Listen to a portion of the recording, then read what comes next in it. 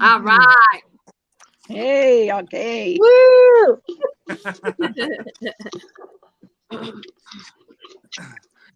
So how is everybody staying safe? Oh yeah. Good. Yeah, Big Sexy, how about you, man? I'm good. I got one more day of work, and I'm off for 11 days, so Hey, there you go, man. I'm looking forward to it. All right. Awesome. Then I can just stay home and, not have to be outside dealing with all that. Hey, there you go. Wow. Gotta stay safe. How about you, Caitlin? Yeah, I mean, I saw a picture recently, and it was like all the states in lockdown, but Yeah. Arkansas is not one of them. Oh no. Wow. We're like Really? we're one of four states. It's us, North Dakota, South Dakota, and Nebraska. So you have like these three states in a row, Wow. and then there's Arkansas. Oh That's man. amazing. Caitlin said So that means Arkansas- everything's open? She's one Or of we're them just praying. that are not on lockdown. No, we're still not on lockdown. Wow. Yeah, we're still on lockdown. It's a pain in the butt. It is a pain in the ass. It's crazy. Wow. And so I mean, I don't know how long lockdown's going to be for. I'm not. Our governor tells us that it's going to be I think about I don't know 30 days, and now they extended it. Yeah. Yeah. The end of April through April. Yeah. Yeah. So And the big thing is because I've seen my sister and my niece driving by. I guess my niece now says that there's a group of people walking around. Whoa. So it's like walking around doing what? I don't because I asked her if it was like around here, and she's like, well, she's like, oh, not precisely. She's like, but there's a lot of stupid people just walking around in groups. Oh. And it's like it's like I'm not gonna. Yeah. Yeah. So it's like I'm not gonna be going outside. If I see groups of people, I'm staying in. I'm not even gonna talk about that. Yeah. No. They're just not serious. Some people just don't take it serious. I know. Yeah. A lot of people, quite a lot of people do. Yeah. Well, see, and that's why, because I was about to tell her that, because right now she's 15 years old, and I told her, I said, hey, because I was going to tell her, I was going to be like, hey, if they're not going to take this seriously, then wait until they catch something. If they catch a fever or whatever, then they're going to realize, oh crap, what just happened? I'm not feeling good. I should have just taken this serious. Well, yeah, you idiot. Yeah, I know. It's gotten so seriously that my whole summer's doomed. Yeah. Yeah. And it's crazy. It's crazy. That's why, I mean, for us, I mean, we just, I have to keep my faith in God, Yeah. Yeah. That's the best thing to do. I mean, that's why now, every night, I always pray, among, on myself, that, he's our, he's our fortress, he's our refuge. He's my fortress. And, it's true. He's our only hope in this time. He's our only hope ever. Yeah, he is. The truth. Right. And that's why in verse 2, it says, you got to say, unto the Lord that, he's our refuge, he's our fortress, he's our God, and who we trust. That's true. I mean, what else is there? There's really nothing else, True. And as long as we continue to go, and then we, really keep it in his hands, he's gonna be like, okay, now they're calling on to me, so I'm gonna save him. Right. Or I'm Right. gonna save her. Right. Right. And and that's like that's a huge thing. I mean, as we see, I mean, this virus has already been it's already been let out. Yeah. Yeah. And now, you Yeah. know, in your Bible studies, you know, you were talking about how when, you know, how Jesus and his disciples are on the boat. Right. Lost Caitlin. Yeah. She'll probably come back. Yeah. And, you know, he's, you know, and it's that point to where, you know, he calms a storm. Right. And, you know, you know, and the thing of it is, and the whole plot of it is that, you know, we have to have faith. We have to trust. Right. That's true. That's really true. Yeah. And, you know, his disciples are freaked. They're Yeah. panicking. Right. They were scared. Well, They were afraid. right. Yeah. And that's why Jesus says, hey, why are you afraid? You know, Right. do you not have a little faith? Yeah. And the point of it is because now I'm beginning to take things in, and I'm thinking about it, and it's like, what is there to be afraid of? We can't be afraid of something in this world. Right. When our trust is in God, we shouldn't be, you know, we shouldn't have fear. We should just trust him, allow him to give us peace in the times of trial. Yeah. And that's why so many people. Oh, we got a little visitor. Here we go.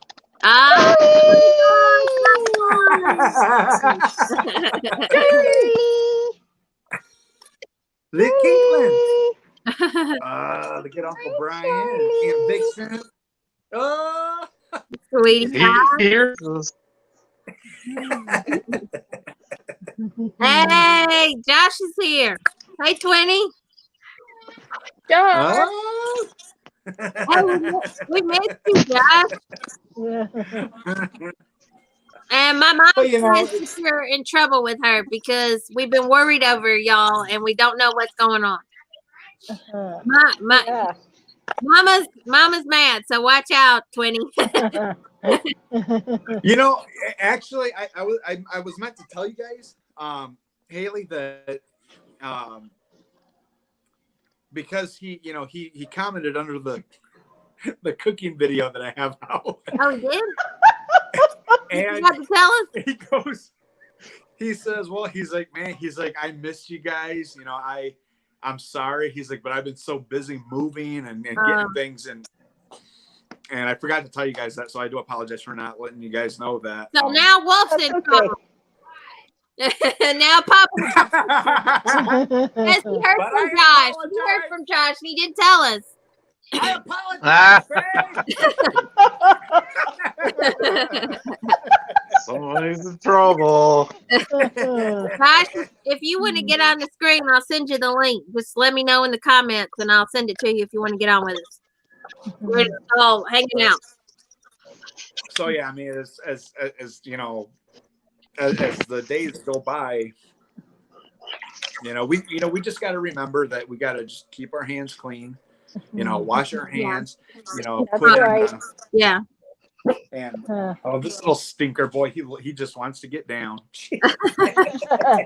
Yeah, that's what I brought along in my purse with me. I got these Kleenex wipes. Oh wow! There you go. Yeah, there's no soap and water. You can just wash your hands with this. And thankfully, last week I got myself a small bottle of hand sanitizer. Oh boy! There you go. Yeah, thank God for $1.50. Yep. So, I got stocked on plenty. I still got some homemade sanitizer left, and I do plan on making more. Oh wow! Hey, you know what? But that's good. That's good that you're staying stocked up and all prepared. You know that's something that that we should all do. You know. Yeah. And right now I'm like first time I used my homemade laundry detergent in my wow.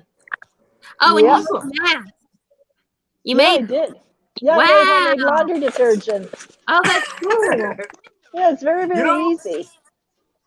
You know, that's awesome. I think it was in your stream, Vixen, that I asked you how because I asked how how did you make homemade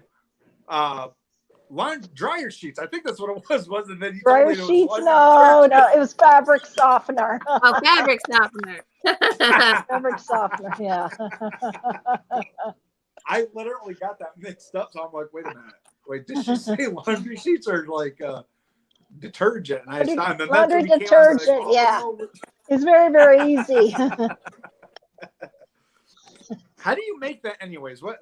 How do you do that? You take like a big gallon, 2-gallon bucket, and you fill it up, and you put in half a cup of washing soda. Wow. And you can get at stores everywhere, and you pour and then you put in 4 cups of hot tap water. Oh, you put in much times, and then you stir it up until it dissolves. And then you add in half a cup of baking soda, and then you fill the rest up with water. It calls for 2 gallons, about 16 cups of hot tap water, and you stir it up again till it dissolves. And then you add about a 3/4 cup of Castile soap. Yeah, so make sure you add it to the end so you don't have make it foamy, have a foam bath. So, and you stir it up more, and then you do some drops, 50 drops of your favorite essential oils. Like I used lavender and eucalyptus. Oh wow! Yeah, that sounds amazing. Or tea tree oil. Yeah, really cool. Yeah, and how about the hand sanitizer? How do you make that? Hand sanitizer? Okay, all you need is 1/3 cup of rubbing alcohol, 1/3 cup of aloe vera gel, and a few drops of your favorite essential oils, and just mix it all up and put it in a squeeze bottle. That's awesome. That's awesome. That is awesome. Wow, that's awesome. You know what? That'd make a great video, Vixen, to show how to make sanitizer. That's okay. That's really cool. Yeah, it'd be awesome.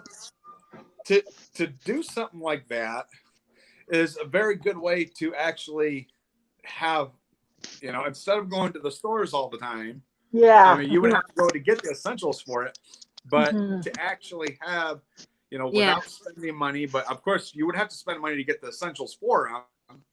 Yeah. But make your own stuff. If the store runs out, then you can make your own. That's Yep. All right, let's see what Josh is saying. He said, we are moving, and darn it, Wolf, you was late telling them. They're doing great. I'm sorry. It's so good to see you all. Missed you, fam. Like crazy all week. We are settled in. Living room is finally clear. Rooms are looking awesome. He said that pot pie looked delicious. Yeah. And he said, unfortunately, I can't jump on, but I am just so grateful to be here with y'all, making up for lost time. And he said we are moved in, not moving. Okay, they're moved in now. That's awesome. And Cousin Chip is here. Hey, Trap. We're so happy y'all are with us. We missed y'all. Yeah. Hey, y'all get to watch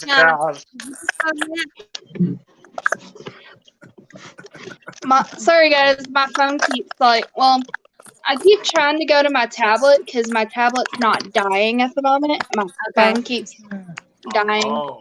Okay. So, all right. And I can't hear you on my tablet. Oh, you can't? Okay. It's all robotic. All right, well, let's talk about who you guys think is that math ninja figure that was in the trailer. For next. I think it's probably Mercer. Mercer, the new character, or he. Commonwealth. Yeah, or he. I don't know. They look kind of small to me, and my gut feeling is Connie, honestly. Connie? See, yeah. Honestly, just by seeing, you know, the frame. the body type. Yeah, body type. Yeah, the body type and figure. You know, Hmm. I mean, just literally to see how this person actually is twirling, you know, the ice picks. You know. Yeah. I mean, he's literally like that, just getting ready, Right. and he's just like going like this. It's like, okay, this is somebody smaller, but who do we know that we haven't seen in a long time during these seasons? Now, Keith. basically, one of them, you know, we see that it could be, you know, like Keith, Connie, Yeah. you know. I mean, because Mercer's a big guy. Yeah, just by looking at the comics, he's a big In the guy. comics, he's really. I heard an interesting theory because this character, we didn't see their ending. We kind of inferred their ending, but like again, like with like the Merle thing, Merle wasn't actually dead. We thought Merle was dead back in season 1, Right. but he wasn't. Right. Someone said it could possibly be Dwayne, Oh, Morgan's son. my mom actually had that thought. She thought the same. She's like, "What if that could be Dwayne?" Yeah. Because we don't actually know what happened to Dwayne. We don't. Yeah. We don't. Because Morgan thought he died, like because I thought his wife killed him or something. Yeah, Morgan thought that his son died. I mean, that's what he told Rick. But he said that, you know, he saw red. Red was everywhere. But like that doesn't necessarily mean that Dwayne died. I mean, maybe he got maybe a walker bit his arm or his leg. And he was able to survive somehow. I mean, I like that. And yeah, and you know, there's so many, you know, oppositions of who it could actually be, you know, possibilities. You know, there was Dwayne, you know, there was Connie, you know, and I mean it's like on the polls I put, you know, Connie, Mercer, Dwayne, Cal, because Cal is Asian. He probably knows karate, so it could be Cal. Yeah. You know, I mean, who knows? Who is that? I mean, Cal is that Asian guy at Hilltop. Yeah. Right. You haven't seen him in a while. The one that was hitting on Maggie? Yeah. I got Yeah. I mean, he seems like, or because he seems, I mean, I'm not saying that, you know, all Asians know jujitsu or any of that. They don't. Not all of them know. But who knows what Cal can actually do? No, I know. I mean, it's a thought. We haven't seen him in a while. And I actually also thought of a possibility. I mean, I highly doubt this, but what if it is Dwight? Because what if he, you know, what if they wind up putting him back on the Walking Dead? You know, I don't know. Well, yeah, I mean, with this person, they seemed, you know, like a shorter, stockier type guy a little bit, but you know, it looks like I get the feeling it's a female. I don't know. All right, you know, I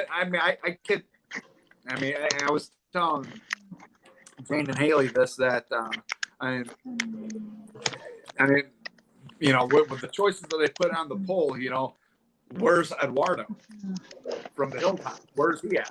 Well, see, that's the same thing as Cal. We haven't seen those characters from Hilltop in a while. So you know what? I thought because this guy seemed a little smaller, thin guy, you know, thin person. Yeah. I got the thought of, because he's always a walker, what if they changed it to Rayon?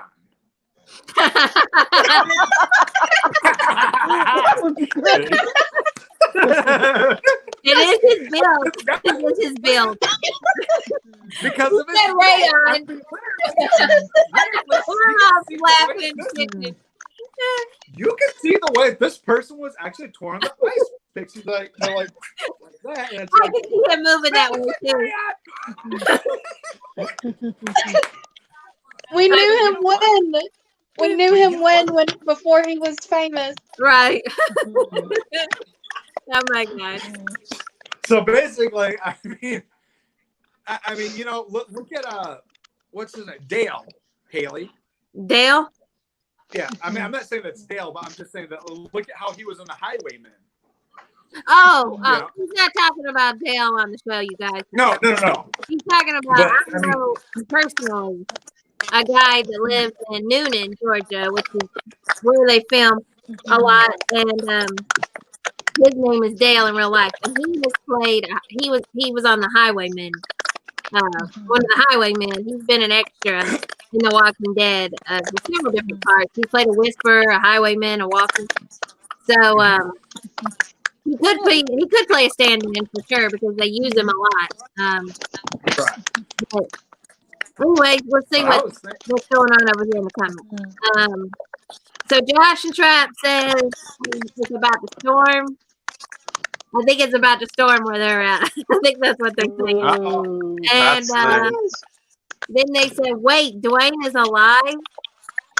So the deal is, that's just a theory, you guys, because even though Morgan said that Dwayne died, when he saw red, all he saw was red.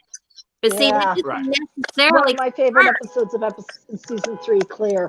Right, and that, but see, that just doesn't necessarily confirm that Dwayne is dead, even though, because Morgan wasn't in his best time. And he could have ran away from Morgan. Yeah, I know. I easily could see Dwayne still being alive. That would be a huge shocker.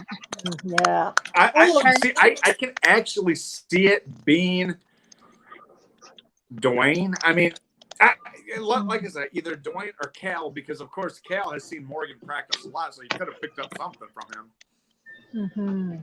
Yeah. Maybe picking up some of these amazing ninjutsu. Well, the deal is Jesus had those type of ninja moves, and the only other character I can think of that's still alive that Jesus would have had a close relationship with that character could do, because we know it can be Aaron. Aaron finds the person, would be Maggie, and I could see Jesus teaching Maggie some of those type of moves. Yeah. I think that with Aaron, the reason why I don't say it's Aaron is because possibly he has that spiked ball on his hand, but the metal hand that he has, it can't fit in a glove unless they get a bigger glove to fit that. But I mean, the reason it can be Aaron is because Aaron finds that person. Right. If that person comes up on Aaron. Aaron finds them. So if that wasn't the case, I would definitely say maybe it was Aaron. I remembered in season 8 when Morales came back, like oh yeah, like when he joined the Saviors. Awesome! Like my god, that was a huge reveal. Yeah. Whoa.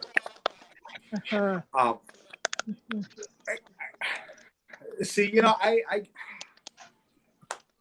a lot of people have been. I've read in this article that because of, I think it was in season. Let's see. Right now we're in season 10, so I think it was in season 8 where we've seen Jesus and Morgan go at it in the woods. Yeah. Right. Well, that's now true. they're trying to so they're trying to compare. Like, okay, so if we look at Jesus's moves, and we've seen how him and Morgan go at it, and him dodging every single thing that Morgan throws at him. You know, could that be the fact that, with as well as how Morgan fights, against Paul Rovia? I mean, could it actually be the fact, because now in Fear, I don't know if any of you've seen Fear, but I mean, how Morgan says that, okay, he tells John Dory, and he tells, Dwight, hey, or no, not Dwight, because Dwight wasn't there at the time, but he tells John Dory and them, he's like, he goes, I'm heading back home, but they agreed to go back with him. So, Yeah. I mean, honestly, it would be cool if it was somebody from Fear. That would be really cool. And the thing is, we've seen Morgan teaching on Fear. We saw him teaching Alicia those moves. Right. Okay, so it could be it could be. You know, I had that thought too. Maybe Alicia. Yeah. You know. Cool. You know, I but why would she just show up like that? Yeah, I know. The deal is, if it's somebody from Fear, it's gonna be, the timelines are different on Fear and The Walking Dead. It's on The Walking Dead, we're like 7 years ahead of where we are in Fear. Right. So if it is somebody from Fear, then you know there's a lot that's happened in 7 years in this person's life to get them to Virginia now. So do y'all want to hear a crack theory? Y'all ready for a crack theory? hit it. Okay, hit us, sure. Caitlin, hit us with it. All right. So I have gone back to our friend Angel the First one to see what she had to say about the ninja. Okay. As she calls it. Ninja, as I have affectionately named them to, is not put in front with another human, so it is hard to get an aspect of the size of this person. The shot power shows Aaron and Alden. They are really the only reference we can use, and this person is definitely much smaller in frame than both of them. Lord, I know where this is going. It's Beth. I definitely think it's a female, and the moving images show what I thought was originally baggy jeans on the thigh area to actually be the back of the coat hanging down slightly. It could definitely be her, talking about Beth. And I'm pretty excited about it, but everyone has to make up their own mind whether to get hooked up or not. Oh my god. For me, it's a combination of the fact that this could fit her body size and everything on the show surrounding this. Like the repeated hospital location and the fact that this episode will be exactly double Coda, which means alternate ending. Oh Lord. Alternate I ending. said in past posts, if the music storyline playing was 508 in length, which is where we see the first Coda and Beth dying. Oh my god. Then it makes sense that they would play through the music again to the length of 508 before a second Coda or alternate ending guys, is shown. Yeah, guys, I hate to interrupt this, but I have to get off for now because I gotta put my laundry away, go home, and okay, but I'll be right back. Okay. Oh, sure. Okay, back soon. Okay, be back, guys. Bye. Bye. Be back soon. Okay. So then she does the math for us. Okay. 508 plus 508 equals 1016. Who has this much time on their hands to be coming up with such nonsense? We saw Morgan like this in 508, and it shows a picture of Morgan like this. And we see Ninja in a similar outfit in 1016. Outside the show, Emily has been taking what she calls dance ballet classes. Now, I don't want to call her a liar, but I think she's a liar. They're calling Emily out. Poor Emily. She didn't deserve this. I think she's been training to do this, but again, you all got to make up your own mind. Here's the deal, though. How can they possibly? I just don't understand how they possibly think that there's a chance that Beth is alive. Like, she was shot in the head. Because how can you survive? Gigi, Daryl lost Beth's body, obviously. And you know who caused Daryl to lose the body? Carol. Oh my gosh. I can't. Okay, first of all, y'all missed that theory. That was so funny because that was the stream. Okay, so first of all, this person really needs to understand that Beth is dead. She can't come back. That's just it. She got shot in the head. She's gone, long gone. So all I have to say is, who is this person? What's this person's name again?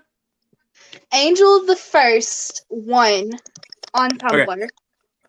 Angel the First. Angel the First. I don't know why you keep bringing up Beth. Beth got her head blown off, so she cannot come back. Keyword cannot. So Beth is gone now. Do I have to spell it? Gone. Gone. Dead. DEAD. Oh dead.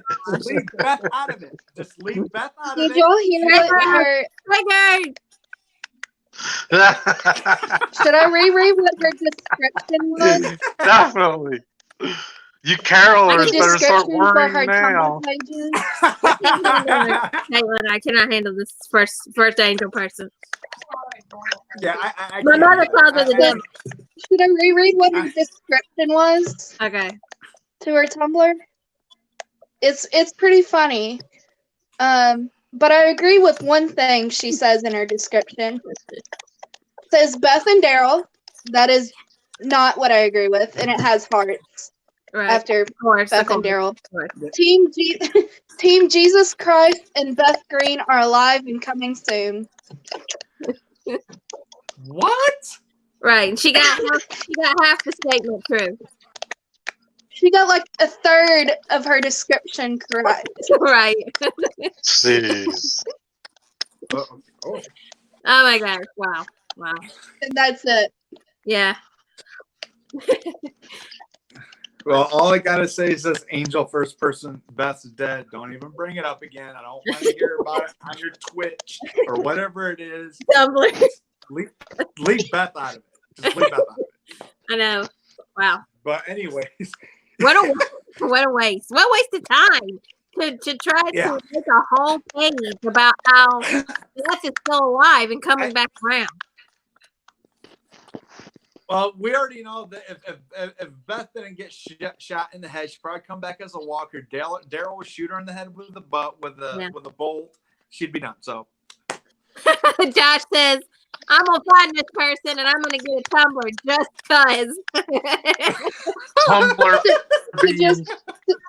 to just read Angel the First. He coming for you, First Angel. What are you gonna do with you? She just made a post that she was her first hater. She's only had this one hater, and I was like, oh no. Really? So She coming after me now? The raider then. She coming after me now? I haven't commented on any of her stuff, but like, right. I've had a blast. I think she's coming for the wolf. I mean, like, it's even worse. You know, it's even worse time is the deal with a person like this. Like, you're not going to get anywhere. right. You know, honestly, I actually think, yes, it does look like a female, but you know who I actually think it is? Who? Now, you guys may think that I may be wrong, but another person that we haven't seen yet is, I wonder if it's Stephanie. Oh. I didn't think about that. Oh. I didn't think about that. Yeah. Because really, if you really look at it, Eugene, King Ezekiel, Yakimo, Haley. Yeah, that's her official name in my head. I wouldn't call her anything else because the woman tests me about more than anybody else. Right. And then you have Princess. But see, if they're on their way where Eugene's going to go, and like in the preview for the season finale, is we see that Eugene's face is getting worried because he doesn't know if he'll ever make contact with Stephanie. But what if Stephanie comes in to help Aaron and them? Because she doesn't know Aaron and them. Aaron doesn't know her. So what if she's the one that's coming to help them with the whispers? Now, we have to remember that Stephanie is a part of Commonwealth. Yeah. And so, you know, honestly, it could be Stephanie. Call me. Wait. Yucky. Hey, I'll go back. Call me Leonard Skinner, baby. Because I'm on the hunt. Y'all. Shut Josh. Like this one's the best though. Yucky Mo. Josh, I hate to say it, man, but I don't want to give you any idea, so I'm not gonna say it. I was gonna say, go get some of the bubbly, baby. And Josh, you gotta fill us in on what's going on with my sister-in-law Lauren. I need to know what's going on in that situation. Oh, right. Update.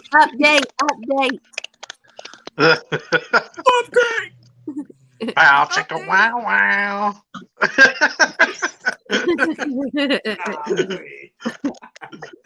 Le champion. Le champion.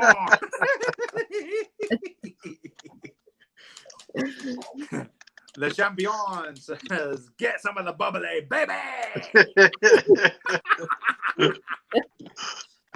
You know, that Chris Jericho says that, Haley, the one that answered my question on Talking Dead. Oh, okay. I'd say me and Caitlin's over here like puzzled by the wrestling, the wrestling references.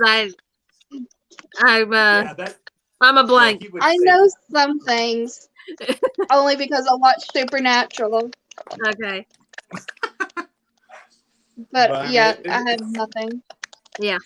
But yeah, that's what he says. Chris Jericho is crazy though.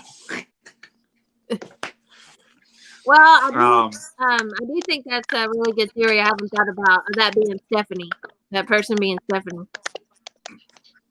Hey, I heard a theory, guys. Lay it on.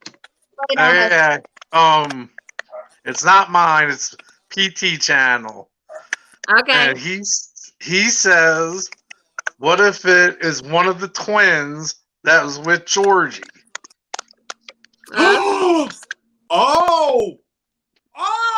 And but what if you think about it, maybe they're right behind her. But like coming there because she read the letter, and if there's two with her, yeah, they come walking up and see what's going on. They jump in the fight. I could see that. That's pretty good.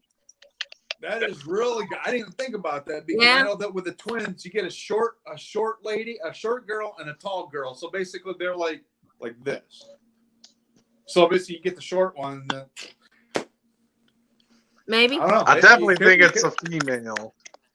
If he thinks it's a female, yeah, I think it's a female. I do too. I think so too.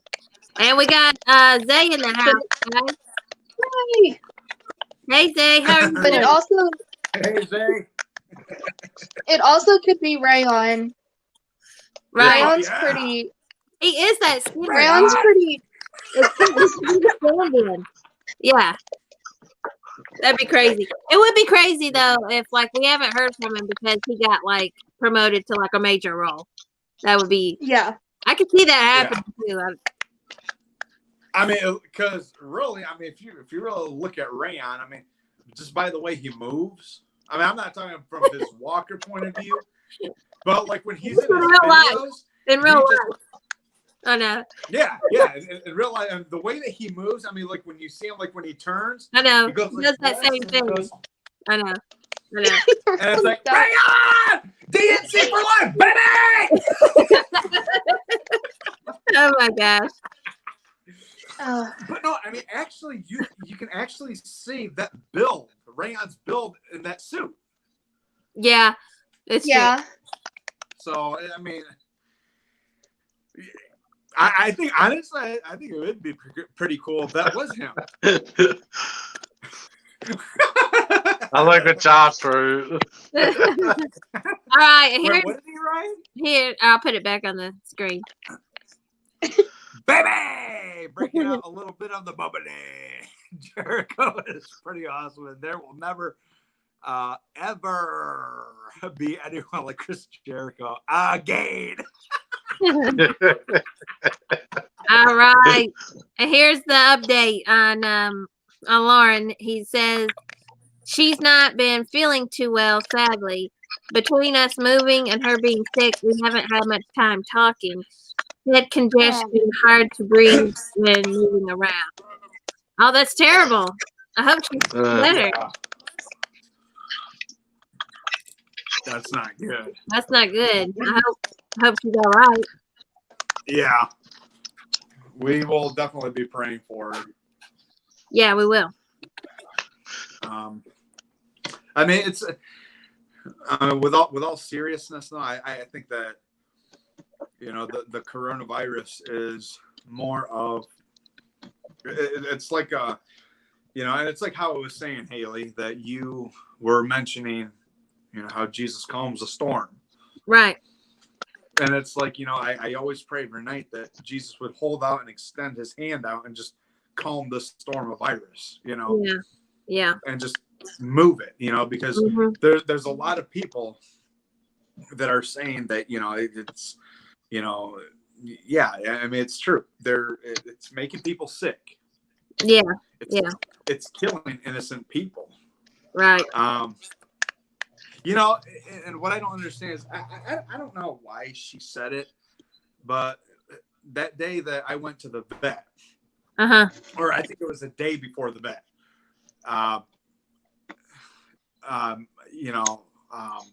oh no, it's when the day that I got the eggs. I'm sorry, the eggs from my mom. She was saying that it all started because a guy ate a raw bat. Yeah. And ate a raw bat, and it consumed where it's spreaded. Right. Thing is, bat. I mean, she was saying this bat was a good size to where he could bite into, but how could the coronavirus start from a bat? I mean, I know that they have rabies. Yeah, well, they're probably carriers of the coronavirus. Yeah, it started out in animals. It started out in animals, and then it's spread to, how it's gone from there. But yeah. We need Corrine on this. She's the animal expert. We need Corrine to weigh in.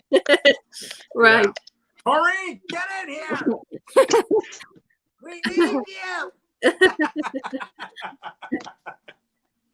You're the animal expert.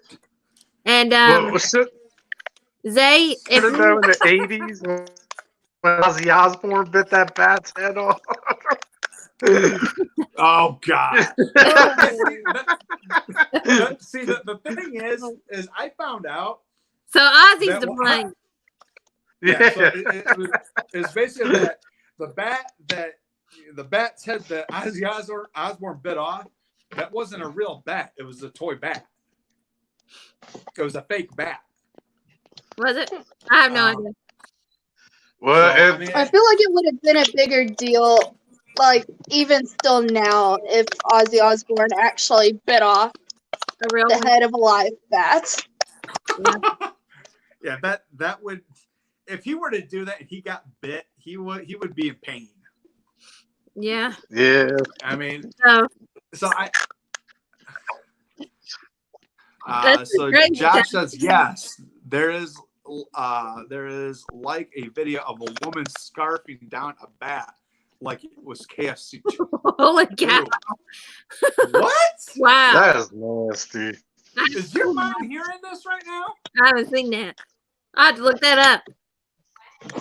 I'm not watching that. Josh said there's a video of a woman scarfing down a bat like it was KFC chicken. Ugh. Was it chicken fried? Zainab, if you're still in here, we'll put you on the screen if you want to come on. Just let me know in the comments. So I think honestly it's getting to that, to that point to where, because now the coronavirus has spread. Yeah. Now there's going to come a time to where people are going to be, okay, now we got to start, I mean, they already put it on there already. That people have to start wearing masks. They have to start wearing gloves. And, Yeah, but good luck getting that stuff. I know. Yeah. It's true. It's hard to find because they said that the medical people need it more than the regular people. So they're giving all the supplies to the hospitals and things, which is true. Yeah. I mean, it's as they should. Yeah, they should. Yeah. Well, I mean, these people are putting their lives on the line for us. Right. And here's the thing. I give these people so much credit for putting their lives on the line. You know? I know. I mean, biblically wise, I mean, it sort of reminds me of the fact that when Jesus put his life down for us. Yeah. So now you have all these doctors and that putting their lives on the line for us. Risking their life. Yeah. Yeah. And that's where now, I mean, it's crazy. Look at that ad that we've seen, Haley, that you and your mom and I seen today. Yeah. Where we see all these doctors, just dancing around, just because they're happy that they're doing this. It was a Facebook ad, but it was it showed like all the places around the world that are like empty, but then it showed hospitals and the staff at the hospitals and stuff like that. And the point was that even though we're in quarantine, we can still connect through Facebook for the commercials for Facebook. But yeah. And I think that I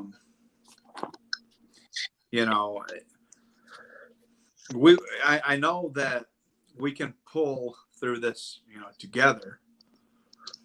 Right. Know. Right. It's sort of like how how Rick was telling Merle, we pull together, not apart. Mm-hmm. That's the way it is with us in real life, that we can pull through this together and not apart. We always stick together to fight this thing off. Yeah. To lean on each other. Right. Yeah. Right. Probably said, "Oh, that's the stupidest thing I've ever heard of." So you got people like that. You got people like Greg. It's true. We got to stay away from the Shanes in the world right now. Oh, yes. Stay away from the Shanes. Oh, yes. Stay away. Oh, man. Listen to this. I have a full-on Batman Dark Knight wrestling mask. Yes. I just don't go out from Friday. Sunday was the most I've been out since this started, and part of Monday. Wow. Where did you get the wrestling mask, Josh? Because I might need to buy myself one. Share. You need to share with us. Share this information, Josh. And a bandana to go over his mouth and nose. Wow. Oh, okay. I see what he's saying. He's got the the Batman mask. Man here and a bandana around here. Yep. Yep.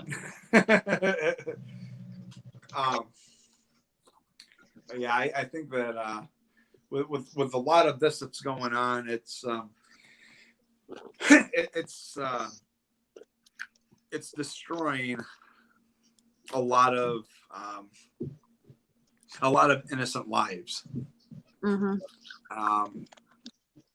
But I know that the biggest thing that we really need to do is, Jesus says, and I believe it was in Revelation or something, that he says that, when you see these signs, you look for me.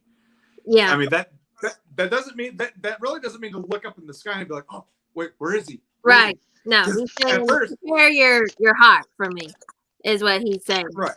Yeah. Prepare your heart and soul, Yeah. Right. Yeah. See, and that's why ready at all times. Right. Yeah. Because you never know when he's going to return. Right. He says nobody knows. Nobody knows. And only the Father. It's like how it said in the Bible that he talks with that when a man goes out, for a certain amount of time or days or whatever. Yeah. And his wife is behind and another person comes in, tries to take over that role. Well, the thing is he says that, be careful what you do because you never know what's going to hit. Yeah. The thing is, because it's like he says, it's like somebody coming in like a thief. Like a thief in the night. That you don't know. If you knew the thief was going to rob your house, you would have stayed out and watched. That's the point of what he's saying is, to watch, because if we knew, what time he was coming, like we would watch. And because we don't know what time, what day, what moment, we should always watch for him, spiritually speaking. We should always be, ready for his return. We live looking for him, preparing for him, and looking spiritually, for his return. And it's more of that, too, that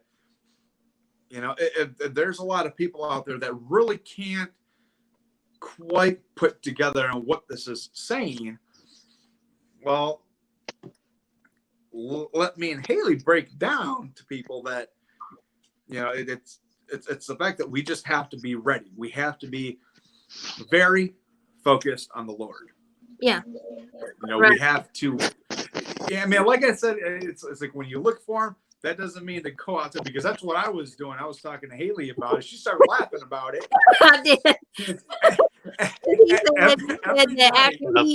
after he read that scripture that he went out and looked up in the sky and I said it's not quite like that. He's meaning be spiritually looking for me. Right. So it's like I take Charlie out. He's doing his business. I'm just up there, and I'm out there. I'm like, and I'm just doing this, and my eyes. You can just see my eyes going like, oh Lord, like that. And I'm literally, because the truth is, I when I take him out, I always pray when I'm outside. So I'm just looking up in the sky, and I'm just praying and praying. And then that time that I talked to you, you're laughing your head off. I was. Because he's like, you're like, that's not what it quite means.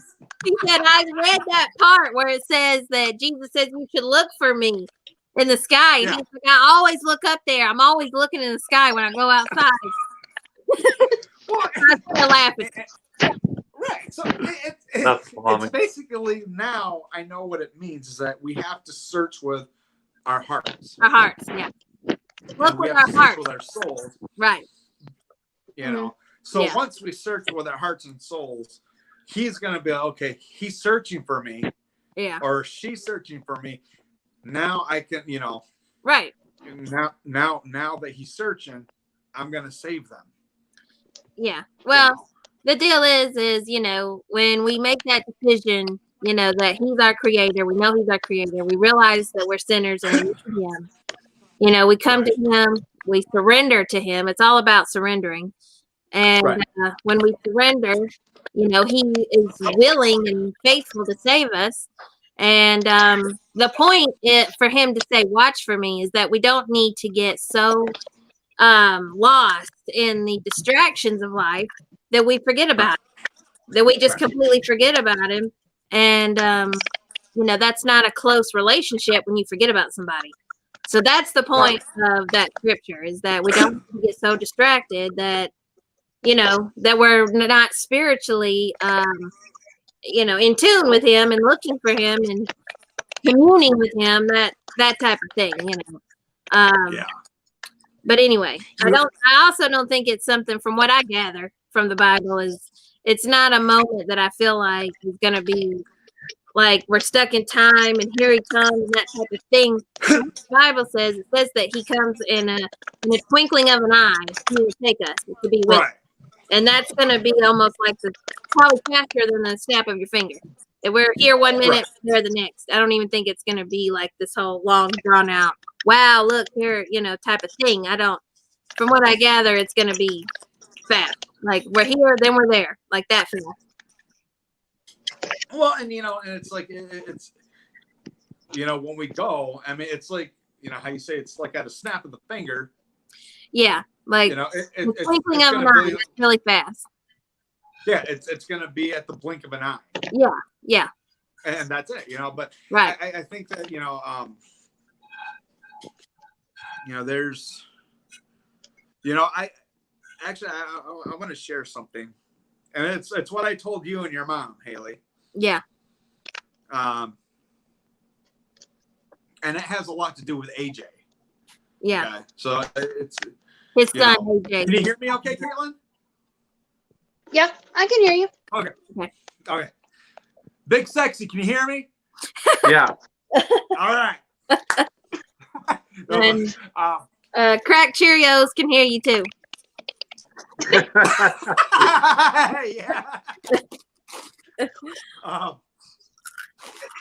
I have been getting a lot of really bad dreams about AJ. Yeah.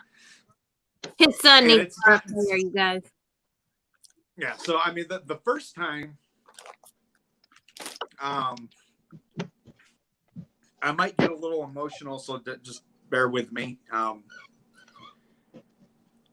When I was laying down, because of course, I'm dead asleep, and I had that. We lost Haley. I was asleep, and come to find out I was like in this deep sleep, and all of a sudden in my dream I had this really bad feeling, and it came down to where I smelt smoke coming from here in the dining room. And I in my dream, I got up, came over here, and I hear yelling. I hear yelling, and it was coming from AJ. Coming to find out, he was burning alive. That's not good. And he kept on yelling, Dad, help me.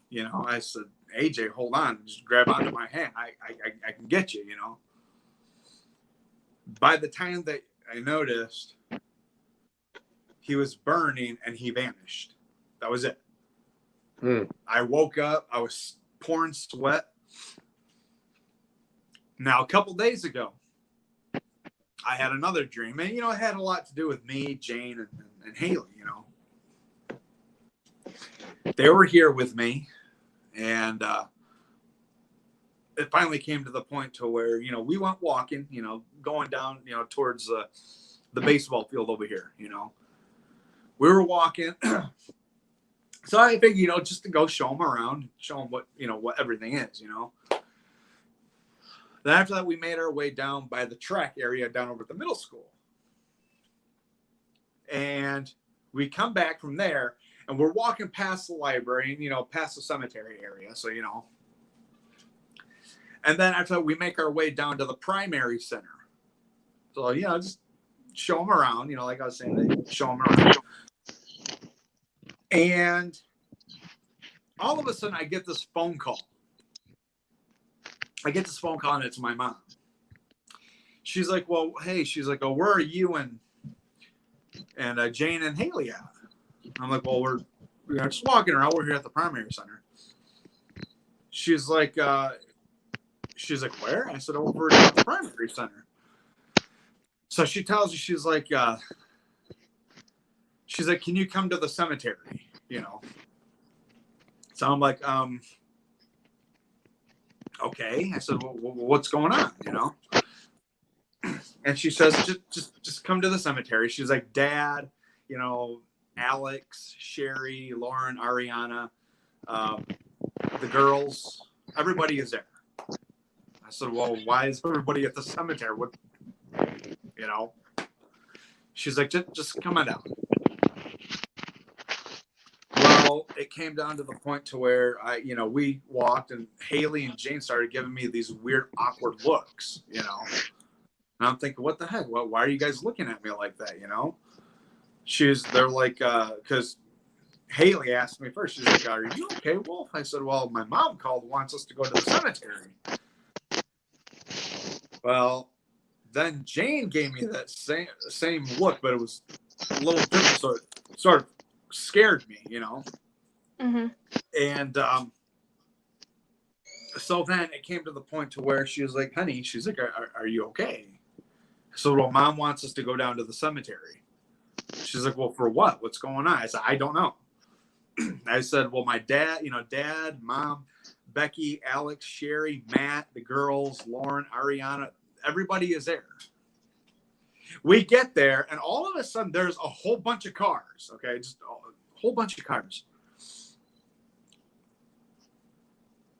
and she's like, "Babe," she's like, "What the heck? What's going on?" I said, "I don't know."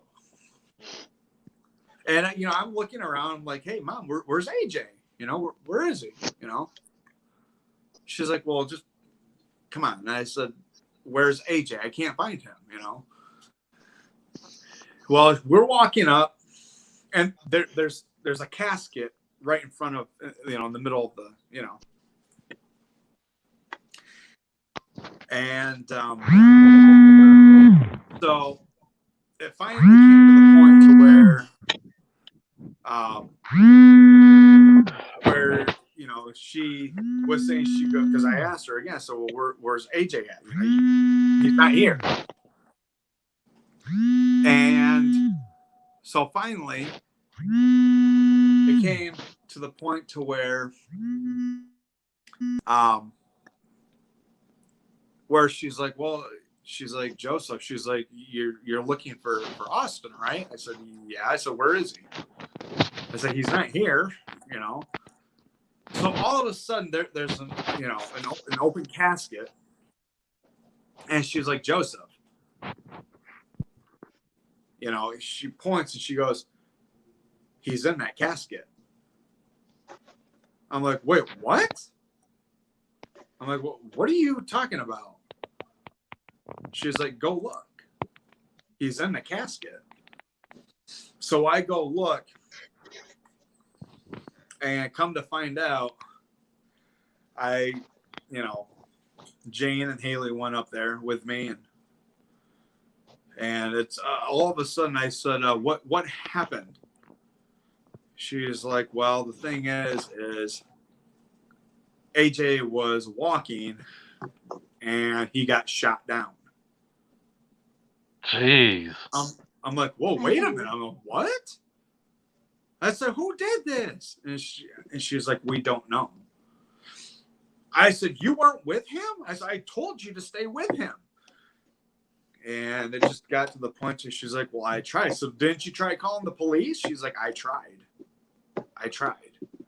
That's a scary dream. Yeah. So it's basically now it's getting to that point to where I'm getting warnings from God telling me if he does not stop what he is doing, does not change his life, he's going to wind up dead, a young man. Hopefully he listens to you. I'm hoping so, man. I mean, it's scary. It's sort of like in the first dream, he was burning. Then in another, he gets shot down. Right. And it's like God's telling me, hey, if he does not straighten up his ways, he's going to die a very, very young man. He's going to die at the age he is at now, and he needs to stop. So now it's like I'm getting these warnings from God that I have to talk with AJ. I have to talk with my mom. Like, hey, this has to stop. This has to stop,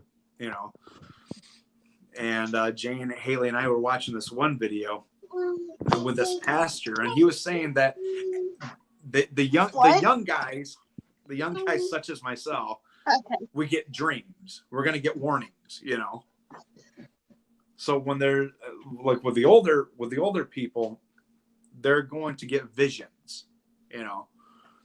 Well, with me, I'm getting warnings, you know. And it's to that point to where it's scary. It's scary, you know. Okay. So it's crazy. It's very crazy. The only thing is, well, if you can't, I mean, you can try to lead him, but if he's not going to listen at all, it's going to be pretty much impossible. Well, I mean, we also have to learn that, you know, nothing's impossible with God, you know. That once God isn't with us, nothing's impossible for him. But with man, see, that scripture, I think it goes, with man, all things are impossible. But with God, all things are possible, you know. And I don't want to doubt that. Hey, guys. I don't want to. Yeah. I'm gonna have to go.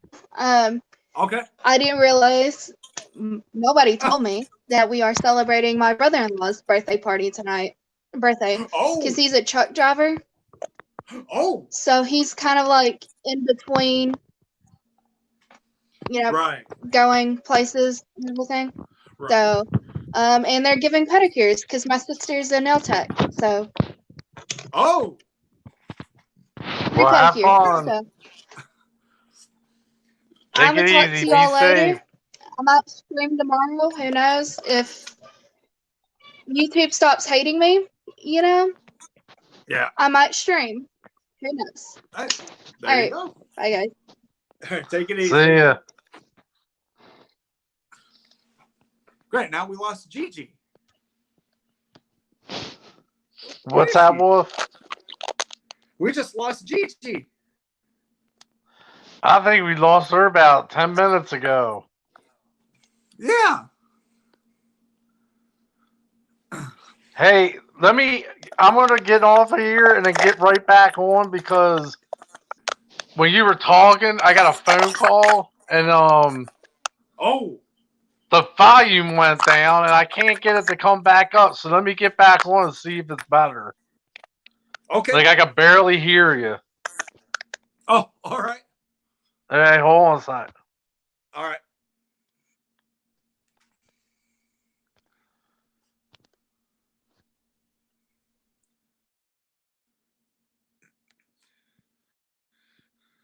Yeah, exactly, Josh. It's crazy.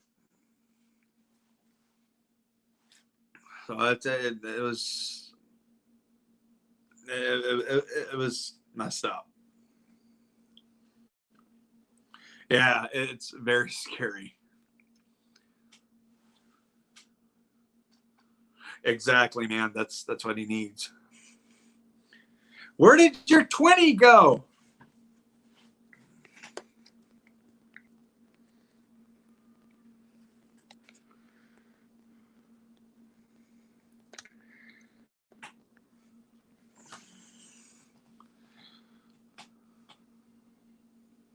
Gigi got off.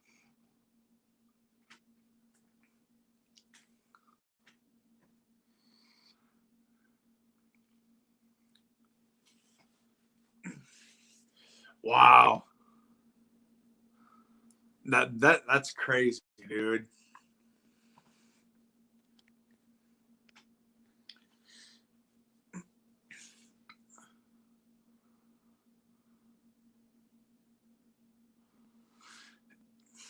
Yeah, it's messed up. It's a crazy life.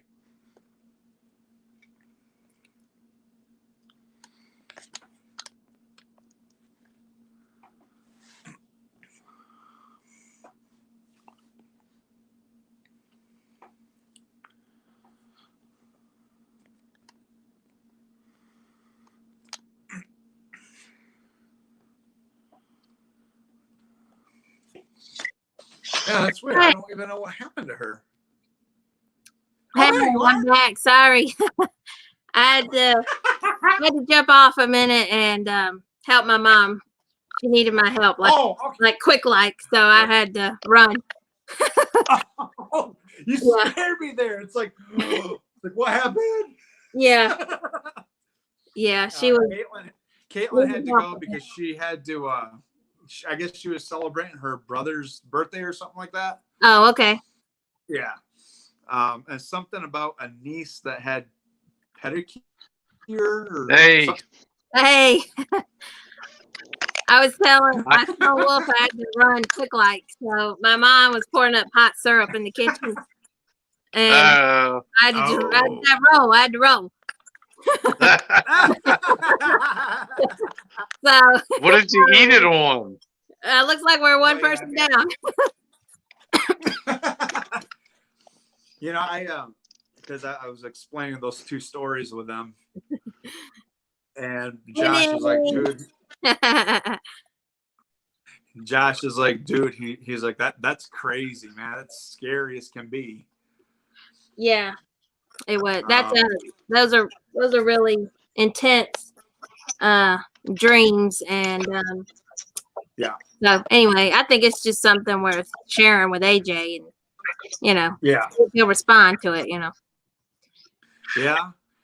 Hold on, Maggie is now messing around with a pill bottle she got out of the floor. Hold on. Okay. Pill bottle that fell.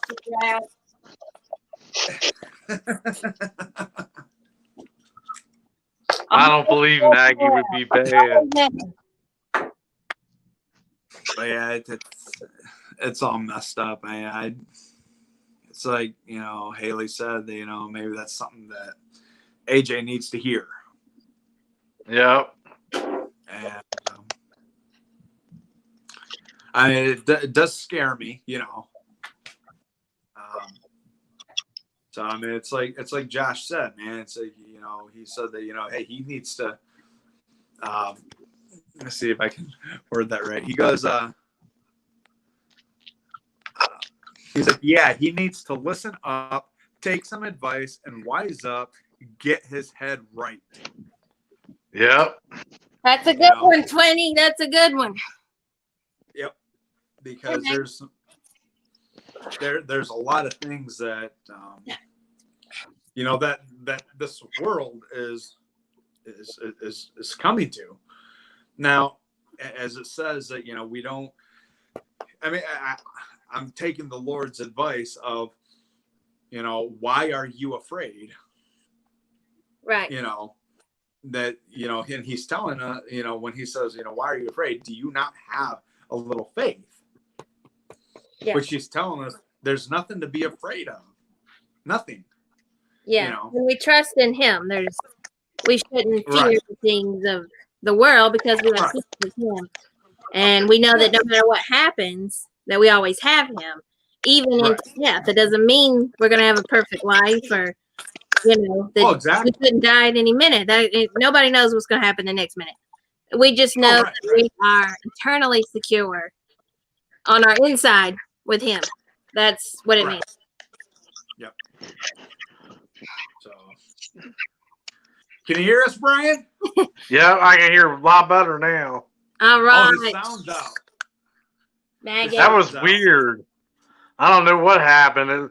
I got the phone call, and then the volume just went down, and then it didn't come back. I don't know. Never had that happen before. Oh wow! I can't hear him. You can't hear? You can't hear me? No, I can't hear him. You can't hear Brian at all? No. All right. I'll tell you what I'm going to do, Brian. I'll take you down and put you back up and see if that helps. Okay. All right.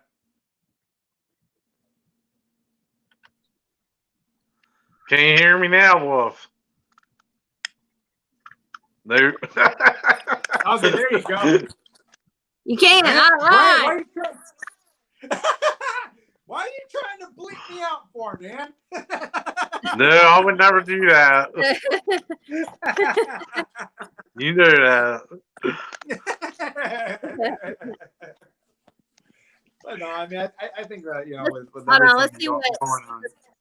let's see what Josh is saying here. He said, I've had some things in the past, and I thank God things went better.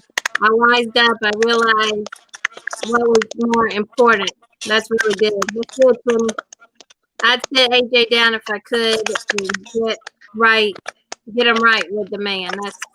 That's really sweet. Exactly. I appreciate that, man. I mean, it's like, I try all that I can to put,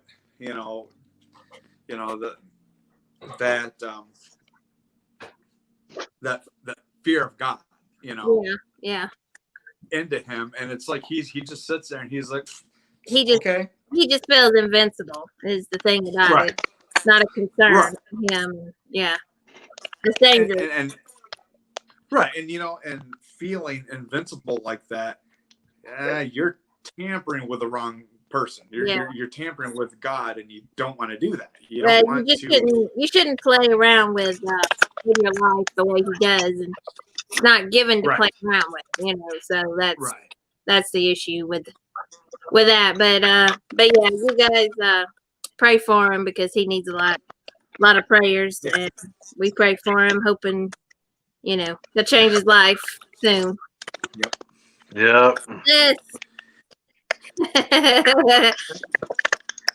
Big Sexy is the hookup. Let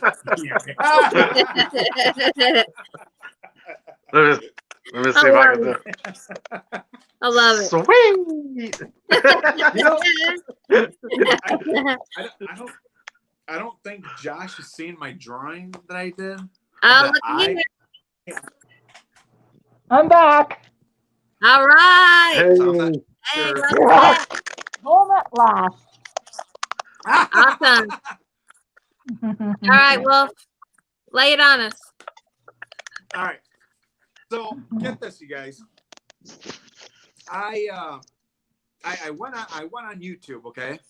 And knowing that, because with the wing that I did, and Daryl's wing and the knife, right. I thought that if I can do that, I can do some of that shading right there. I'm gonna go something with a little bit challenging here. Yeah. And so what I did is I went on YouTube and going through, finding videos for drawings for beginners. I decided to come I decided to come up with this video. I hit this video head on, and I seen it says how to draw an eye. So I'm thinking, okay, I'm gonna try this, see, because it's really good practice. And come to find out, I started drawing, and I started pausing it and getting at the same spot. And I started, doing what they were doing. Yeah. Well, I decided after I got done, I came up with the result of this. Let's see it. And there it is. Oh, that's incredible. I think it looks awesome. That's awesome. Yeah. So I did that, and as you can tell, that right here, it's a teardrop. Yeah. Wow. Nice. That's amazing. So so it's like I decided if I can do that, I can, and then try to get to that point to where I can draw, people, instead of just doing cartoon characters. Yeah. Draw portraits. Well, if I can do an eye, now if I keep that in front of me and be like, okay, so how did, sometimes I'll forget how I did it. So it's like, okay, wait, I created that. Okay, so I'll try something else. So I did that. I was actually thinking that maybe, just maybe, I don't know, if I can learn how to draw a male head, Mm-hmm. You're gonna try to draw Daryl. That's where you're coming around to. The what? I said you're gonna say you're gonna try to draw Daryl. Yeah. Try to get, No, I'm gonna tell you what you're gonna draw. I'm gonna tell you what you should draw. You're gonna draw Daryl and Carol on their wedding day. You gotta Daryl's in his tuxedo. boy. He's got wings on the back of his tuxedo. Oh, geez. And then Carol's holding the bouquet of Cherokee roses. Oh, That's funny. I just have to, I have to do, and I think a really good way to do that, and honestly, and I'm going to be quite frank with you guys. Twinny, that's so sweet. He loves, Josh loves it. Bro, oh, thanks, man. Thanks, brother. I appreciate that. I think that really good way to do that is get a picture of a guy and a woman and at their wedding. And try to edit Carol and Daryl's head onto it and then try to draw it out. Oh, yeah? Yeah, you could do that. Yep. There you go. It's all coming together. Yeah. And then, I just have to learn how to draw the male and female head first. Oh my gosh. I will draw the honeymoon night.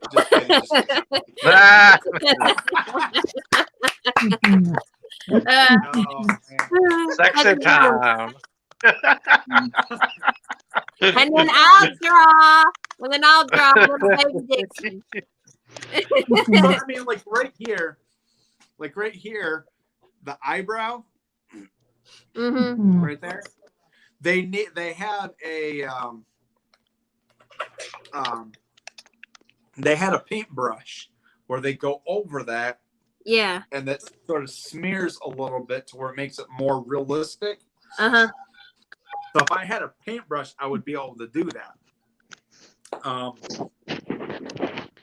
But yeah, I think that if I could easily try to learn to draw the male and female head first, practice on it for a little while, get a picture of a wedding with a guy and the lady, and take Daryl and Carol's head and paste it on there, and then just be like, okay, and then just try slowly trying to draw it out.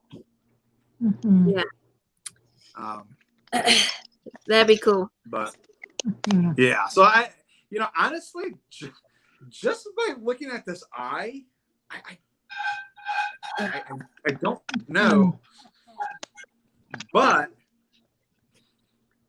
my allergies are kicking me, you guys. Hang with me. All right. You and me both, GG. Yeah, the pollen is taking over here, and I'm terribly allergic. Yeah. See, if you look at that eye, it's really nice, Wolf. I like it. Oh, thank you. I know. You can tell. I mean, just by drawing that eye. I mean, it was just an eye that was on a video. Yeah. But whose eye does that look like? Jane. What? Who'd you say, Vixen? Jane? Yeah. Vixen said that the eye Wolf drew looks like your eye. Vixen did. That's really sweet. You're welcome. Thanks. Yeah, it does, doesn't it? Honestly, it kind of does, but I think Wolf was baiting for Carol. Well, both ways. I mean, it does look like Carol's, but mostly, just by looking at it, it looks like your mom's. My mom is so tickled, Vixen. She's freaking out in the kitchen and like, how sweet and how nice of you to say that.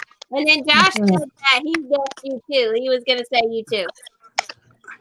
But I mean, because just by looking at it, it does look like your mom's eye. Kind of does, yeah. And the reason why I say that is because when I looked at the video and I'm thinking, well, wait a minute, this eye. My mom is yelling, "What about Brian? Why did Brian say anything?"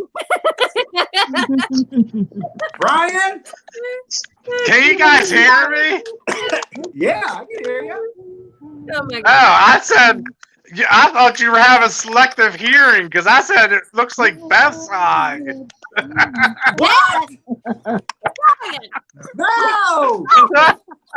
let me find the wrenches in here. Triggered. You're a trigger. Yeah. We're gonna That was Bill's side. see. So between me, Haley, and Vixen, we said it looked exactly like Jane's eye. Oh my Brian? Brian? You're gonna get wrenched. You Was are that gonna Gigi? get wrenched. Gigi tried to put it into Carol's eyes. And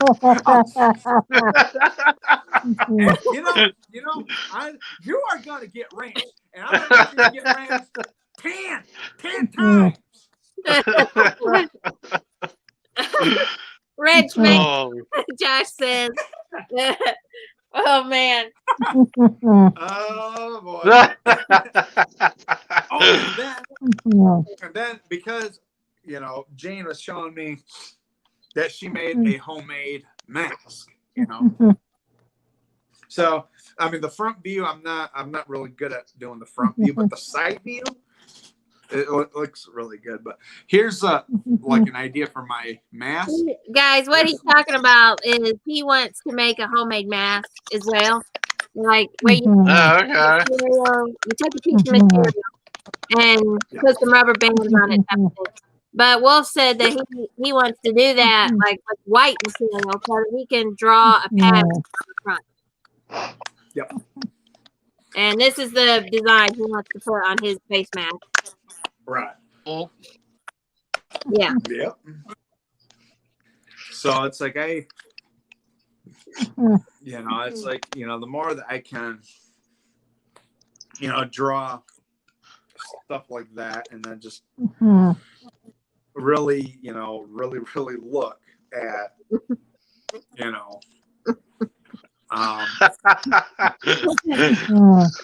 24-inch wrench like Python's brother. Brother.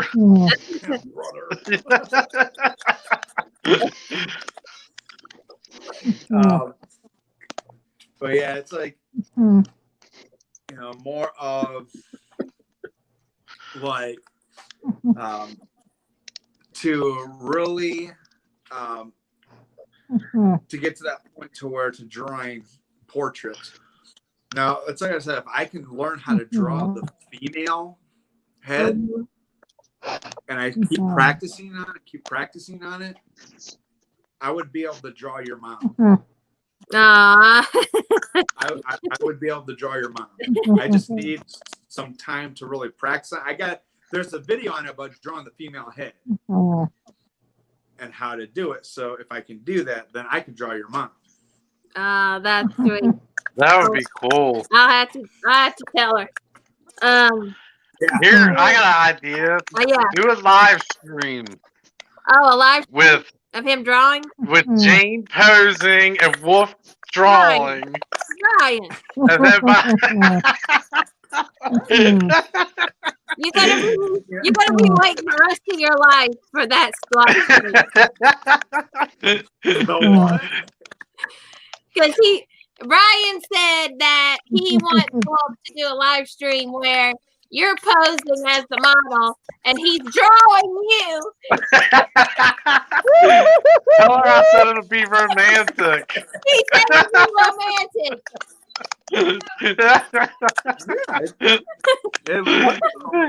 Josh said Jane is a hot mommy.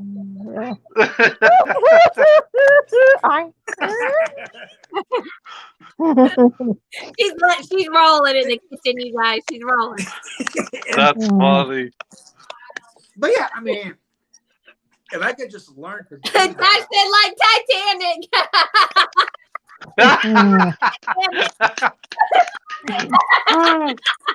Wow. See, it's like, yes, like Titanic split, it would be romantic. Yeah. You know, actually, because you know, in Titanic, Jack used charcoal completely. He used pencil, he used charcoal. But did you know that was not DiCaprio really drawing? It was him really drawing? No. No way. They No way. They actually had I don't some real artist hand, and they started drawing. So Oh, that's okay. the art. Yeah. Okay. He's too busy making out with supermodels to learn how to draw.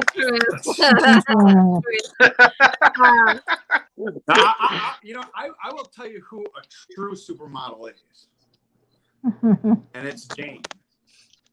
Wolf just called you a supermodel. That's why we need to do the stream. That's why he said that's why we need to do the stream.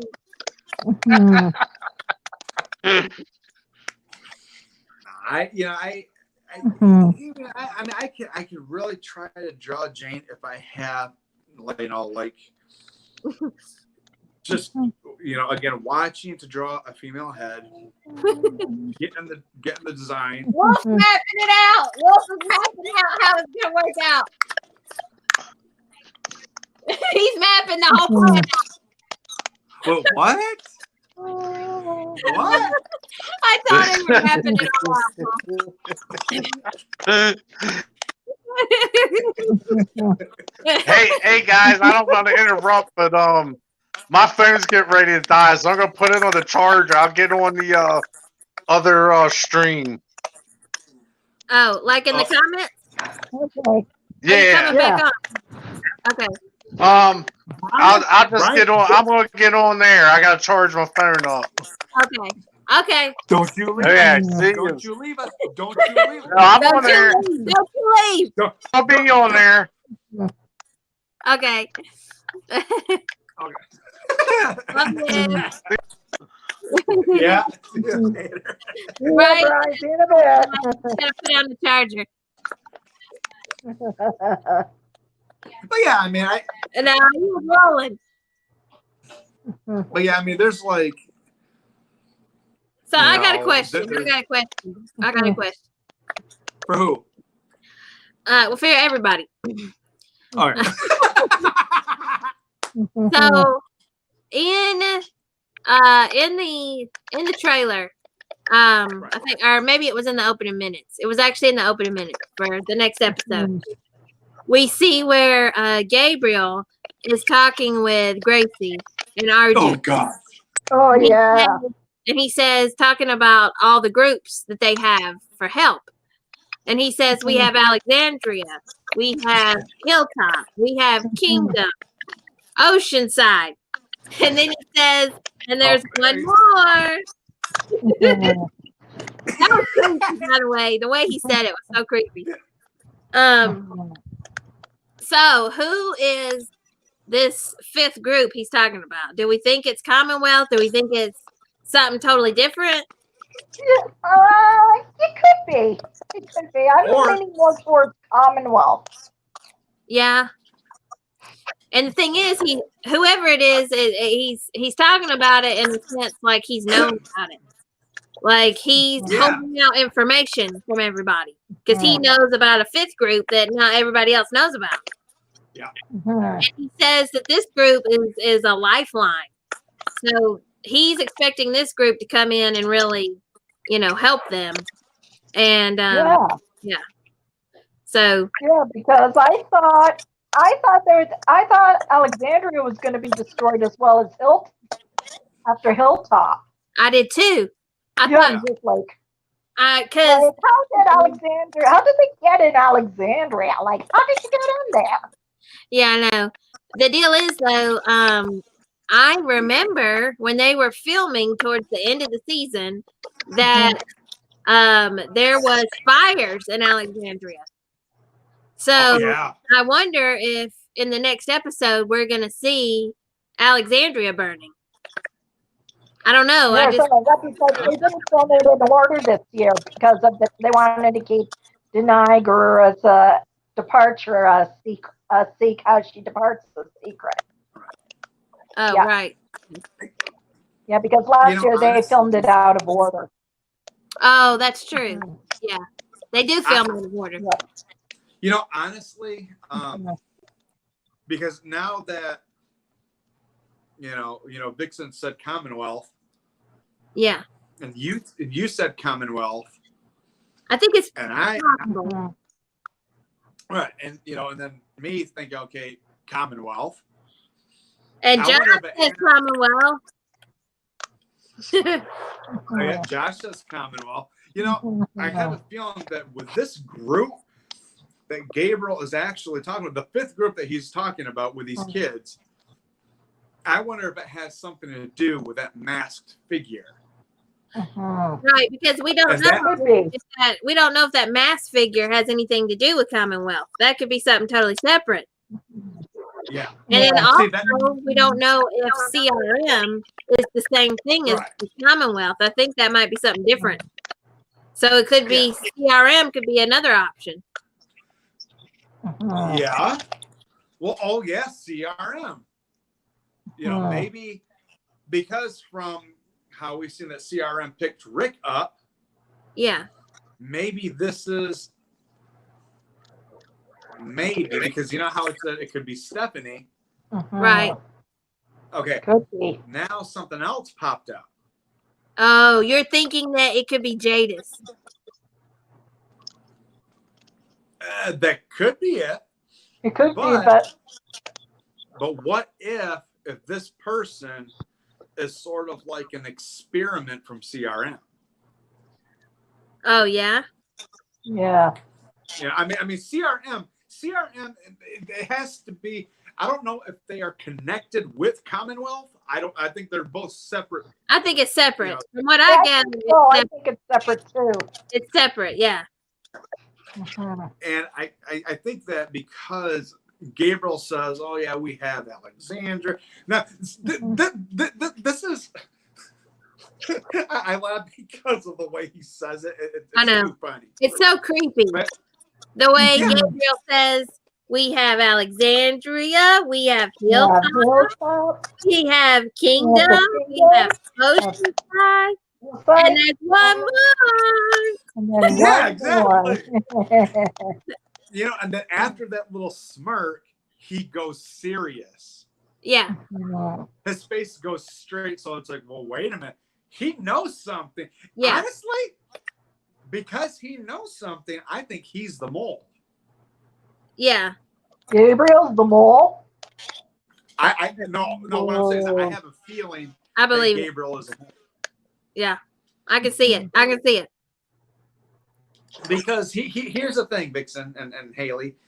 How he says we have Alexandria, we have Oceanside, we have the Kingdom, we have the Hilltop, and now one more, and then his face goes straight, and it's like, okay, wait a minute. He knows of a group that he's not telling anybody, so which makes him the mole. If he's holding information from the family, he's the mole. Yeah, it's true. He's the mole. It's true. So the question, though, is just still, could it be Commonwealth he's talking about, or could it be CRM he's talking about, or could it be, something totally separate? Like, what if it even had something to do with, like, Fear the Walking Dead and, like, Virginia's group, Pioneers? That they have people spread out everywhere, all over the country. So that could come. So I think your mom said, I think it was Commonwealth too, didn't she? Or did she say a different group? Which group do you think Gabriel's talking about? She's thinking possibly the Pioneers from Fear. And then I see that Brian says maybe he's talking about Maggie.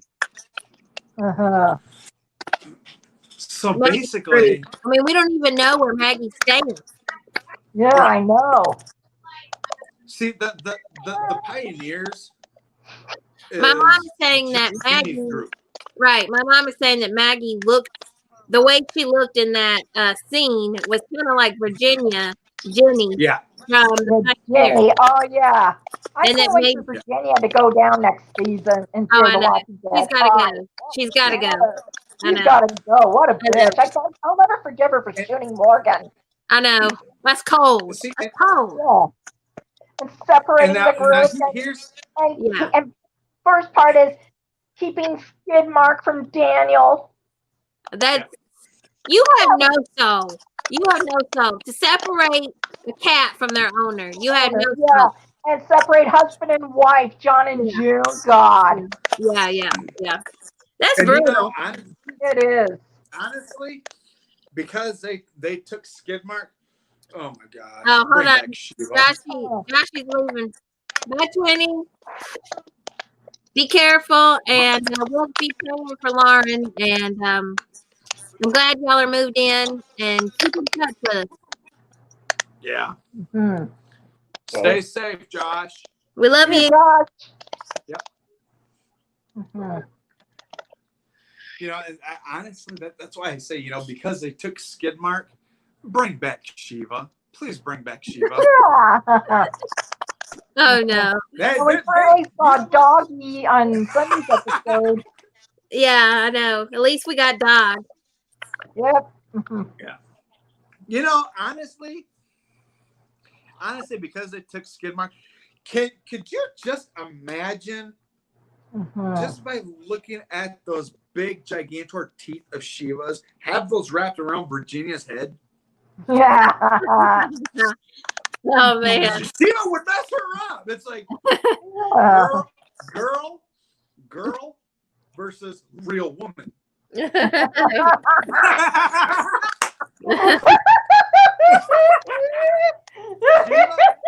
will rip her apart. Now, okay, get this. If she can tear half the Saviors up, she can tear basically most of the Pioneers up like that. She ain't got no problem. Virginia would just be a candy bar to Shiva. Oh yeah. Yeah. And honestly, if she's seen Shiva, you would see Virginia going like this.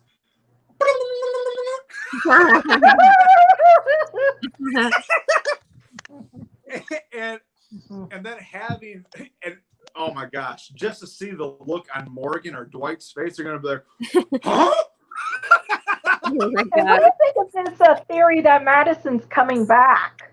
Oh, I know. I saw that going around because in the preview for the new season, we see John Dory in that room with someone in a cell, and the silhouette of that person does look like Madison. I mean, I agree. It looks like her. I don't believe it is her. I think they're done. No, we don't know yet because it's just a theory. Like it's just a theory. She may be back. She may not come back. I don't know. Yeah, I don't know. I mean, I would love it because we thought she died. They said that she died. She was killed in the. She sacrificed her life. That's what they said, and they had a tribute reel on Talking Dead the night that aired. And that's usually a very final thing when they do that. So highly doubt she'll come back. I would love it. I miss Madison. She's one of my favorite characters. I would be thrilled if it was her, but I doubt. Be happy when she's back. Yeah, I would love it. I would love it. I you know, with Madison, Brian says he likes Madison. Yeah. See, she's a great character. He built that show. I thought they did her really dirty the way they did Chandler on The Walking. Yeah. They did the same thing to her. Honestly, he didn't want it to end. He didn't want it to end. If you ask me, the first time that I seen Fear straight from season 1, all the way to where it's at now, because they're on season 6 now, right? Yeah, soon to be airing season 6. Yeah, they're filming season 6. Yeah. All right, so she possibly died in season what? 4. 4? Yeah. Season 4, yeah. Now. And that's when Morgan took over the lead. Yeah. Which is a good thing. I'm glad Morgan took the lead. Oh, I'm glad. I mean, I love Morgan. I've never not liked Morgan. I think it's like his own spinoff show. Yeah. And he got his own spinoff. Yeah. And I think that the biggest thing with Maddie is because there was a tweet out from her back after, season 4, that she was saying that she would never return back to fear. But could that just mean that maybe she's just saying that just to get people thinking, okay, well, she's dead. Why are they going to bring her back? There has to be some kind of story behind it that maybe, just maybe, possibly, she could be coming back. Now, some of the theories that I've heard was, they were talking about, after season 4, now we see, because of the paintings that were on the tree and people think those paintings are a foreshadowing of Madison possibly coming back around. That's all that. Because due to the picture of the ladder that they seen on the tree, they were thinking, okay, Madison could have escaped somehow. So if she did, and I'm not going to follow by that theory, but what I'm saying is that if she did escape and somebody caught her, could it mean that really that she could be in that jail cell? And John Dory, because you can see that in that preview, John Dory had that real serious look on his face. He's just like, like he was stunned, because it's like someone that he knew. Now, by the silhouette, the hair was long like Madison. I don't think John has ever met Maddie. No, I think you're right. I don't remember. Yeah, because June met Maddie. June, I know June. When she was Naomi. Right. June did meet Maddie. June lived John with didn't. Yeah. Right. June lived with Madison and the family. And then ballpark. So and then Maddie, but Morgan never met Maddie. That's true. Morgan never met Maddie. That's true. Yep. But like you said, Haley, June stayed with Maddie. That's true. Okay, so what if it comes down that June is telling John about Madison, and she's probably thinking, okay, well, I think she's still alive. And what if that look is, him being like, well, what the heck? Are you Madison type of look, Yeah. Maybe June is really actually trying to, how can I say it? She's trying to not hint. Nothing with Madison. Maybe she's trying to come out with the truth instead of hiding something. Maybe she's trying to tell the truth to say, hey, I have a feeling maybe Madison is alive. Yeah. And we have, they said that they caught somebody and have her in a cell over there. So if John goes and he sees this figure, he's probably going to wind up saying, wait, are you Madison? Are you the one that June's talking about? If June has told him about her, then that's the only way that John would know about Madison is through June. Right. Or, he's heard the stories about Madison, I'm sure, from Alicia as well. But, this question here from Brian, what did you guys think of the picture of Morgan with the really red eyes? And I'm going to be honest, Brian, I'm not saying this to be mean. I'm not saying this to be mean. This is my honest opinion. I even compared the pictures, but I believe that that's Strand and not Morgan, because I paused it on that picture and then I went and looked at pictures of Strand and I compared it, and it really seemed to match, in my opinion. So I'm pretty sure that's Strand and not Morgan. Sorry, Brian. That's my opinion. Yeah, but we'll see when the show airs. We'll see when it airs. Yeah. Yeah. So, and I can't believe Alicia is the only. Nick. Remember the scene when Nick died? And then Yes. Charlie shot and killed Nick. I was shocked. I'm like, no. Yeah, that was shocking. Right. Nobody was expecting that. Nobody was expecting that to happen. No. Yeah, because I guess the actor who played Nick wanted to leave the show or something like that. He did want out.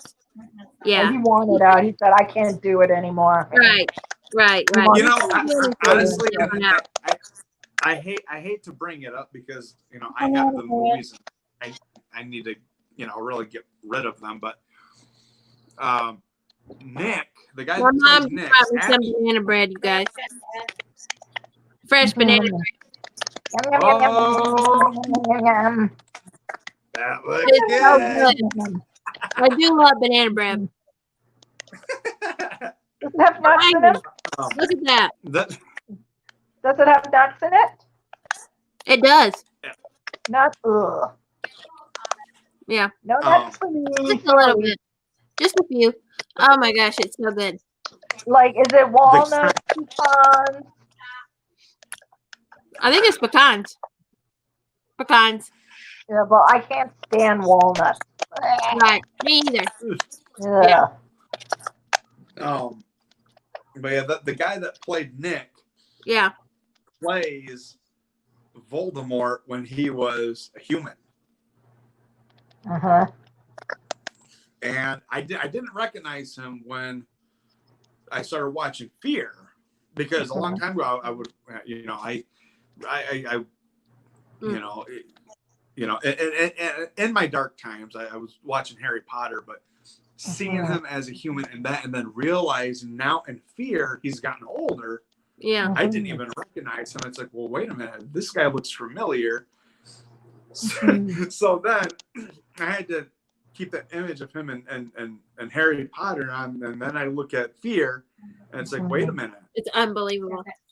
And Brian said, ship me some. Brian, ship me some. This guy is Voldemort. You know.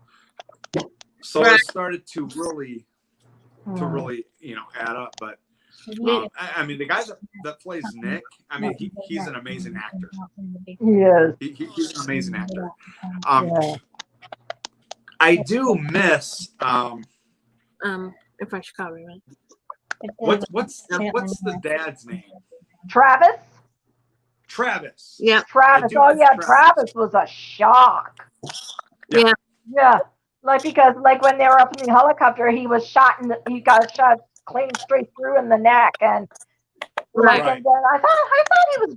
Then when he looked at it, Alicia looked at him. He looked like he was bit. Mm-hmm. Did he get bit or did he get? It didn't look like he was bit. It didn't look like that.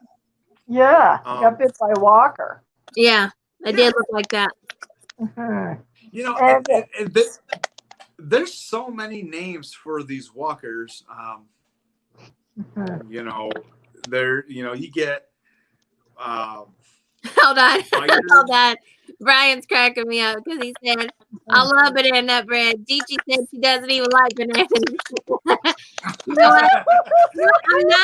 I'm not a fan. I'm really not a big fan. To eat a banana, like, just straight, I would never just go grab a banana and eat it. But my mom's banana nut bread is an exception for me because it's so delicious that I do love her banana nut bread. You can't beat it. Right. I've never had it, but I can just taste it from here. Oh yeah, guys, it's so good. Taste is running through my mouth. It's extra good. But I honestly, I think that you know, I mean, look at Beta. Okay, he goes to this bar.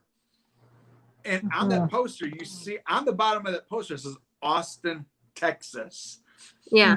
He played in Austin, Texas, right where Humbug Gulch is at. Yeah. Right. So it's like, you know, Haley and I had talked about it, that Daniel Salazar was a huge fan. Yeah. Of Half Moon.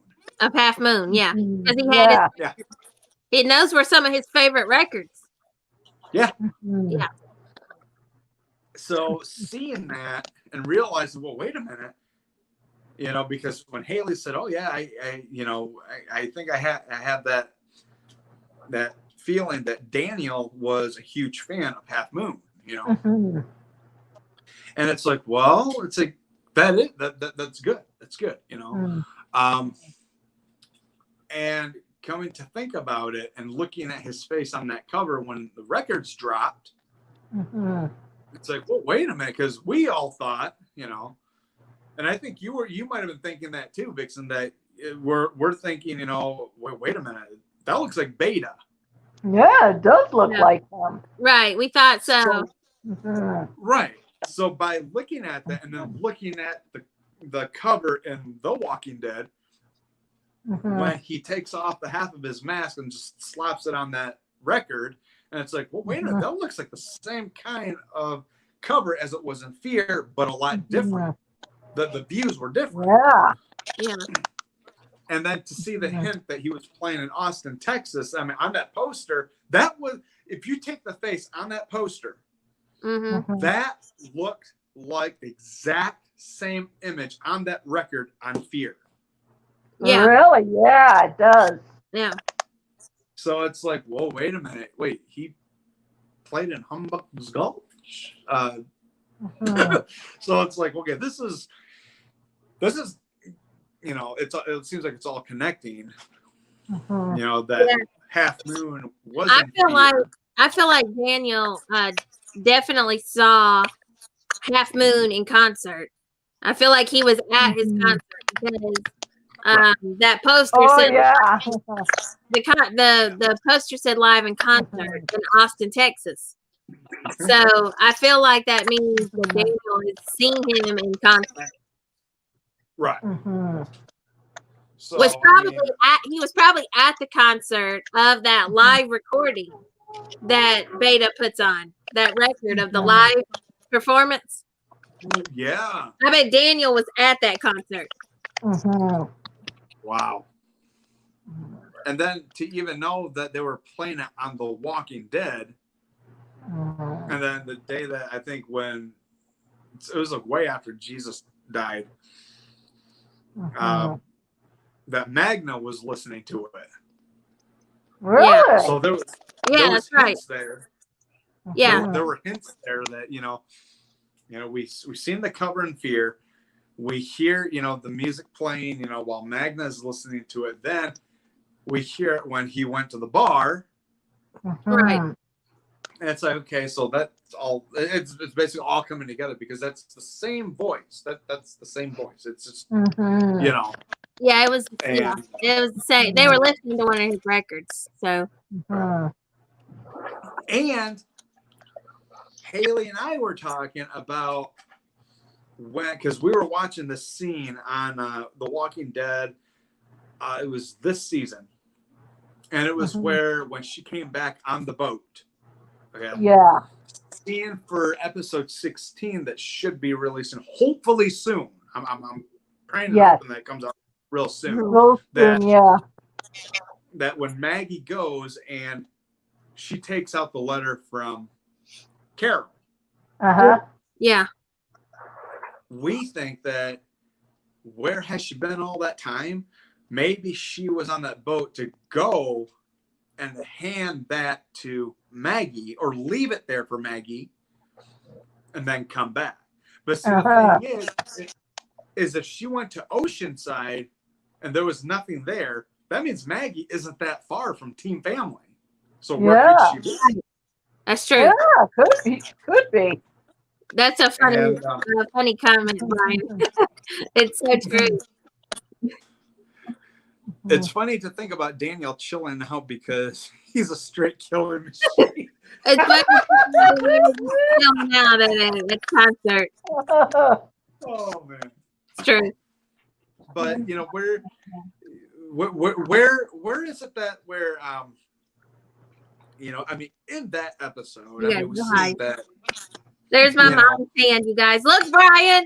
Look, I got her to come on. Hi, Haley. Hi, Jane. She's gonna be a hand model, Brian. What model I'll be doing. Hi, babe. Hi. Hi, May. Hi, Brian. Who else? Nobody. That's it. Josh had to leave. And to know that, you know, she comes back and when she's talking to Daryl, I mean, it's like, you know, I was saying that we were all talking about it, that when she comes back and Daryl's trying to figure out where she's been all that time. Yeah. And she says, well, you know, Oceanside came back to try to get the letters from Maggie. But how is that all connected to where Maggie comes to Oceanside to see if there's any mail? Well, I don't know. the question is why was Maggie not checking the mail?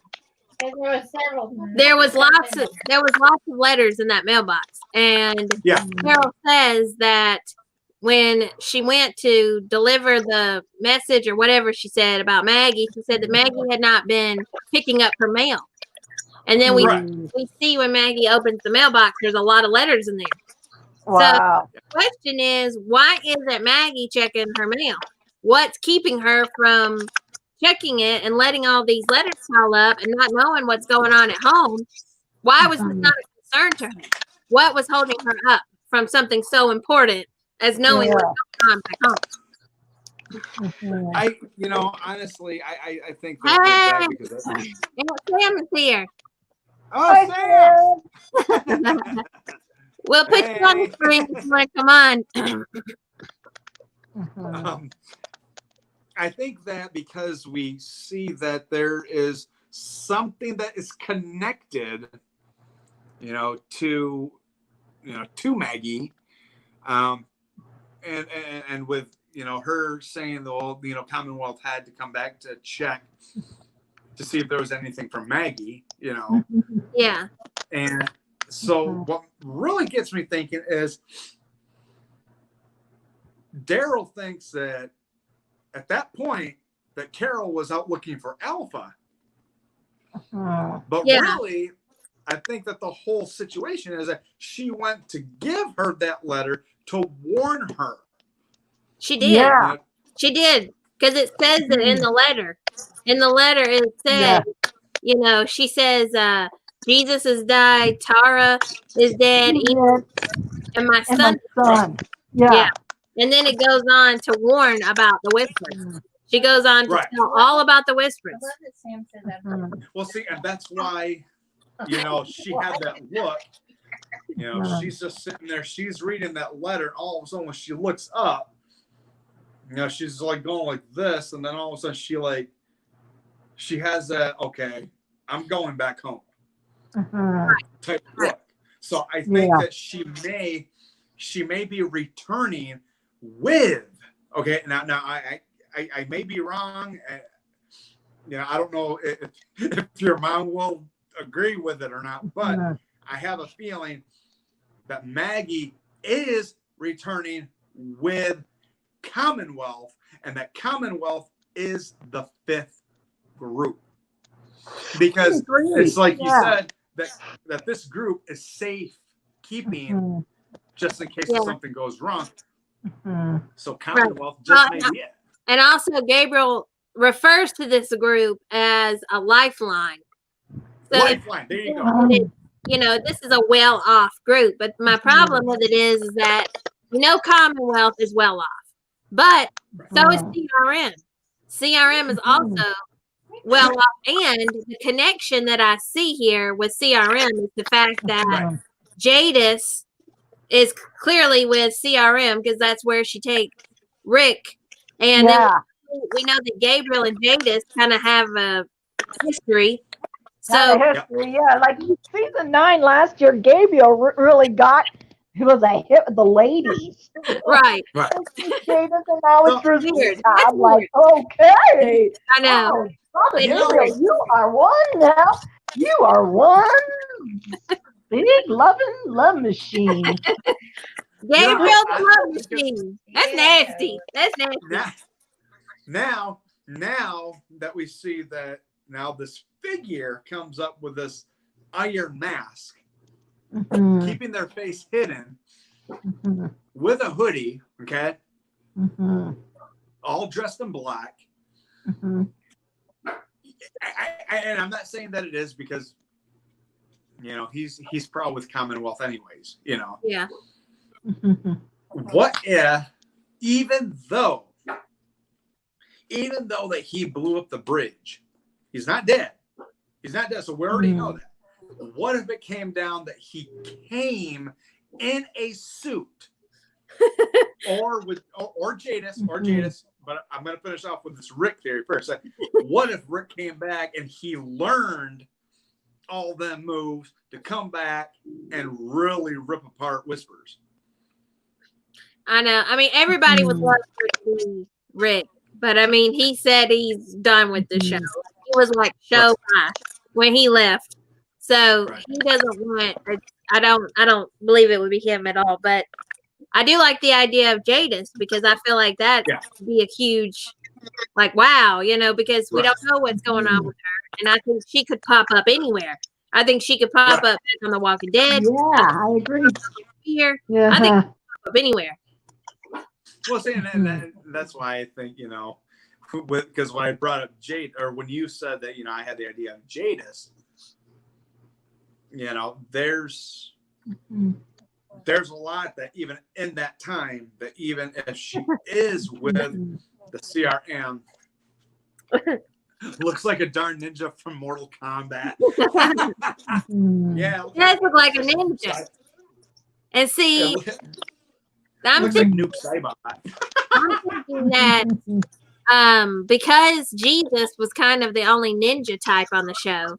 Right. I'm feeling like he could have taught Maggie some of those ninja moves, and so possibly it could be Maggie. But to be completely honest, who I honestly feel like it is I honestly feel like it's Connie. That's just the feel like it, because she's you know, the writers are going to bring her back in some sort of fantastic way, and it's going to be a whole situation. So that's what I think.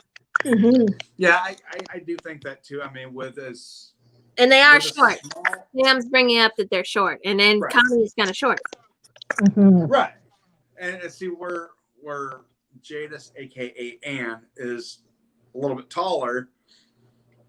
You know, see that's where the guesses keep coming in, because whoever this iron metal masked figure is, now it's getting us thinking, okay, could it be Jadis? Could it be Connie? Could it be Heath? Could it be Dwayne? Could it be Mercer? With all these possibilities, you know, and I think the most that is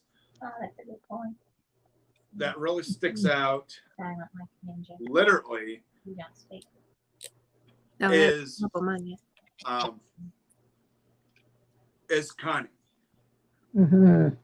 So how, I mean, if it is Connie, how does she know all of these ninjutsu moves? How does she know how to handle these ice picks and just... Well, the thing is, though, there's a whole lot about Connie we don't know, because, you know, we barely know Magna and her group still.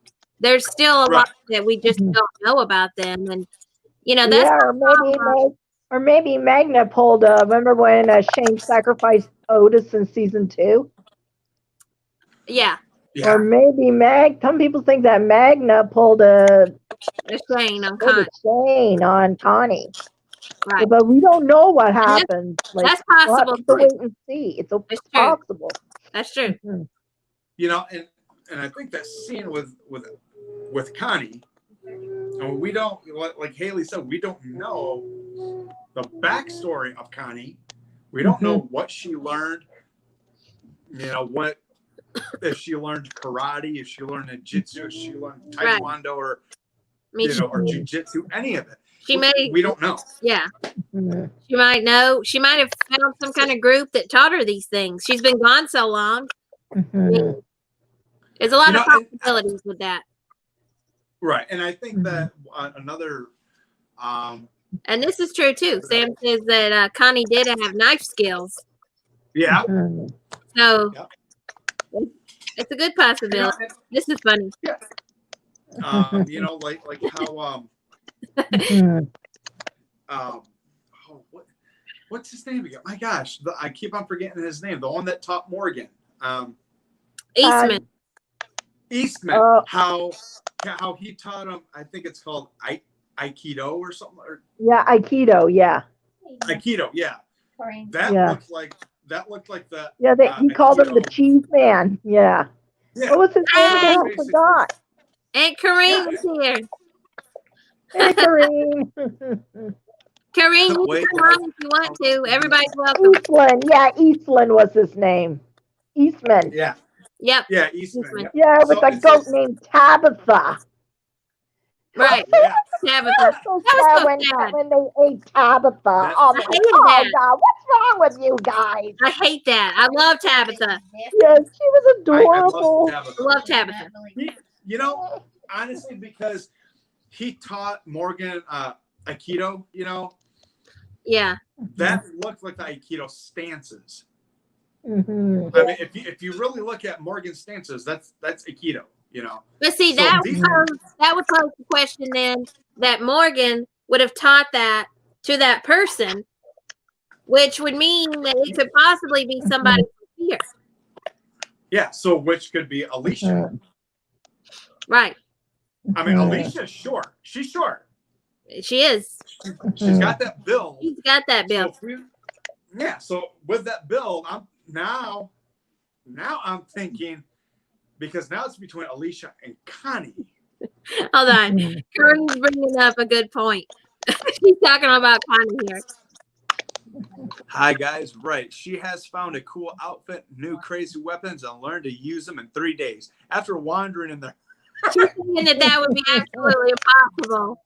That it would be impossible for Connie to learn that, find the outfit all in 3 days. Mm-hmm. See, for like, Aikido, that takes a long time to learn. It took Morgan like how many days? Yeah, my mom is bringing up the point that even though that's not impossible, the problem is that Magna and her group have been snatching supplies. They've been stealing from the group. I'm telling you guys, Magna and Yukmiko test me on levels I didn't think I could be tested on the show, because here they are acting like they own the place. We don't even know them.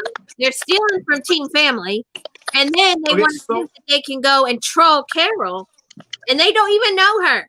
So anyway, I just feel like Yukumo hitting Carol. That was not necessary. No, it wasn't. Right. It wasn't. I don't even know you, and you think that you can hit Carol. First off, sit down. Yeah, at least Magna says you didn't have to do that. Right. Well, see, and the thing but is, at least Eugene saw it, and I like, what if they really get into a cat fight between Carol and Yukumo? They were really physically fighting. I bet you Eugene and Magna will break it up just like that. Right. Yeah. So I mean, here's the thing. If Yukimo, or Yukmiko, or I will only call her Yukimo because she doesn't deserve to be called her regular name. Right. So Haley calls her Yukimo. Yukimo. So with Yukimo, she thinks that because she thinks she's a real bad donkey fighter, she thinks that because she can hit, the only way that you're going to think you're a real scrap or a real fighter is when you hit the person, you got to make sure they bleed or knock them down. Little girl. Yukimo didn't even do that. Yeah, she didn't face the queen. She didn't face the queen. Like, the queen was like, please, little girl, is that the best you got? Is that the best you got? Yeah. Right. I mean, literally, I think it was pretty funny because when she hit her, I mean, Carol's face, I mean, it looked like when she got hit and she got knocked back. I mean, she was just sort of like, I mean, she just went like that. She's like that, and then she's sort of like very serious, and she's like, "Girl, sit down." It was just uncalled for. It's completely uncalled for. I don't need that type of attitude from a character I don't even know. So right. Mhm. So I mean, really, because of the fact that Yukimo thought that she could be a real scrapper. Well, if you're going to be a real scrapper and you're going to hit the queen, and then all of a sudden, Mhm. you know, you're not going to make her bleed or knock her down. Why don't you try putting your weapons down, Mhm. get into a real cat fight with her, and see if you can make the queen bleed? I will guarantee you 100,000% you will not make the queen bleed, because the queen will make you bleed before you make her. yeah, exactly. You know? Mhm. So I mean, it's more in how much she, you know, ever since that Magna came back, I can't stand her. Get them off the show. You know, they are a waste of time. They're a waste of time of the show. Mhm. I mean, it's disgusting. You see him making love in Hilltop. Are you kidding me? Their storyline is just uncalled for. It's just there. We have big things to think about on this show with our main characters. Yeah. But their side stories are just getting in the way. They're just getting in the way. Right. And then they're not even likable. Magna and Yumiko are just, I can't with them. I just can't with them. Well, like in the Ezekiel scene, that wasn't necessary. What was the point of that? Carol has made it so clear that she doesn't want anything to do with Ezekiel anymore. That's over. She's made that very clear. So that makes no sense that she would have pity and be like, let me have pity on this man, on this dying man. And, but like, no, she's at home with you. I don't. The best time of his dying life. I'm upset. Night of his dying life. I know, like Ezekiel, like she went to Daryl's abandoned camp, and that's when Ezekiel found her. Like, how did Ezekiel find Daryl's camp? Like, I'm like, what? Exactly. How did he know where Daryl's camp was? Mhm. Right. So basically, I will guarantee you, if he would have seen Ezekiel there, he'd probably be like, "What the heck are you doing here?"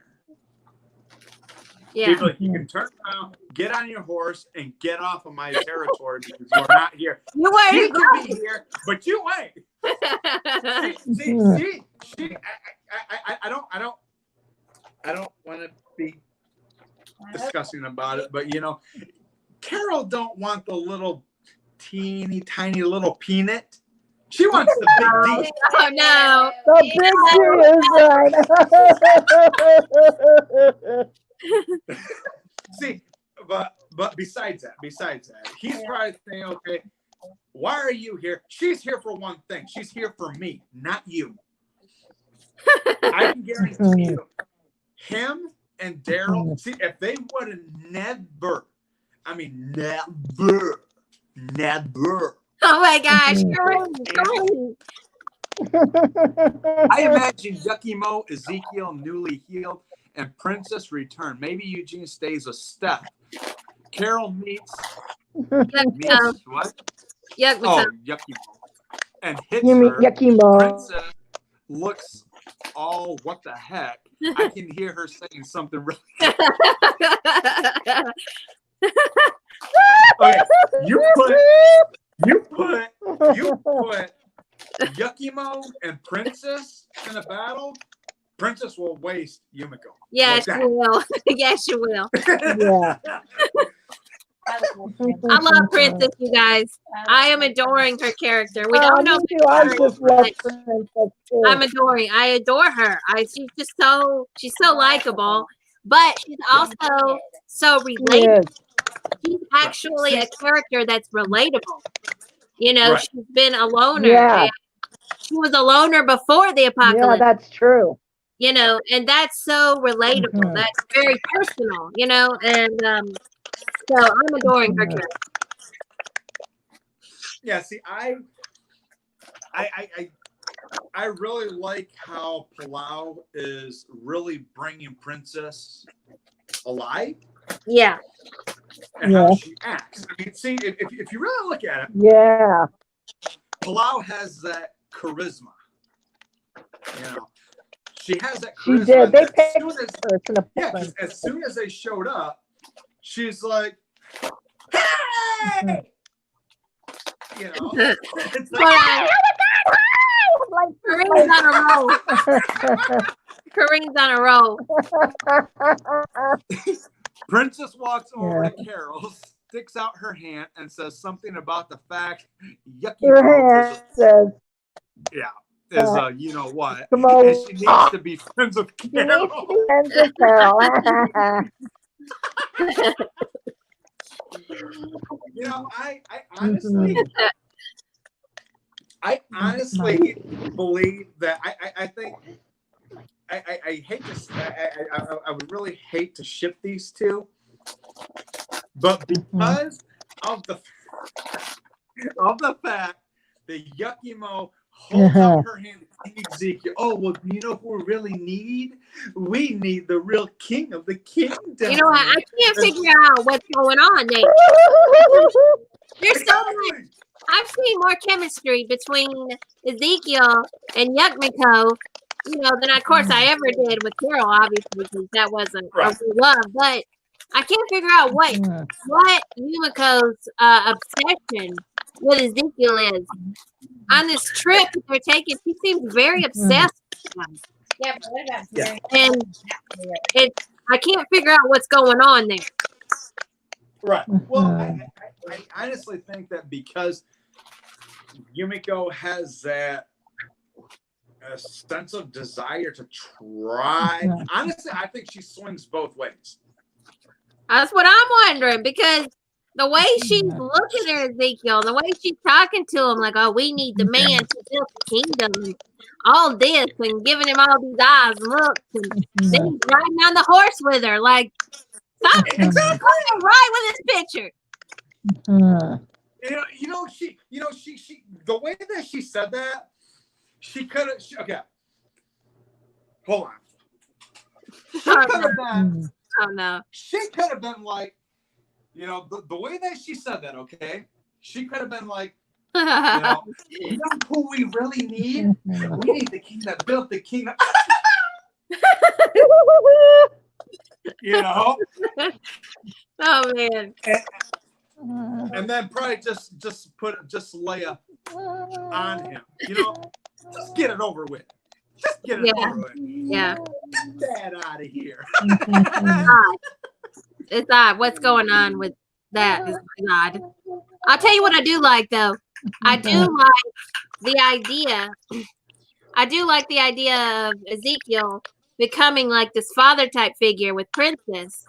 Because I think that's what happens in the comic. And of course she's going by this name of Princess and creating this character to survive, and that's the same thing Ezekiel did. He went by King and created this king-like character as a way to survive. And the look, though, of joy on Ezekiel's face when she introduces herself as Princess, like, that was honestly sweet, and I am enjoying Ezekiel and Princess's, like, interactions, and I would love to see, like, a father-daughter thing with them.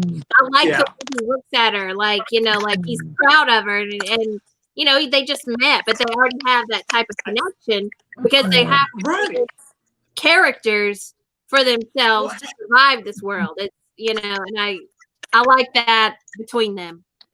Yeah, and I think that because, you know, seeing, you know, Princess and Ezekiel, Eugene, Yucky Mo, you know, I really wish she wasn't there. I really wish that the walkers that were tied in her display would have gotten her, but and then Eugene and Ezekiel just walking away from her and be like, well, she'll be okay. You know, but, you know, and the way that Ezekiel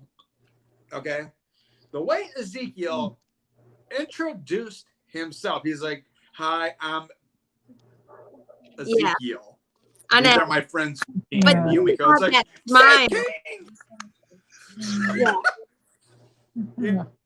You know, like, as soon as she, you know, as soon as she had, you know, said, you know, well, hi, my name is Princess, he should have said King Ezekiel. So that would have, you know, so yeah, I think that was something that should have happened. And into that, because I know that he stalled. Hey, we lost Haley. Yeah, we lost Haley. What happened? I don't know. Oh no. Uh-oh. Haley, hurry up and get back on. Hey, where are you? But I think that, there's a lot in, with our group, and realizing that when we seen, Michonne and the other two people walking down the hill, I mean, because in your live stream, you said that you heard a helicopter. And when I brought that up with Jane and Haley, I mean, Jane was saying, well, I don't hear a helicopter. Where is it? And I showed her. Well, Haley, had reviewed it, and she goes, oh, okay, it's right there. So she's like, well, I don't hear it. So when she put it up, she's like, see, it's right there. It's right there. Because, I mean, towards them walking, I mean, you see them that it's, you see the horses. But the horses are just sort of like, So the chopper is like, so you can tell by the noises are different. And when I heard you say that you heard a helicopter, I went to go review it, and it's like, oh my gosh, Vixen did hear a helicopter, and that's where I took it to Haley, and then she checked it out. She's like, well, wait a minute, it's right there. It's there. So where that helicopter is going, I don't know if they're following these people that are on the road. I think that there's, a lot that, that is just really coming together, because I don't even know. I mean, the CRM is all, they're all dressed in black. And these people are like Western people. So basically, I don't know where they're, where they were coming from. But I think that going into the thought of CRM being involved, and they're keeping an eye, I mean, the helicopter that was in, oh my gosh, what was it? Where Rick went to go first meet Jadis. That was season, oh my gosh, what was it? Season 7, episode 10. Yeah. And I mean, we seen it in in season 1. We seen them like it was already on the ground. Then we seen it, going across, and where you can see the reflection on the building. And then now we've seen it in season 7, which just says that, well, it's connecting somewhere, and then we hear it in this season. It's like, it's okay. So the CRM is getting involved. So I wonder if CRM is the 5th group. And, I mean, if they are, then we know that it's the CRM. The CRM is all behind it. So now, if they're there to exterminate all walkers and all that, and if they're there, then we already know that they are there to help, Team Family.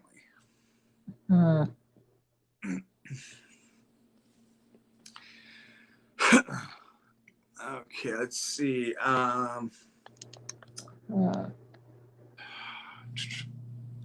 So, okay, so man, there's a lot of comments. Oh yeah. Cool.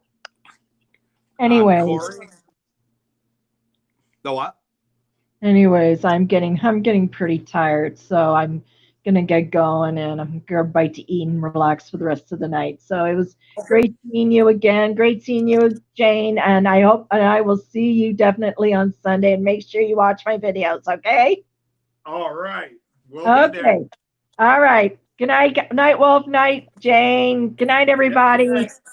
Have a good God night. bless. God bless you. Yep.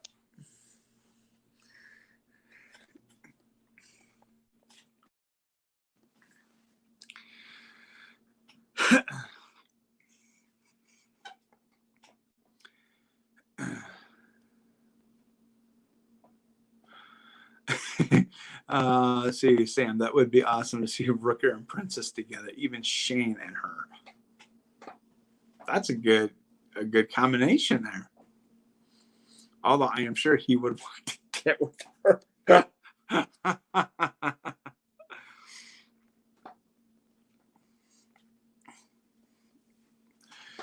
Yeah, now we are down to one. That's right.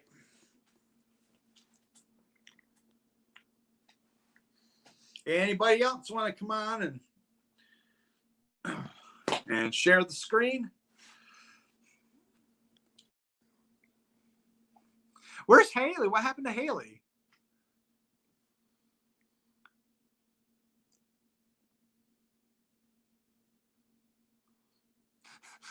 The OG. Oh, is everyone having? What is everyone having for dinner? Well, for breakfast for you, Sam. Yeah, I am having pot pie. I see a lot of OG. What's OG? Is that off or off going or something like that? Or I don't know.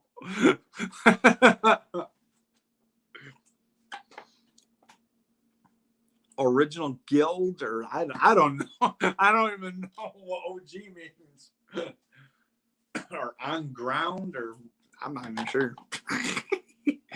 Her camera went out. It does that every so often. I remember when she was recording her Bible studies, and I messed up. Yeah, I do remember that.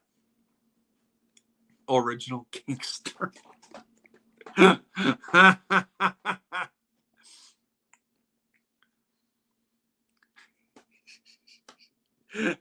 Babe, OG means the original. Oh, okay. Brian said original gangster.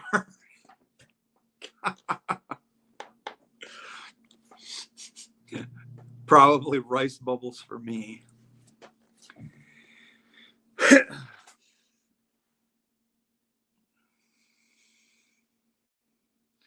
Hey, Caitlin, you're back.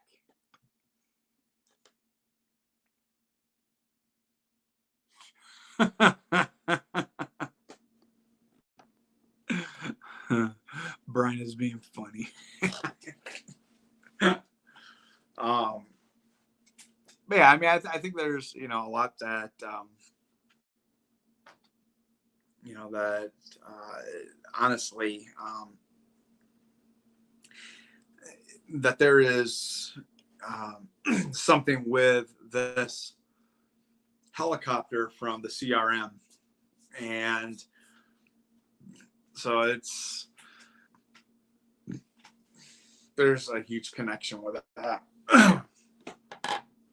We had some lasagna that was pretty dang good. Oh, lasagna. I love lasagna.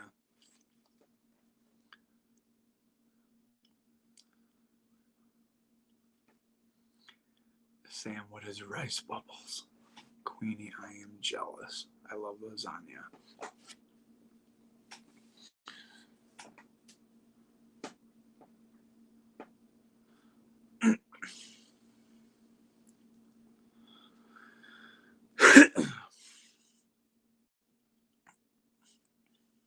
So that's what I was going to ask is what is everybody having for dinner?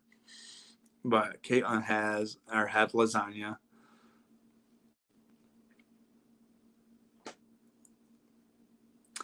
Puffed wheat.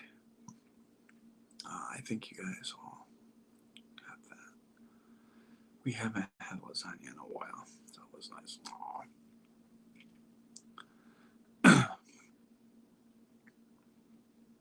Oh, Puff Tweet. I think you guys call them that.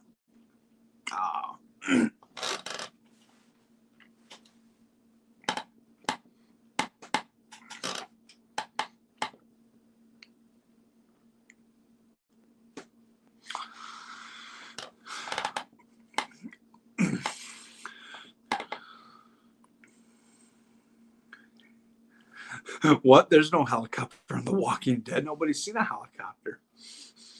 Oh, the helicopter was on there. Mm-hmm. Remember the helicopters that was in season 1 and then season 7 and now let's see, you know, where you see,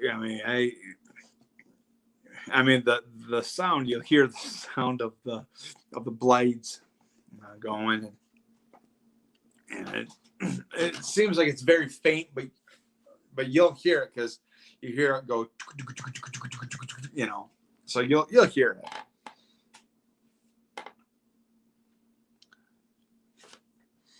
I ate tuna. I am gonna have pot pie tonight.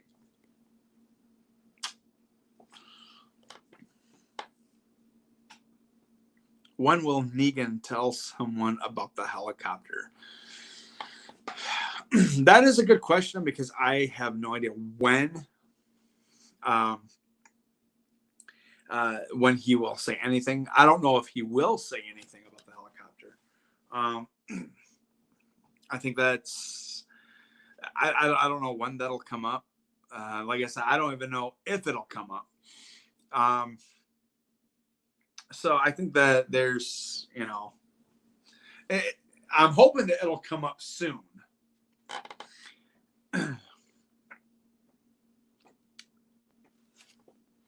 Which it would be pretty cool to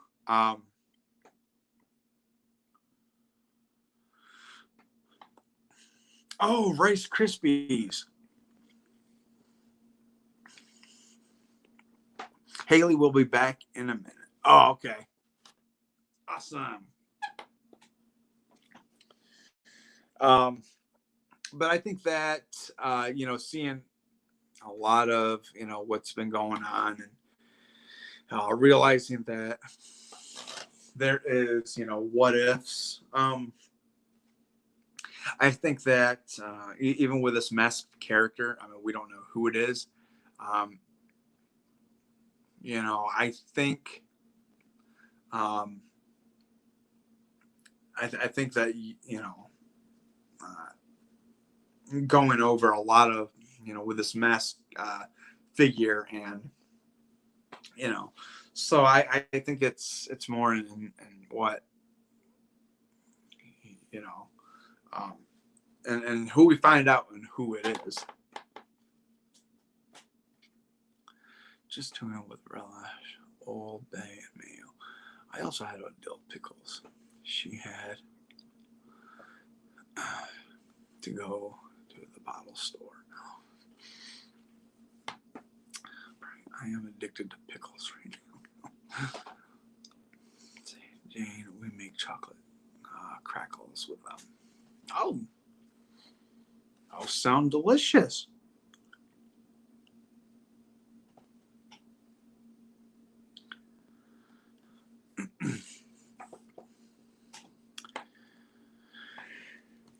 So I mean, it's like there's a lot, but you know, hopefully we got, you know, hopefully we got to cover some of the stuff. She's actually seeing what we have to eat for dinner. I fixed the elderberry syrup and banana nut bread, and came in here. She said, "Where's dinner, Elle?" I told her she knows where the kitchen is. Oh my goodness. Oh, what is chocolate crackles? I love me some dill pickles. If I get hungry, I just grab our big thing of hamburger pickles and eat them. Hamburger pickles. Are those a new flavor of pickle? Or are those sliced up? The sliced up pickles. I'd eat that whole loaf of nut bread. Yeah, I would too. Where is Charlie? Oh, hold on.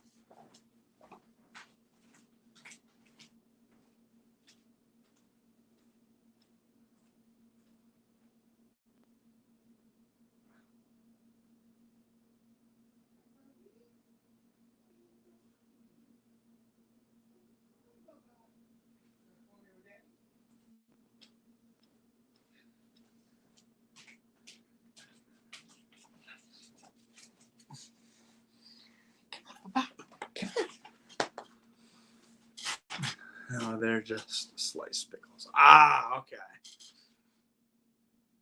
Come here, Papa. Come here. You want to say hi to Mommy and to everybody? Come here. Come here. Come here. Come up. It is so good, if I say so myself.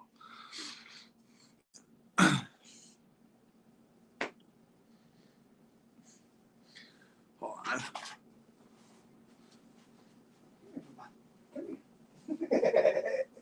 You little stinker boy. You little stinker boy. Oh, but your baby.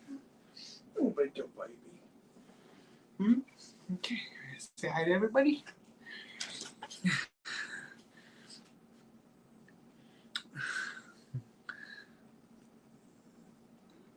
You say hi to everybody?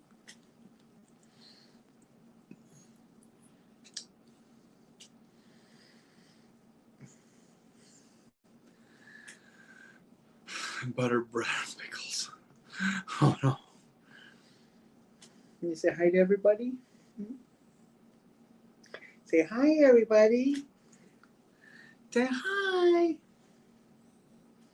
Say hi.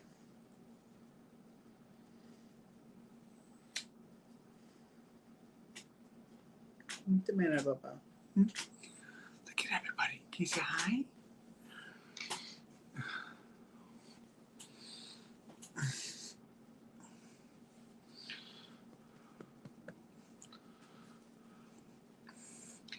I love all pickles, and I'm addicted right now to the little kosher ones right now. Wrap a piece of Swiss cheese around and yum. Thanks, Sam. This sounds so good. See, Mama says, "Hey, Charlie boy." He is the sweetest dog in the world, along with Maggie. Yeah, Mama calls you the sweetest dog in the world, along with Maggie.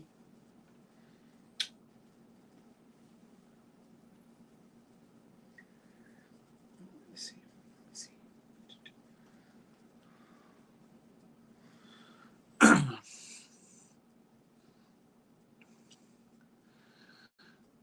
He's the sweetest dog in the world.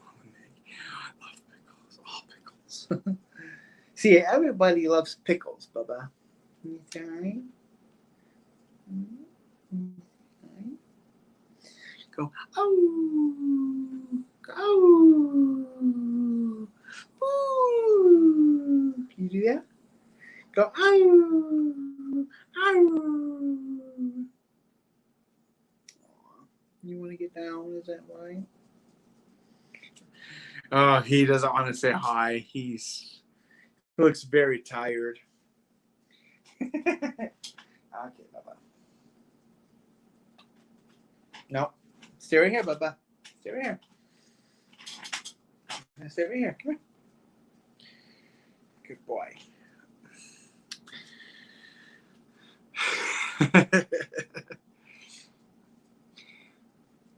Aunt Sam says, "Hey, Charlie, you gorgeous furry one."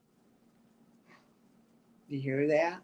Aunt Sam calls you, "Hi, gorgeous, you furry one." So good to just grab some and eat them when you want a snack. Charlie hasn't been feeling too well, but we are hoping to get him better. Yeah, we're hoping, and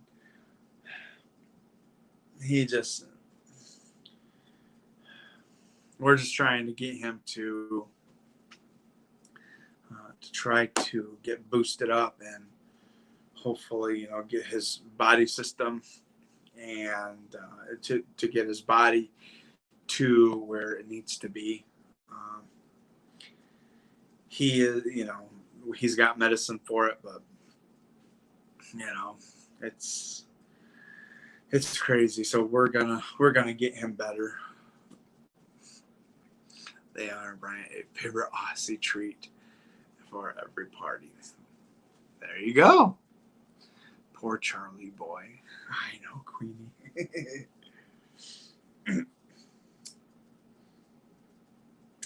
Charlie, what's the matter, baby boy? Huh? What's the matter? Now he sat down and asked him what was wrong, and he just laid and plopped down on the floor. It is easy snack. I buy so many pickles, I think people think, oh my goodness, Brian.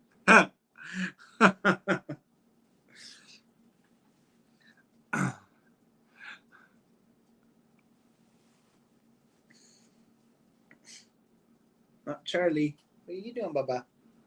Want to come over here and sit by Daddy? Come here. Come here. Come up here with Daddy. Come on. Come on. Come on. Come on. Up. Up. Good boy. Now he's up on the chair next to me.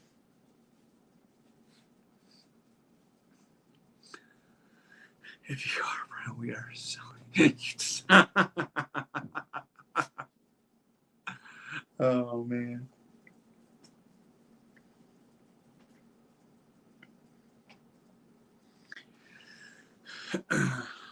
We'd make a bundle. There you go.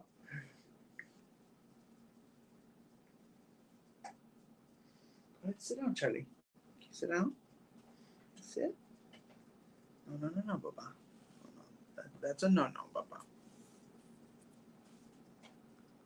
Can you say hi to everybody? You don't have to be on camera. Can you say hi? Say, oh. Oh.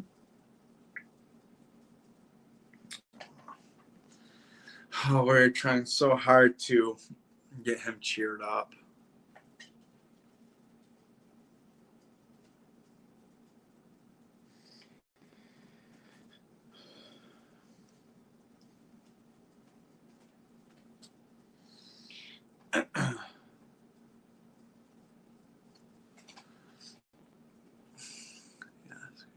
Sam, how is mom? Yeah, how is your mom, Sam?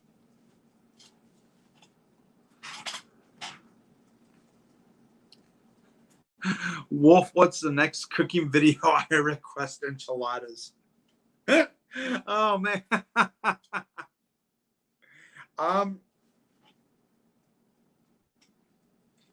don't know.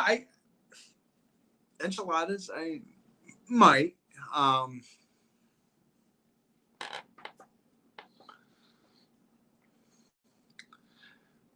Well, now that she says I'm a Mexican, I won't make them.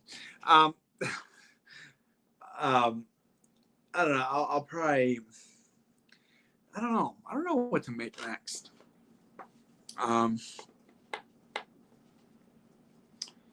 So I'm not even quite sure.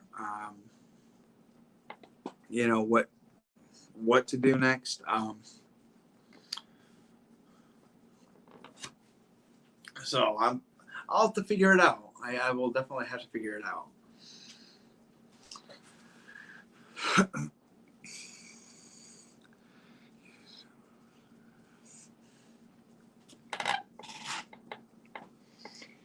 But yeah, I'm not quite sure. Like what else to make, but I'm basically like I'm not sure. I really don't know. I'll have to figure that out and what to make. So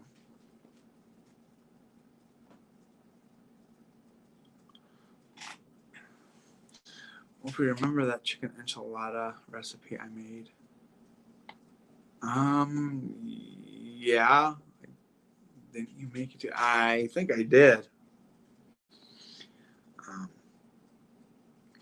I think it was with that green chili sauce that I put on top. But yeah, I'm not even sure what to make. I'll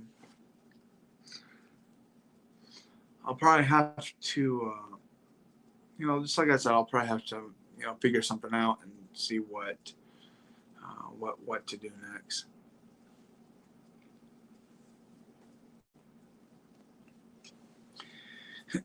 Mom's good, Jane. Still waiting for the flu vaccine. They are so low in doses right now. The government doesn't seem to care for the elderly so much. They think the elderly are expendable. Wow. That's a loads of crap. They shouldn't be like that with the elderly.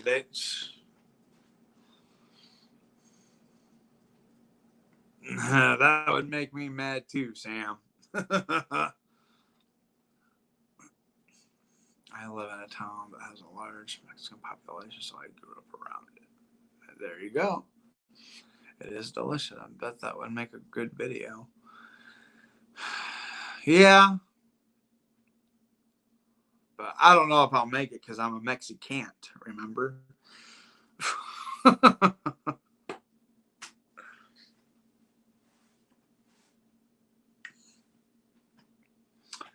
Sorry to hear that, Sam. Yeah, I am very sorry to hear that, Sam.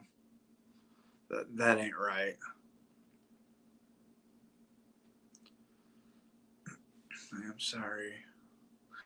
They need to get on the ball. Although many areas around us are so low, and all supplies too.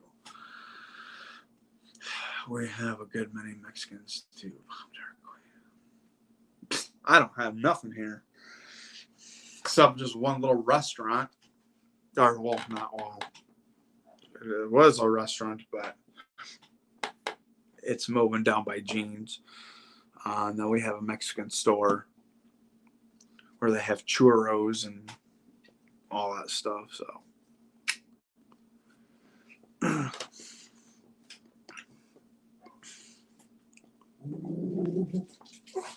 what is it, Bubba?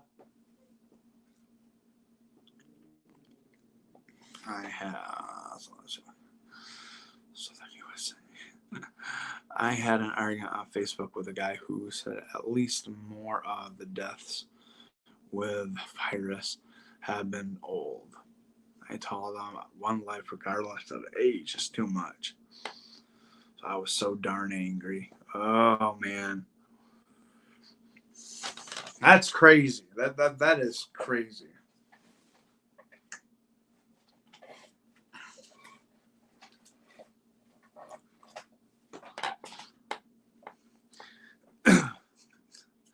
Well, we were talking about actual Mexicans living in our areas.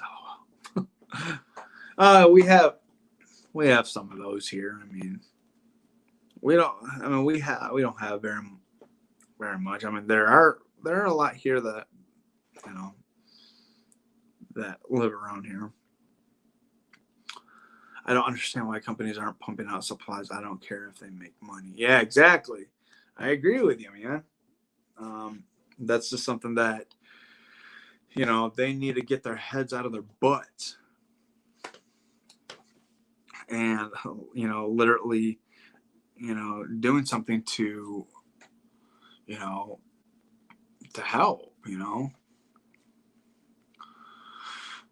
So I am glad I didn't see it. That would make me furious. My mom will be 85 this year, and I want her life valued just like a young person. Exactly. I agree. People are ignorant, some people. Yeah. And they are. They just don't know any better.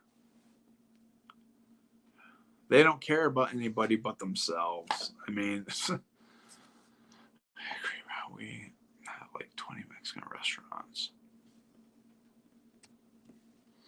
within 30 minutes of us. Wow. Our shelves are bare here, and it's ridiculous. Oh, man. When shelves are bare, it's like you really, it does get a little really irritating when, somebody goes and they're trying to, look for something, it's ridiculous, when they try to go and get stuff, from stores and shelves are bare. It's crazy. Charlie, bring it over here. Bring it over here. Come here. Bring your toy. Come here. Bring a toy. Come here. Charlie, bring your toy. Come here.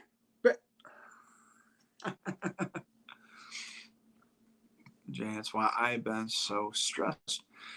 Being a carer for an elderly mother is so hard on me, especially mentally and emotionally, especially when dealing with people like that. Exactly.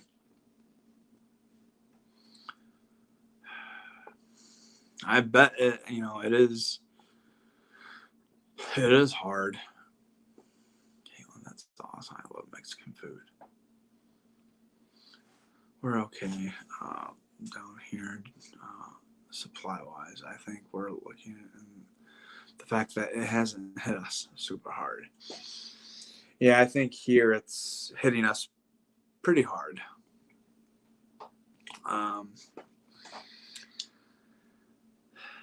So it's more, on how we, have to,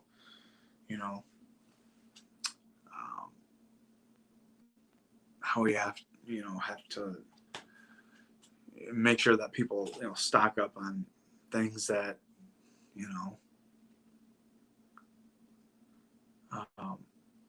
I know that probably when I go grocery shopping, it's all gonna, be bad. It's gonna be rough, but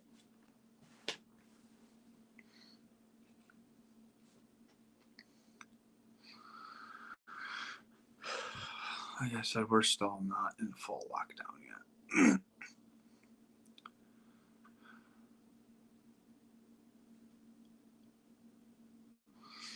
Sam, we are here for you always. My mom's doctor told her she still no longer qualify for a colonoscopy or mammogram because she is too old. Can you believe that? What the heck? Are you kidding me? Hey, your doctors are freaking stupid. Golly. I can't stand people like that. I'm sorry, but I can't. My mom said my doctor is just waiting.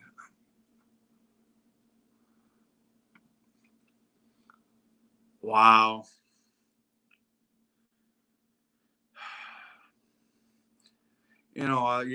Your doctors over there are freaking stupid. They're dumb.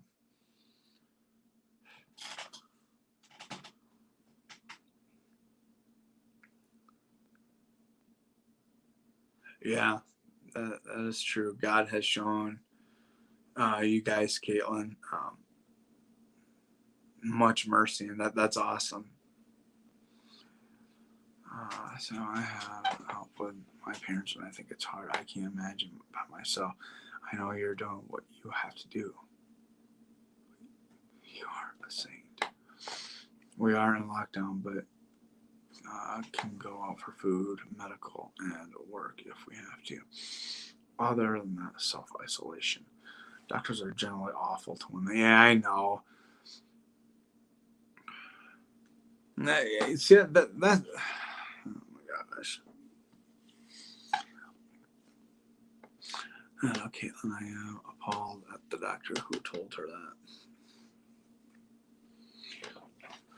Oh, whatever doctor that is, he's a freaking retard. I'm sorry to say, but sounds like a real idiot. Doesn't even know how to do his job.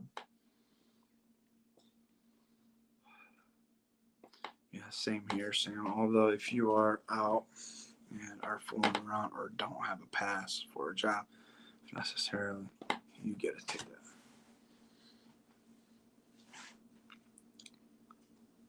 Pretty sure you can sue him if he actually told her. He's just waiting for... Man, I'll tell you what. I would sue that doctor in a heartbeat for every penny he's got. I will. Oh my gosh. My lawyer will put him in jail so quick. Wow.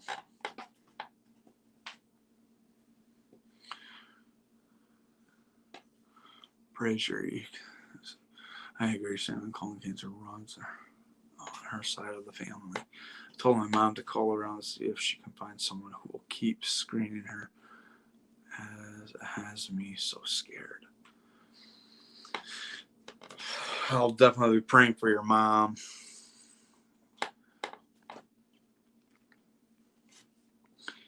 He didn't say. Brian, honestly, most of the time I feel like I'm a failure, but sadly, while not being able to see my brother and sister,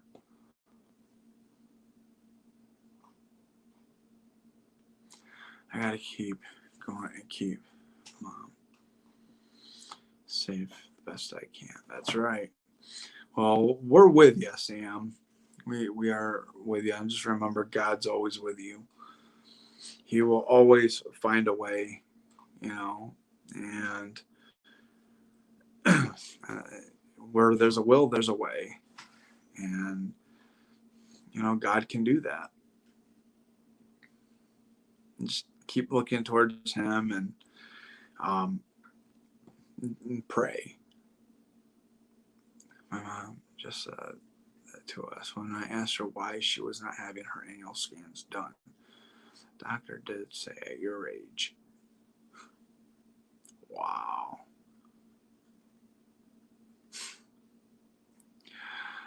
Wow. That doctor should lose his job. I hate people like that. I can't stand doctors like that. I'm sorry, but I can't stand them.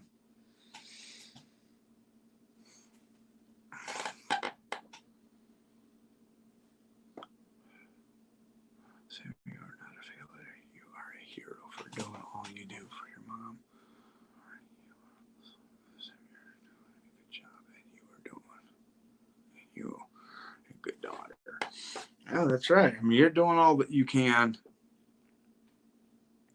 And, you know, just stay strong, Sam. You know, we're with you. And, you know, we're gonna be praying for you. My mom is pretty self-sufficient, but before my daddy passed away, I had to do everything for them. It is a full-time job. Yeah, Brian, you're a hero at what you do too. These people we need the value of elderly. They've done so much for us all. They make us who we are. They are highly important. Exactly.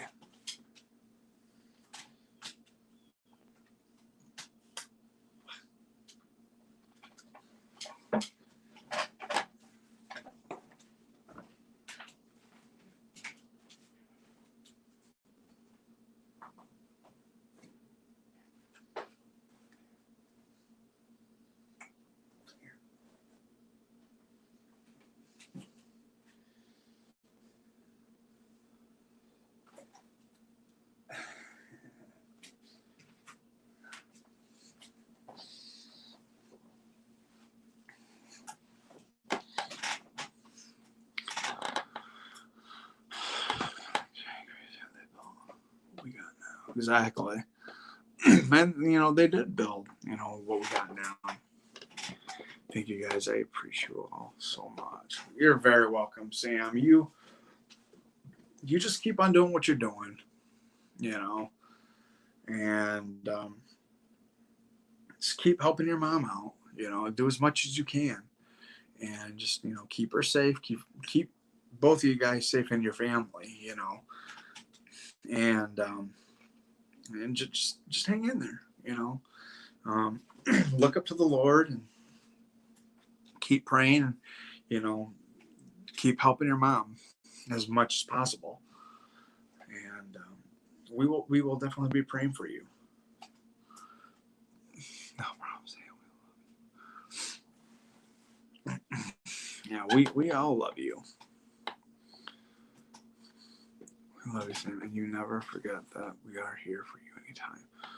Also, Sam Brian does have help with his siblings, but he can help encourage you since he is walking the same road. Yeah, it's very true.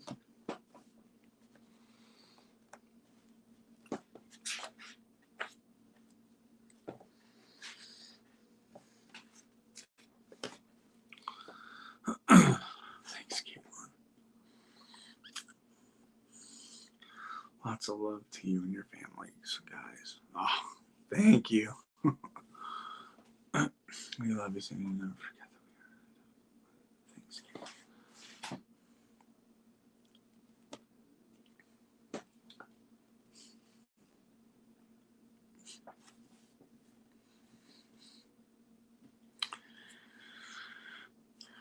Sage. But how's the weather up, by where you all are at? How's the weather where you guys are at?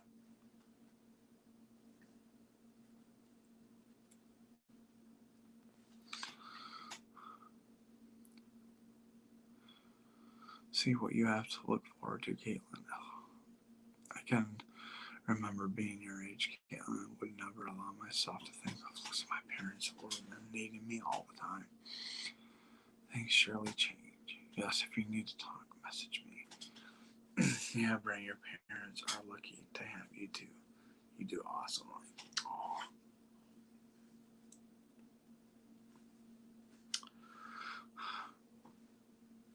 Weather's actually really nice. It's good. It's good. Having all that nice sunshine there.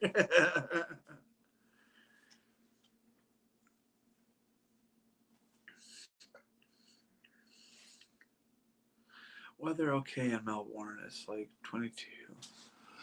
It's here with a nice cool breeze. Oh, there you go.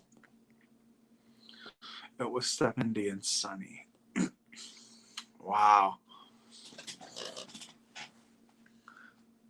70 and sunny. Gee. I got a suntan. Oh my goodness. I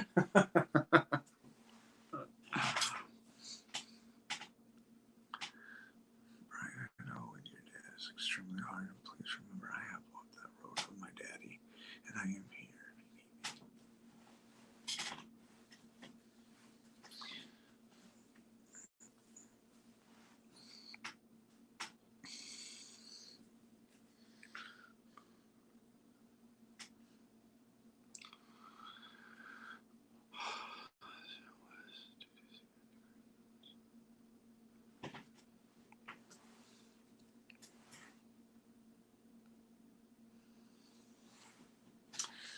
Let me see what mine says.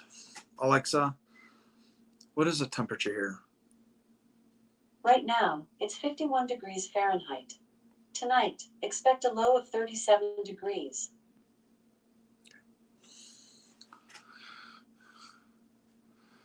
We need this after the tornado that came through. Oh, wow. A tornado?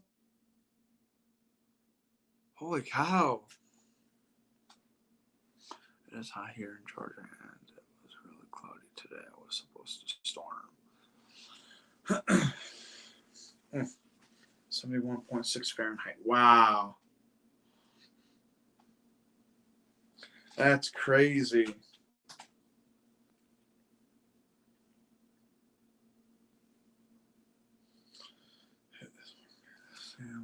season are you guys in?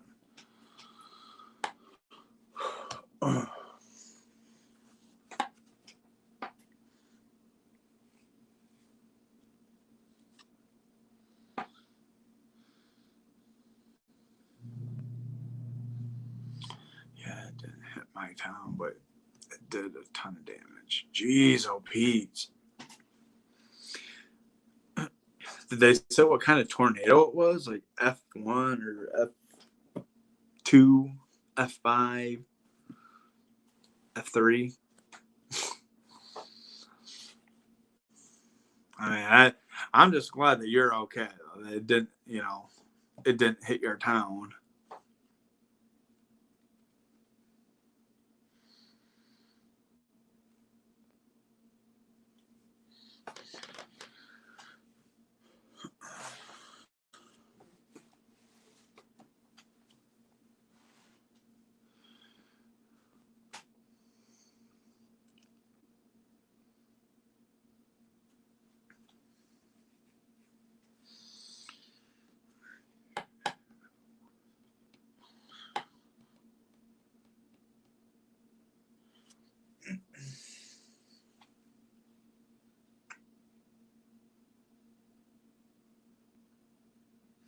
Holy cow, an F3? Jeez, oh Pete. That's crazy.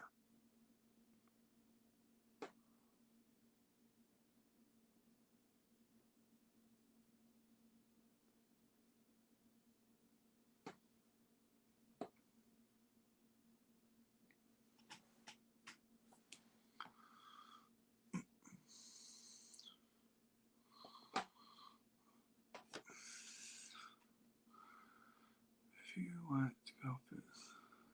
want to fix dinner, it is fine to go do that. Haley will have to. Let me shut the stream down so we can just keep talking while you fix your food. Okay, that's fine. It's autumn here until May, then goes into winter. Oh boy, winter.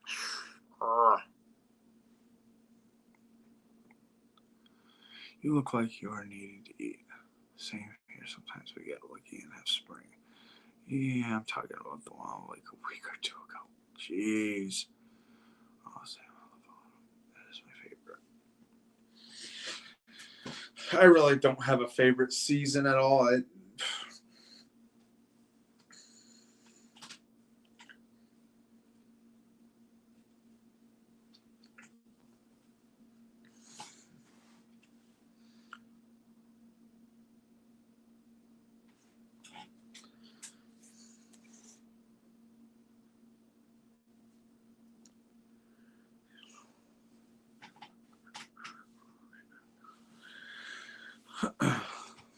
Yeah.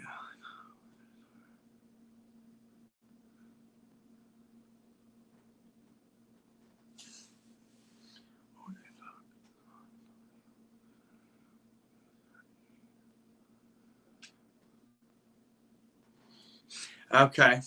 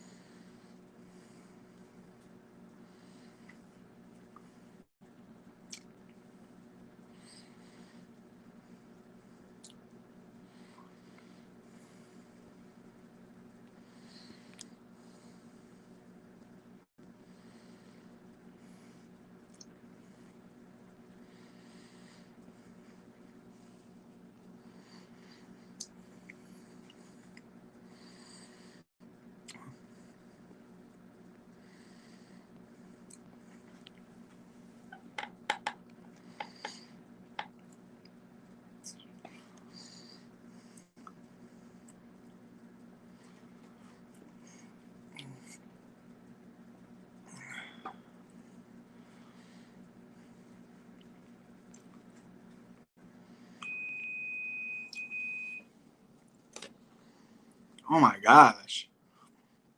Heart issues? Oh, I will be praying for your uncle. That's sad. What did you fix, Wolf?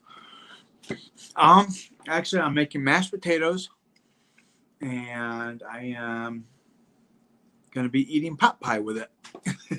My microwave just stopped.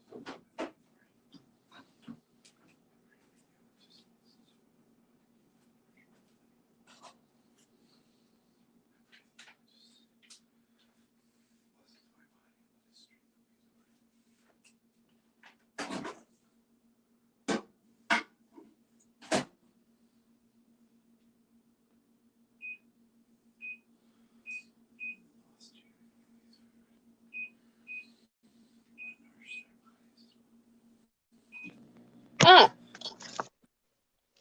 hi. I was not expecting that. Hi, guys. It is me. And I have a very bright light glaring. Hold on. I'm going to turn that off. You should still be able to see me. Maybe. Yeah, you can still see me. I have the computer light, like, on me. I have a computer right behind my phone. Here. Scared me. Y'all can still see me. Kind of. Alright. So, funny story, kind of. Not really. I don't know. I don't know why I said funny story. Okay, so last night, I was not able to really sleep. Hold on, I am turning this down. Okay, there we go. Okay, so I wasn't able to really sleep very well last night, so I was like scrolling through YouTube looking for something to watch, and somebody's uploaded the entirety of the original Hamilton, like the original cast of Hamilton, the entire musical. So I was like, I want to sit and watch Hamilton, for a while, watch my favorite songs, which are like all towards the end of the musical. FYI. So I sat there and listened to it. And so I'm just sitting there at 2 o'clock in the morning in my bed sobbing about a historical character who's been dead for 200 years. I was just sobbing.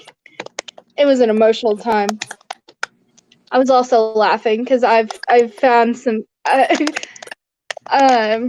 King George.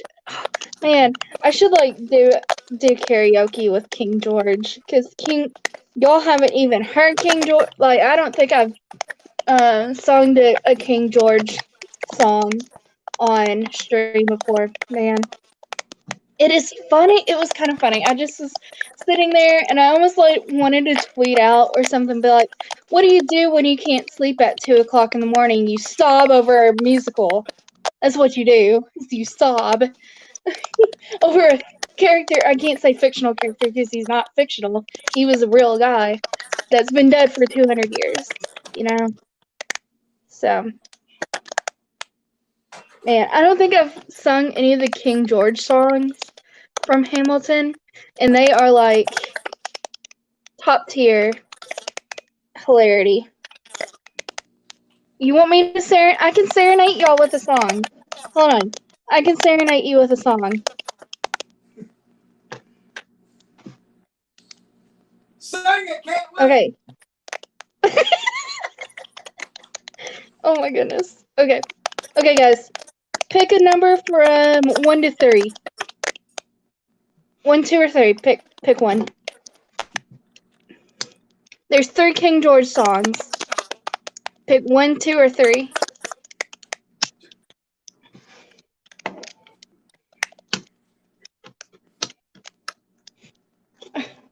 Three. I got 1, 3. 2. Pick a number between 1 and 3, Wolf, if you can hear me. Think of a number between 1 and 3. Yeah, pick a number.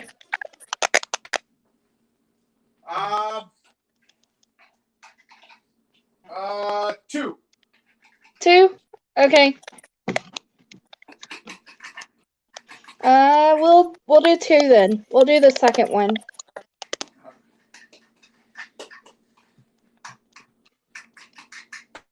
Why am I doing this? I could just sing all 3. They're not like super long songs either. They're not. I could just sing all 3.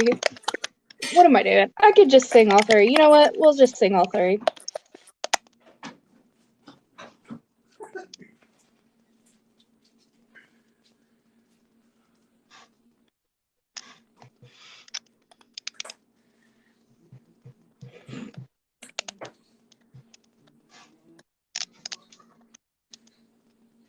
All right. We'll start with this one. We'll start with his first one. All right. So his first song is called "You'll Be Back." I think this is the first one. Yeah, this is the first one. Okay. It's a fun song. You say the price of my love is not a price that you're willing to pay. You used to cry in your tea, which you hurl in the sea when you see me go by. Why so sad? Remember we made arrangements when you went away. Now you're making me mad. Remember, despite all the estrangement, I'm your man.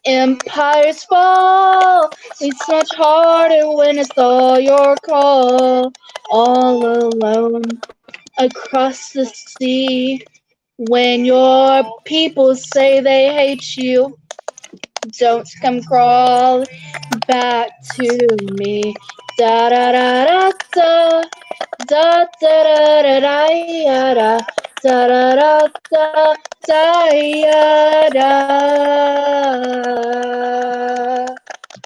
You're on your own.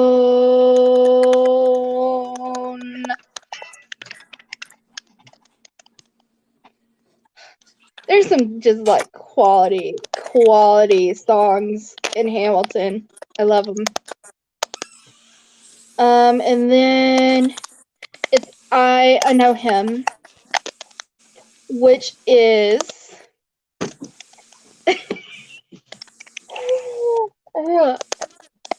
I talk with my hands. I have a problem.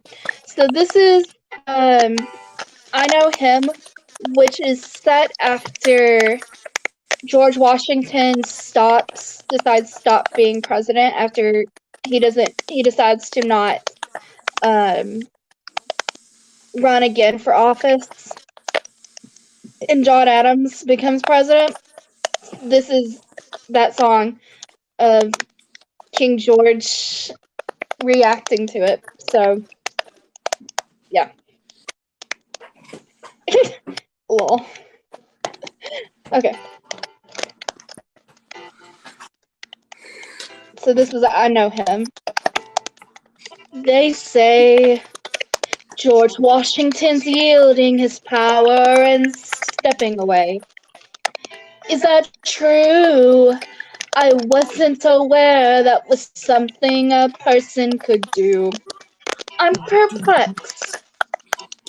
Are they going to keep on replacing whoever's in charge? If so, who's next? There's nobody else quite in their country who looms quite as large. Whisper. John Adams? I know him. That can't be. That's that little guy who spoke to me all those years ago. What was it? 85. That poor man, they're going to eat him alive. Oceans rise, empires fall. Reach to Washington, they all look small. All alone, watch them run. They will tear each other into pieces. This will be fun. Da da da da da. Da da da da da da da da da da. President John Adams. Good luck. And then that's it. That's his 3 songs.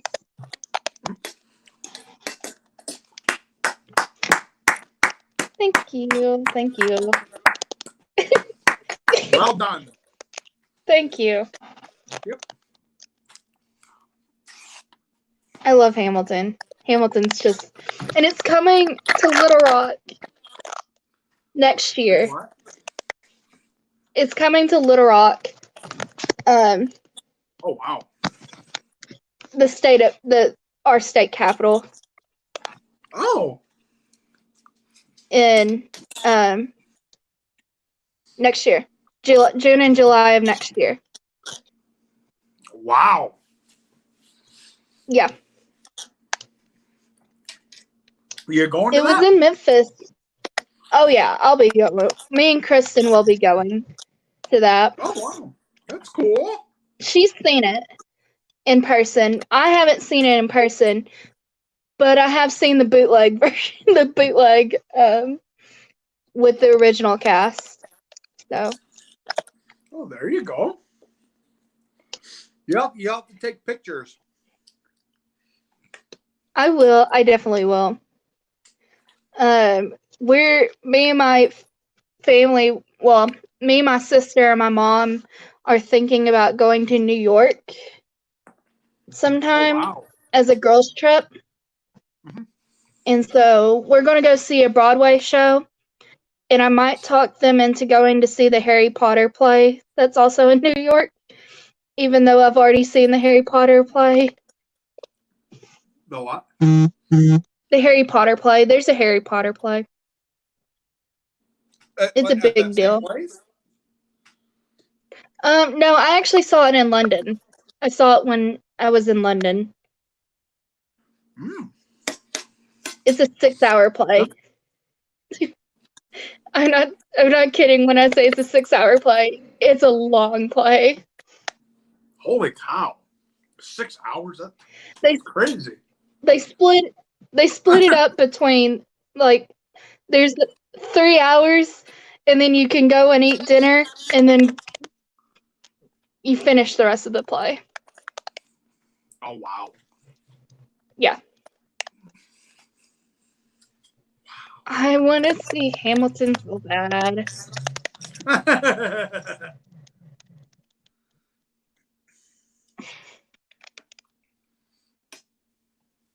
Yeah, I shouldn't. I'm supposed to be going to Comic-Con in July. And I don't know if that's going to end up happening. Well, I mean, are they going to have that? I mean, with the virus going around? I don't know. That's the thing. And if it gets moved, I don't know if we're going to be able to attend it anymore. Because in October, we're already pushing our limits. Because we are going to ACE, which is in Chicago. And then the very next weekend after ACE, we're going to Pandemic Dead in Atlanta. Ooh. Yeah. That's where Pandemic is at? Is in Atlanta? Yeah, Pandemic Dead is in Atlanta. Or at least this one is. Wow. So then, who's all going to be there? At Pandemic? Yeah. Let me look. They have quite a bit of people going. It's a big one.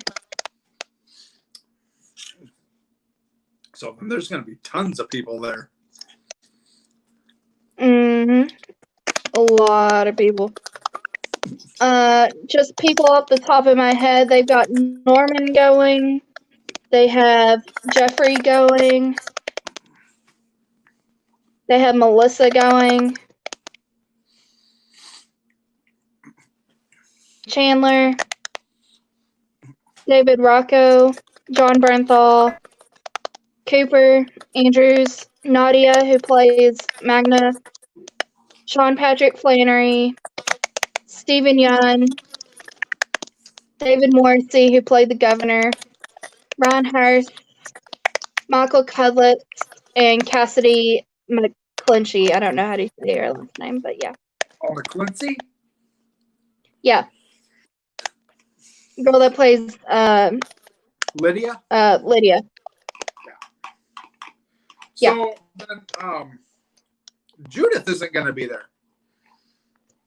This is in October, so there's plenty of time for her to confirm that she's gonna go. Oh wow. I think she just had a birthday not too long ago. I don't know. Because I know there's been a lot of birthday stuff going around to her.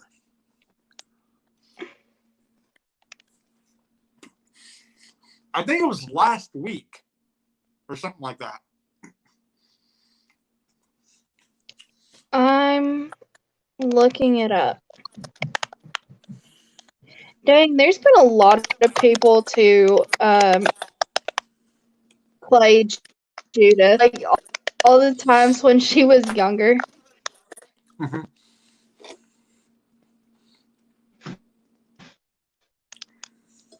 There's just a lot of people that have played her. Well, I know that one little blonde-haired girl. Mm-hmm.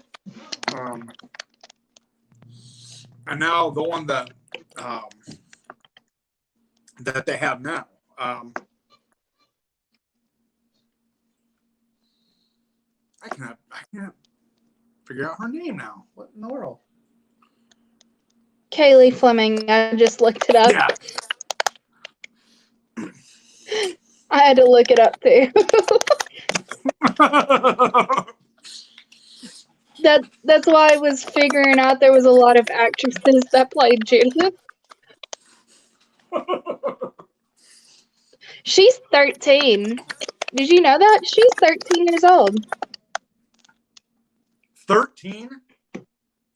Yeah, she's 13. Oh my gosh. She did just have a birthday. March 28th was her birthday. Oh, so that was a couple weeks I didn't know that. She was in The Force Awakens. Star Wars The Force Awakens. She was young Rey. Yeah. She's young Rey.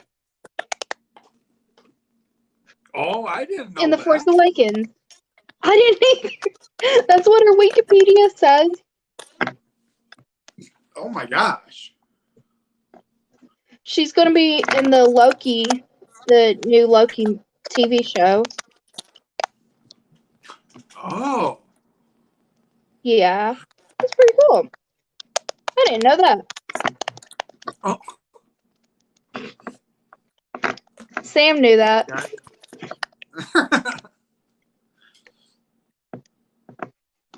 I had trouble remembering her name, so I doubt I was going to actually know that.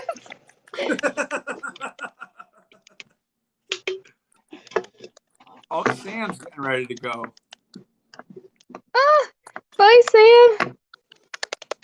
She says, okay, guys, I need to get going. Got to have breakfast and get on with my day. Hope y'all take care. You take care too, Sam. Be safe, Sam. We'll be praying for you.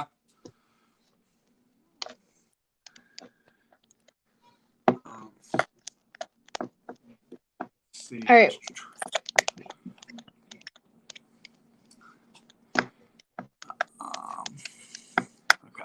Okay. Yeah, I didn't show you the drawing that I did today, did I? No. Really? I didn't see it. All right.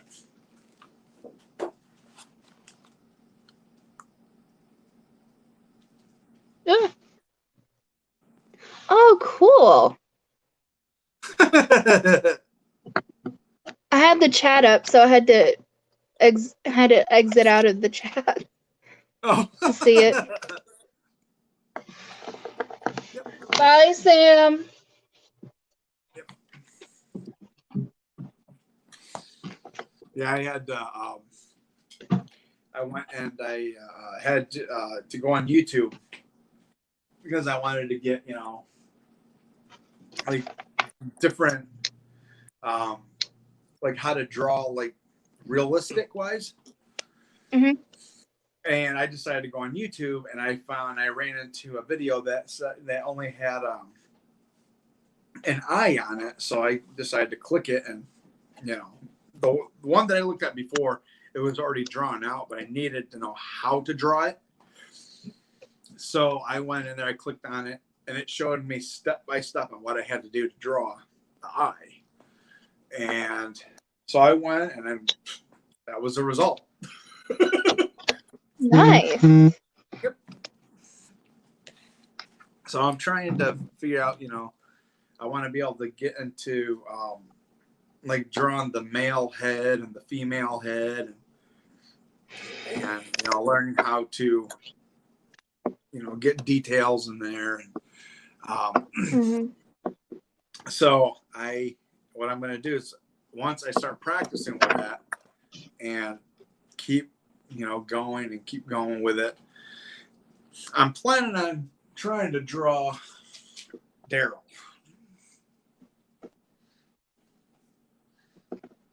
That'd be pretty cool. Yeah. But first, as soon as I go, like if I can get the female head down, Mm-hmm. I want to be able to like practice the female head, the face, and get to that point to where once I get used to that, I want to be able to learn how to draw Jane. Aww. And get her face, her facial expressions, and how and all that. And I want to be able to learn how to do portraits. So. Oh, Gigi, you're gonna draw a Carol wedding. Huh? You're gonna draw a Carol wedding. Yeah, I see. That was another thing too. Is I want to be able to like get like a picture of the groom and the bride, and I want to be able to get to where to have them like where they're facing each other. Uh-huh. And I want to be able to like have their heads over the regular picture. Mm-hmm. And I want to be able to draw them and get,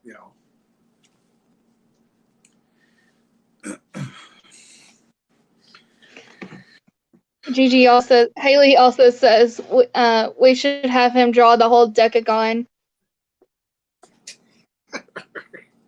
The decagon right now is up in the air because Haley has decided she wants Negan again, but Negan's with Zay. We can't just kick out Zay, so we can put Negan with Haley and put Zay with Aaron. But we can't kick out Rick. Rick's in this too. She was with Rick. Well,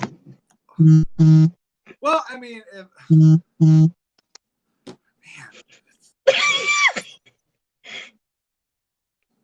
Okay. Haley, that's rude. We just let Zay into our decagon. And then now we're kicking her out. Well, I mean, okay. Well, since she's like the Twitter queen, I should say. Mm-hmm. We should put Jeffrey, like Negan, put Negan with Haley, and put Aaron with Zay, and then put Rick. Just leave him with Michonne.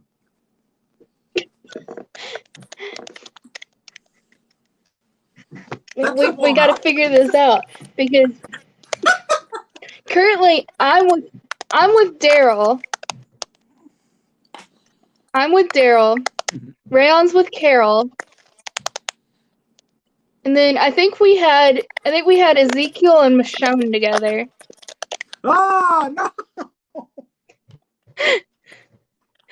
And then we had Haley with we had Michonne and Zeke. Then we had Haley with Rick, and then Negan and Jadis. But then we kind of kicked Jadis out of the whole thing and put Zayn for him.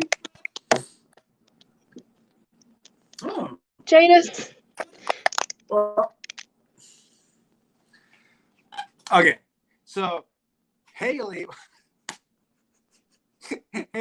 says Michonne and Zeke, Jadis with Negan, and then her with Rick.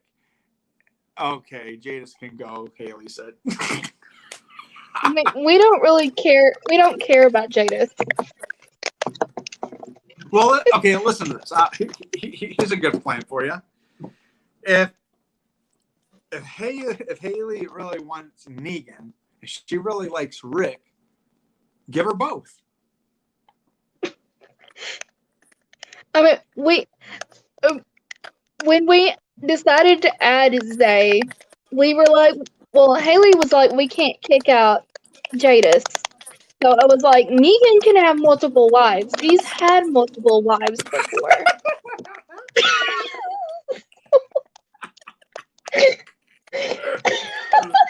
Oh my gosh. So that was our reasoning. Oh man. Can Haley come? Can Haley come on the screen? Haley, you want to join us? You're part of this. Yeah, Haley. You're part of this mess too. We'll figure it out once she gets on screen. We'll figure it all out. I'm in the least confusing part of the whole Love Decagon. That messes up our OTP. But it's the least confusing of the whole thing. Okay. Oh man, let's see if I can figure this out. Let's see. So Michonne is with Zeke. Michonne is with Zeke. Oh. Daryl is with you. Yeah. And then Haley is with Rick. Yes. Negan is with Zay, but let's try to switch that around. Let's see. No. Instead of Aaron with Zay, put her with Luke. Okay. Luke. Okay. So Put Luke Zay and with Luke? Yep. Zay with Luke. And you have Daryl. Haley. And Haley is Haley with... says, Haley said he asked me to be his baby mama, so I'm kind of committed. Oh. And apparently Rayon proposed to Carol.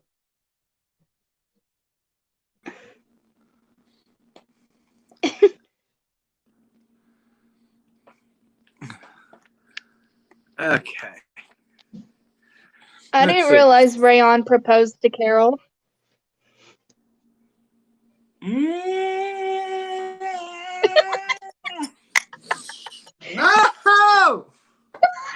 No!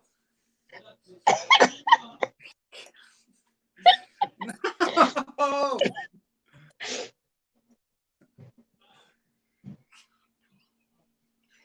I mean, me and Daryl at this point have like 4 adopted children. What? We have like 4 adopted children if we're counting. Because, listen, we have the Death Stranding baby, who's just named Baby. BB. And then we have Lydia, because, you know, Lydia is just our adopted child now. And then when Michonne left, we adopted Judith and RJ.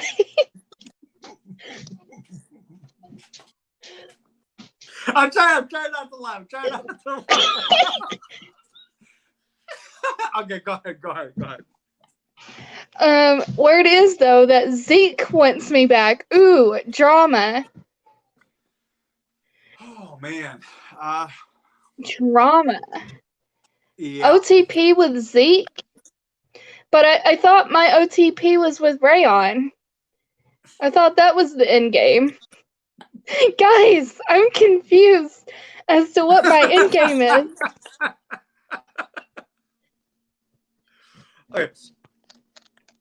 Okay. Who's all in here right now? Who's all okay? I think it's just Haley and Jane. And then me and you. Babe, are you still in here?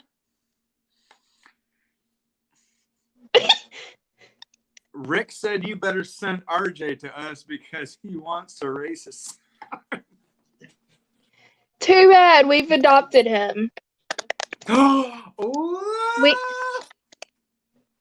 we also have a cat now, apparently.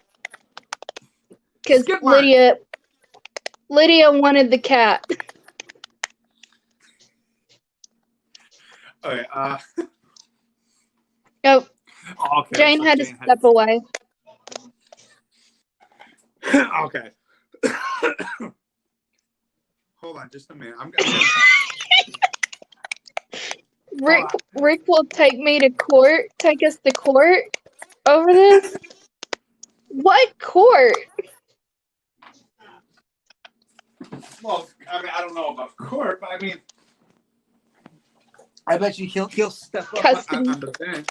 He'll step up on the bench and he'll like, I want my kid. Well, honestly, I'd rather not fight Rick. Okay. But I am with Daryl, and Daryl trumps all. Okay, so I'm gonna write names down here because I'm gonna. So Daryl is. That is true, Haley. I guess you can have RJ. Do y'all want Judith? I mean, technically, Judith is your child too. We can give you back RJ and Judith.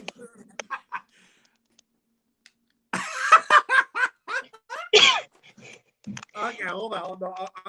I'm just writing names. I can do a map after I write down the names because this is okay. Okay, so okay, Daryl is with Caitlin. Rick is with Haley. Yep. Michonne is a Zeke. Yeah. Okay. We didn't have anywhere else to put it. Rick said he doesn't want Shane's baby. You should have put Zeke with Rosita. No. Let's see, and who else? Negan and Zay. Negan and Zay, yeah. And that's you wrote down Carol. Are we really going to kick Negan out of this? Wolf, do you want to be the one to kick Negan out of the Love Decagon?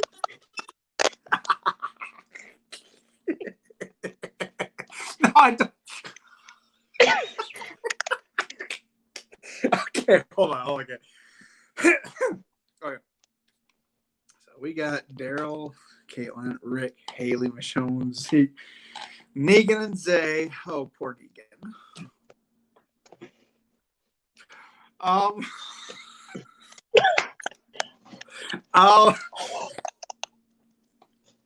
Michonne is eyeing Daryl. Since when is Michonne eyeing Daryl?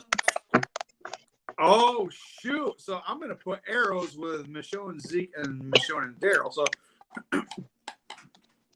okay, hold on. Let me. Okay. Did you write down Carol and Rayon? Oh yes, Carol and Ray. Okay. Yeah, that's it. That's it. That's it. Okay, I'm gonna see if I can do a map here. So first one is Daryl, which how did you guys okay, so how would you and Daryl meet? How did me and Daryl meet? Yeah. Well, if we're going by the Pop-Tart Gang fan fiction, me and Rayon joined Alexandria and therefore met Daryl along the way. Okay, so Rayon and let's see. At the con when he took my pick. Yeah, that was basically when that became a thing. Okay, so this is what I'm doing. Okay, the first thing I put is Rayon and Caitlin, and then I just put Alexandria because that's where you guys met. Yeah. And then what happened after that? I got with Zeke for a while. We were together. Okay, wait a minute. Okay. So Yeah. what I'm gonna do is before I put Daryl there, so I'm gonna go down just a little bit. Now here is Caitlin and Zeke. Okay. And then after the heads on pike thing, that's when me and Zeke broke it off. Let's see. Heads on pike, and then I'll just put in big letters over. Yeah. Okay, Haley, are we putting me with Rayon? Oh, he cheated on me? Rayon cheated on me, is what Haley is saying. With Carol.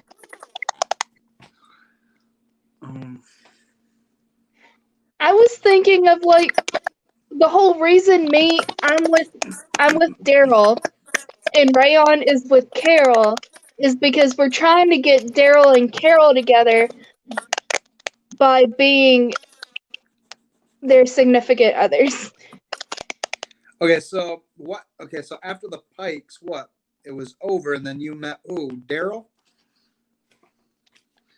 See, me and Haley. We've got to confer on this and see if I'm dating Rayon before or after Daryl. Okay, so because me and Daryl could break up, and then me and Rayon get together, and then that's endgame. Okay, so here's what I have right here. Mhm. Okay. So okay, there we go. So you have you and Rayon, and you guys were in Alexandria, so that's where you met. So when you go down that timeline, okay, it was you and Zeke, because apparently this dude cheated on you with Carol. So you go down that timeline right here is you and Zeke. Then you go down, and then it shows that the heads on pike. Okay, the heads on pikes. Heads on pike. Over.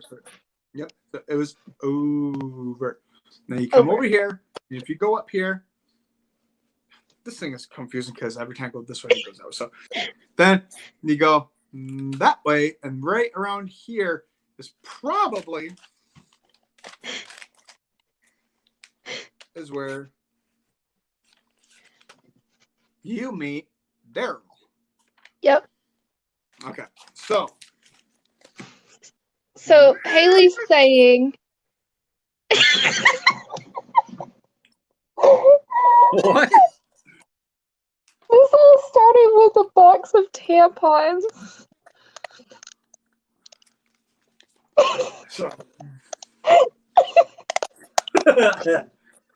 How are we going to explain this to Rayon?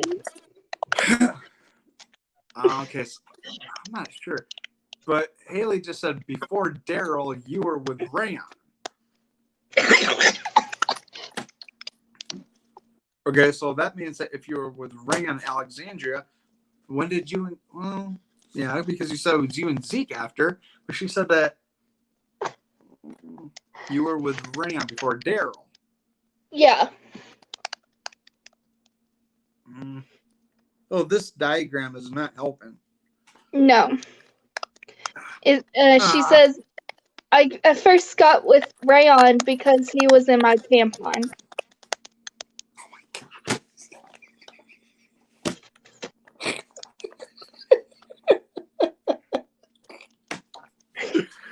Oh man. Oh. I'm getting off the screen if Rayon by chance comes up and is like, what are you talking about? We're ending the stream. We're just running away.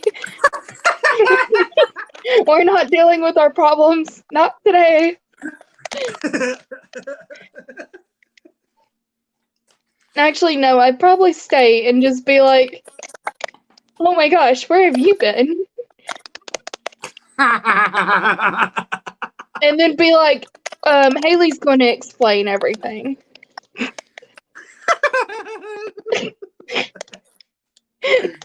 Oh man. It's, Oh, she's got a shocked look. except we can't end the stream. Wolf. Huh? We can't end the stream. Only Haley has that power. Yeah.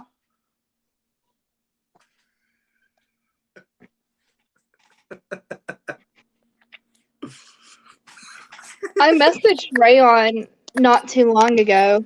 I don't know if I don't know if he's messaged me back. I don't think he's messaged me back. I know that one day I had emailed him and I did not hear back from him.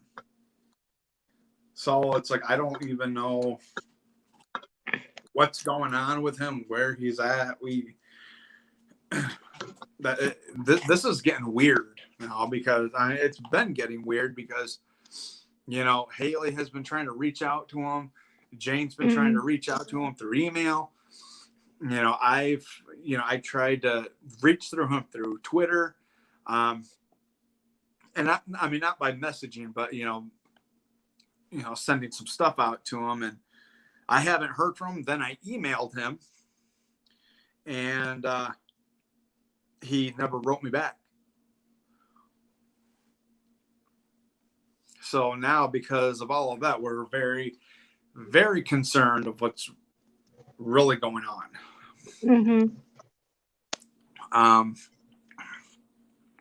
I know that he had called me. It was in October of last year, and all of a sudden, there was some things that were said that sort of creeped me out a little bit, and because we got into this, we were doing and getting into this real nice conversation, and all of a sudden I hear talking in the background. So, Wolf, don't share it here. Okay, I won't say anything else. Okay. Yeah, I don't want to do that. But yeah, but we don't even know what's going on. We don't even know where he's at. Yeah. So, do we even know if he's still being an extra in The Walking Dead? we don't know. I mean, I've been looking for him, but it's kind of hard when you don't know exactly where to look for him. Yeah. Well, I know that I think it was in this season, and where Alpha was in Carol's mind, and that Walker came up, she stabbed him underneath the chin. Yeah. And Haley thought that was him. But this Walker looked taller than Rayon.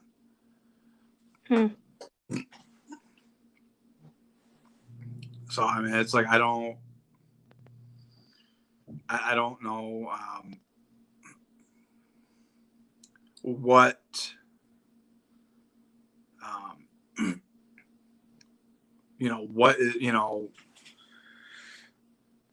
how should I say this? It's I don't know. It's just very weird because I've tried to, there's been a lot of times where I have tried, to reach out, and I still haven't heard anything. Right. So I don't know. I don't know you know, like what he doesn't even have to make videos anymore, but I just want to know that he's okay. Well, yeah, and see, that's what, you know, I'm trying to do is, you know, trying to figure out if he's okay, where he's at, and he just won't, he won't respond back. And The weird thing is, and what makes me kind of nervous, is the last few videos that we have gotten from him haven't been in his house, in the Walking Dead bathroom. So what if Rayon has now become homeless? I don't know. That's what we're, you know, what we're concerned about. And, you know, we've been, you know, a long time ago, I've been, even last year, even like, I think it was not in October, but it was, I can't remember what month it was, but I had reached out. No, it wasn't last year. It was the year before that I had reached out to him and have not, you know, I haven't heard anything from him. And then, you know, like I said, it was, I think it was last year that I had emailed him, and I haven't heard nothing from him at all. So I don't know what's going on, what's happening. I don't even know. You know, none of us know, and it's honestly, Right. to be honest, it's scaring us. It really is. Because, like, Rayon is the reason we became friends. Right. Like, we met each other because of Rayon. Right. That we wouldn't be sitting here doing this if it hadn't been for Rayon. Right. Exactly. And I'm trying to piece together what's, you know, what's really going on. You know, I've been trying to come up with, you know, certain theories that I just don't know what to even think anymore. Haley said that's The last time we heard anything was 5 months ago. That was the right. last time he made a video. Mm-hmm. Right. And so I mean, it was, you know, you know, that's why we are trying to really, you know, get to the bottom of it. Mm-hmm. And like Haley just said, you know, she was saying, you know, we thought several walkers looked like him this season, which that was true. There was a lot of them that looked just like him. Yeah. And she's saying, I just don't know why he would distance himself from everyone if things were fine. Okay, so that's true. You know. See, that's what we have told him over and over, Caitlin. We have wondered that too, Caitlin. It's very scary because he knows we love him. And she says, right, it's very sad that he is like the leader of this group and he just disappeared.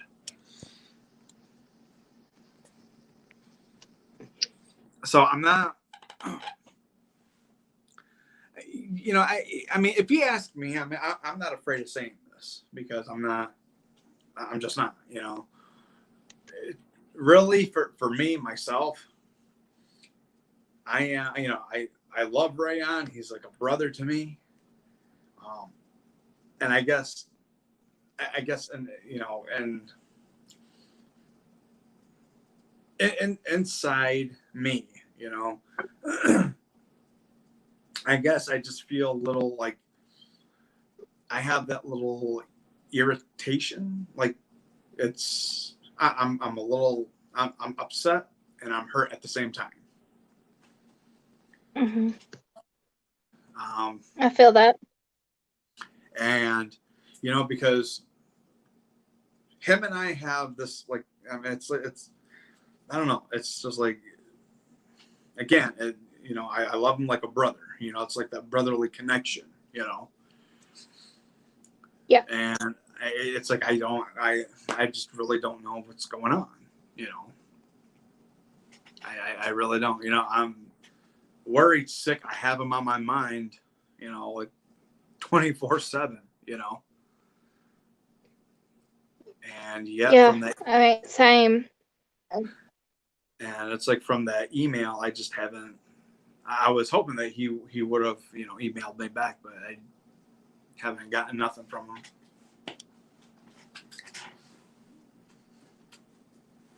And it's kind of just scary that, like, if something had happened to Rayon, Right. we don't know his real name. Right. We don't know if his name is Rayon. Yeah. So we don't know hardly where he lives. Right. Which, I mean, it's his choice to keep all of that private. Not saying like he had to share any of that information. Right. I have a vague, because he said he drove through Kentucky on his way through like Nashville. So he's somewhere in like that ish area. Right. And he's obviously he's in the Eastern time zone just because of when he would do live streams and he would talk about time during live streams. It'd be like, oh, okay, he's an hour ahead of me, like y'all are. So Right. And you know, and it's like Haley said, you know, and I do agree with you, Haley. She said I could get hurt by it, but I'm honestly more concerned than anything else because I know something is just wrong. Right. He had promised us both times that he came back last year and then the year before. Yeah. That he was going to come back and he was going to explain everything on a live stream and then just never did. Right. And that's what we're all concerned about is we want to know why, you know, why he's doing the things that he's doing. Why isn't he coming back? Where is he? Where is his location? I have no clue, you know. And it's getting very, very, I mean, if you ask me, it's getting very disturbing. I'm not scared of saying it. It's getting disturbing. And I just don't know what to think. I don't even know what to do anymore. I don't know either. You know, I mean, it's like I said, you know, and Haley just said, I just want to know that he is alive. And that's the truth. We just want to know if he's alive and well. And I just don't quite, you know, understand what, you know, what's with the silence meant. What's going on with, you know, just, you know, promising us, you know, that he's going to be back. And I mean, look at that. I don't know if you've seen that one video from him where he was on a bridge. Yeah. Okay. I think that was the last video that he put out. And from then all the way until now, you know, none of us have even seen anything from him. I don't know if he went. I mean, I honestly, I don't even know if he's on The Walking Dead anymore. Maybe he went to Austin, Texas, and did a project with Fear over there. I mean, we don't know. Yeah, his last video was on the bridge. Yeah. So I'm on his YouTube channel right now. Oh, are you? Mm-hmm. Okay. Yeah, because it's, I don't know. I just don't know how to, you know, um, Oh how yeah, he would have been very excited about Carol. Oh yeah, exactly. And he said he was going to be back. I just wonder if he. This is kind of a hopeful thing, but like maybe Carol and Daryl, because we saw in the preview for the next episode for the finale that Daryl and Carol are together, right? In the building together. What if something happens, like they actually get together, and he was waiting.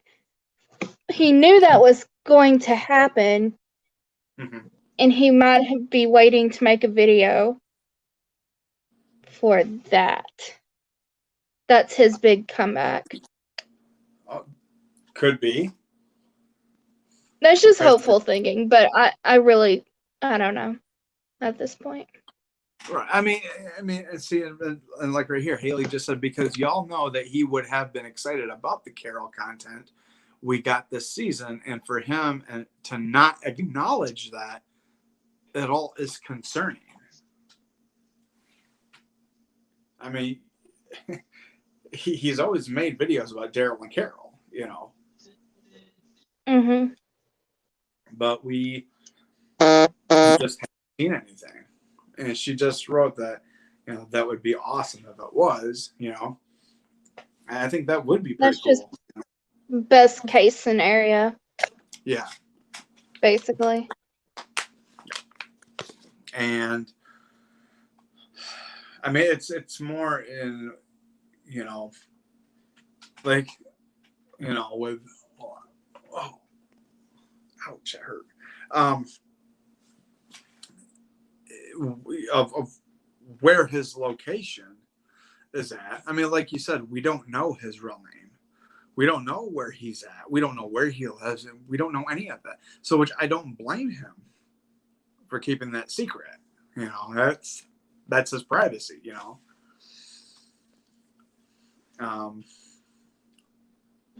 But it's more of where,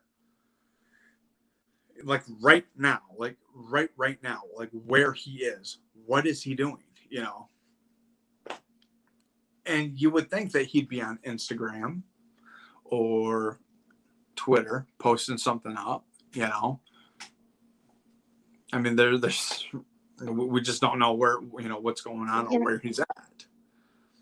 That's the thing that scares us. Yeah. So, I mean, I don't know,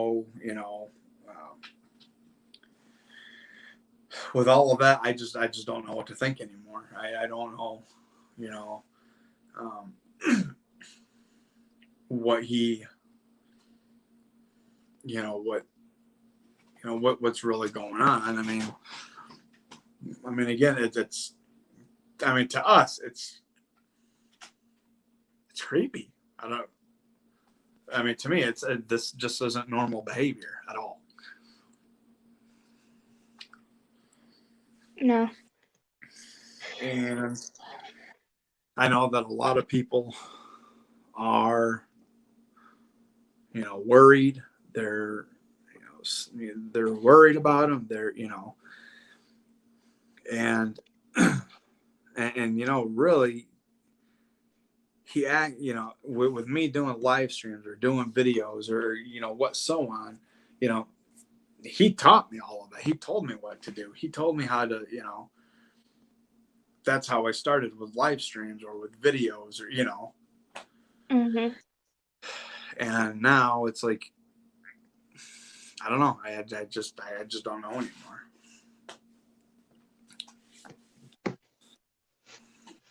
I don't know if there's like any more like theories that we can all come up with of what's going on, where he's at, or Something I was looking at that was kind of concerning now looking back at it. Right. He did a lot of videos where he'd be like, anyone still there? You still there? Like, he titled a lot of videos that. Like, Right. he would, like, the video of him, he made a video right before he went to Atlanta in 2018 and mentioned he was going to Atlanta and everything, and then it sounded it sounded like he's like, this isn't, I'm not going to be gone forever, blah blah blah, and I was like, this sounds really concerning, to be honest. Yeah. Oh yeah, that would be very concerning. I agree. So he would make videos, like, I don't know, just update videos, it seemed like. Right. Be like, you still there? Back to Atlanta. The Walking Dead dream continues. You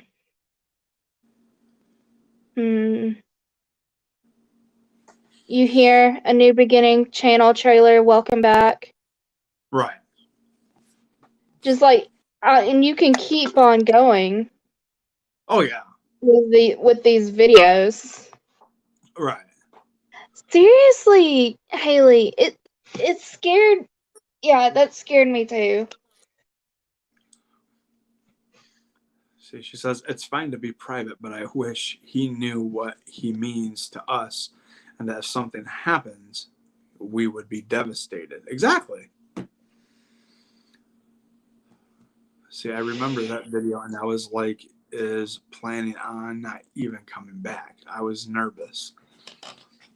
Well, I mean, if you really listen to him and what he, how he says that, and then how he says, well, I'm not going to be gone for long, or, I would look at that as very, very well much concerning. And,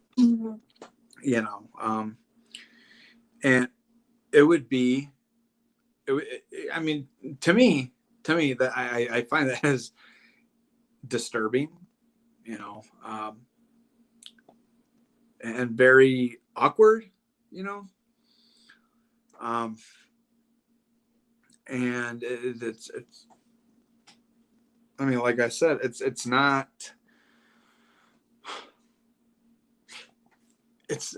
normal behavior. You know what I mean? You don't have YouTubers going to where they say, okay, well, I'm not going to be gone for long, or I'm not going to do this, or, or any of that. And then just not show up. Guys, do you think he could be in jail? Like maybe he was on the run from the law. Wait, but I mean, wow. Like, even if you're in jail, like, a lot of prisoners still have access to the internet. I mean, like, he wouldn't even have to tell us that he was in jail. Just, like, go on Twitter and be like, right. Hey, I'm okay.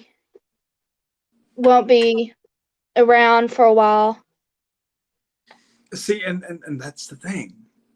Because like Haley said, do we think he could be in jail? I mean, who knows, I hate to think of it like that. Because like I said, I love him like a brother, And, him and I have that really, really, like on his lives, him and I had that brotherly connection, But he could at least tell us, hey guys, I'm okay. I'm okay. I'm doing good. Keep us updated. Don't let us worry the way we are. you know.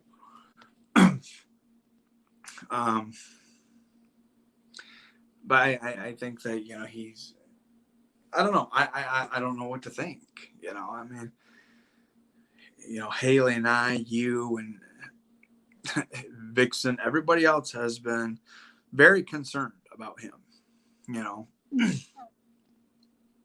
And for him not to let us know or keep us updated about, you know, hey, I'm okay. You know, I mean, he doesn't have to tell us where he's at.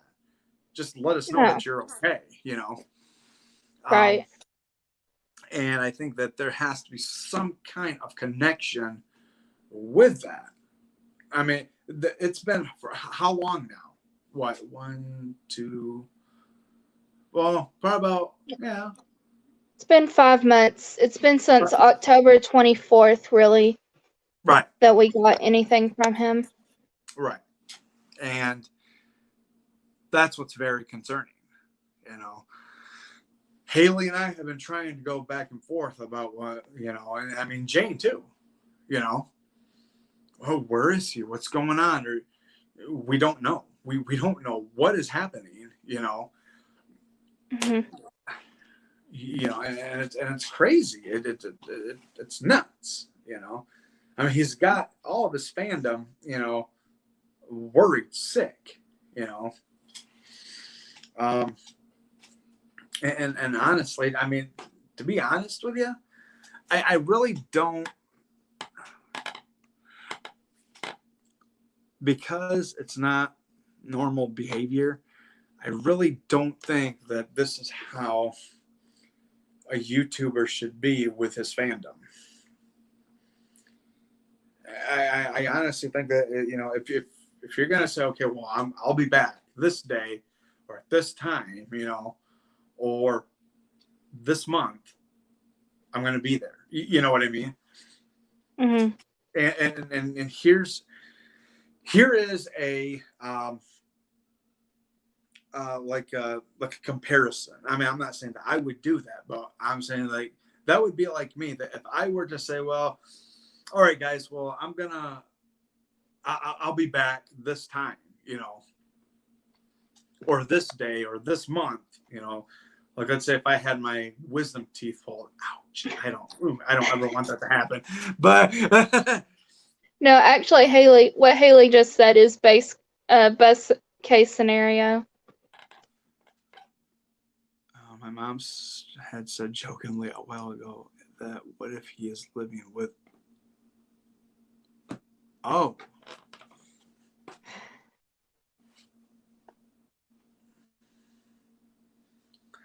I don't know. Oh. That's an interesting thing. I mean, cause like I wonder. I'll be right back. Go ahead and keep talking. I'm gonna go grab some water. Okay, I wonder if it might be a long shot. It really might be a long shot, but like if we were to ask Melissa, maybe if she's heard from him. Yeah. See, for me personally, because I know that, you know, because I made a comment to her underneath, I think one of her posts. Mm-hmm. She had friend requested me on Twitter. But I know that if I were to message her and be like, hey, Melissa, you know, I'm a big fan of yours, you know, I just have, you know, I just want to know how everything is, you know, if you're staying safe or, you know. Right. I have a question, you know, have you heard from Rayon? Do you know anything about Rayon? You know, if she were to tell me, well, no, not exactly, you know, I really, you know, then that's, you know. But like even just knowing that if he was on the show, like he had worked on season 10, right, would give me this like just so much relief. Mm-hmm. We could ask her on her main timeline. Yeah. I mean, because it's like she said, but we could ask her on the main timeline. But she says, I know that it is known fact that she does not answer fan DMs. So I mean that is true, you know. But we could ask her on her timeline, and she has been very active on her Twitter recently. Like a lot more active on her Twitter. Right. So we could tweet her and ask if she knows anything. Yeah, I mean, I think the biggest thing too is if we ask her, we got to make sure not to tag him in there, because if he finds that, he's gonna be like, "Whoa, what the heck?" You know. We don't want things to get suspicious, right. You know. We just want to know if he's okay and if she's heard from him. You know. Mm-hmm. We're not asking, well, you know where he lives? Do you know where where he's at? We wouldn't ask her those type of questions anyways. You know, we would just say, hey, we're worried and concerned about Rayon. You know, we just want to know if you heard from him, or if you know where, you know, how he is. I mean, there wouldn't be. And yeah, it's like Gigi said. Yeah, I would not want to tag Rayon. No. We'll just put Rayon, you know, just type his name. I mean, we're not going to tag, you know, we just put his name, you know. But we just want to know if he's okay and if he's still alive. You know, I mean, with this disappearing all, you know, for this long, it's very, very suspicious, you know. So I don't know. I think that maybe, you know, putting all of our heads together, you, me, Jane, and yourself, you know, I mean, if somebody puts out, you know, a message to her on her timeline or something, you know, we would write underneath it and just say, hey, you know, we're very concerned. You know, we just want to know if he's okay or if you've heard from him, you know, that type of thing, you know. Mm-hmm. And luckily, hopefully she'll answer, you know. Haley, I don't think she has his number, but I think she has a way of contacting him. Or her agent has a way of contacting him. Mm-hmm. Her agent might have his number.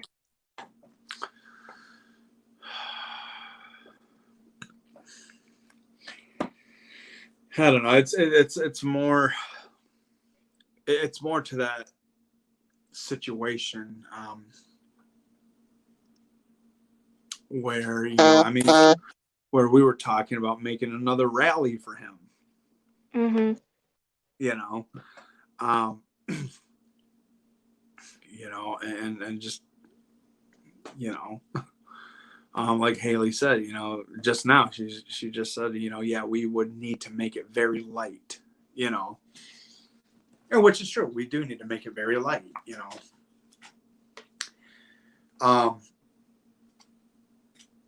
I don't know. Maybe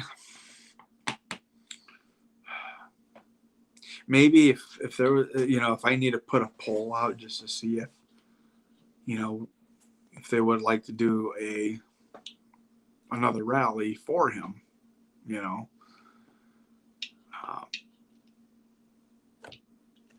I think that, you know, that would be, you know, good, you know. I mean, and I'm pretty sure that if I were to put a poll out, it'd be straight up to 100%. There's no doubt about that. I mean, if people are worried and concerned about him, then, you know, maybe it would be time to put another rally out there for him. Mm-hmm.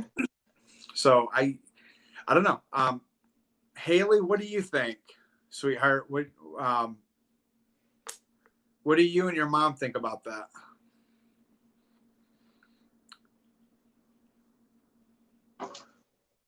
Okay, she says, I feel conflicted, honestly, because I don't know that he wants to be found. That that could possibly be the truth right there too. Another rally might actually be our best bet because it brought him back before.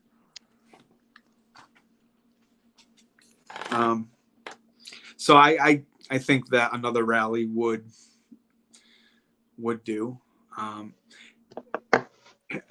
know what? Let me ask Haley this. Haley, should I put another poll out to see if people would like to do one? Because I'm pretty sure if I do that, it's going to be straight up to 100. I mean, that polls just go whoop. Yeah. So I mean, it's it's like with those choices. I don't think you've seen those choices about the masked figure for the last episode of Walking Dead. Polls just went whoop. Yeah. I think a poll is not a bad idea. Then I will put a poll out and see what because putting out another poll, I mean, just like I said, they'll just go whoop, straight up to 100. I mean, people are very concerned. Do we want to try and contact Melissa before we try and do another rally? That wouldn't be a bad idea either. So that what do you think, Haley? About contacting Melissa first and then before we do a poll?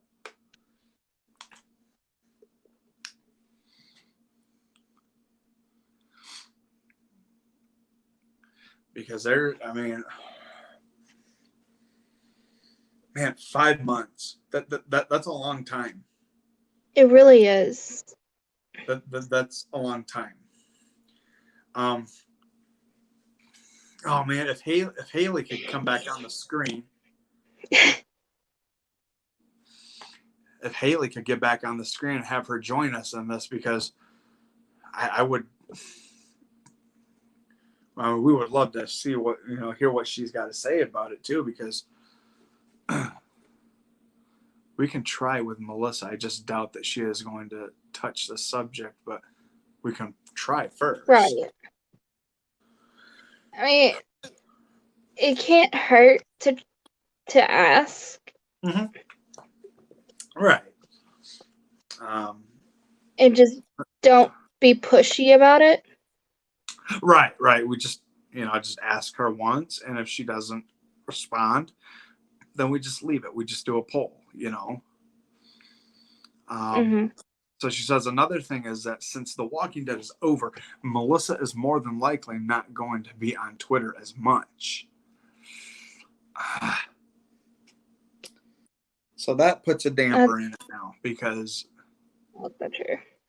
I mean, not a damper because of what Haley said, but I mean the damper that because The Walking Dead is over, I mean that's true that she's not going to be very active on Twitter, and that's what's the dampers, because otherwise now we won't be able to reach out to her unless if we try once and she responds back,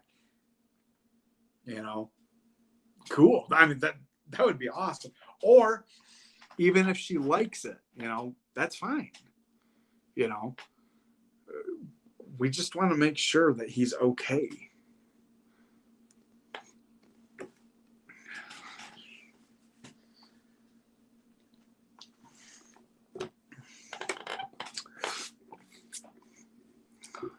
So I mean, like, what do you think?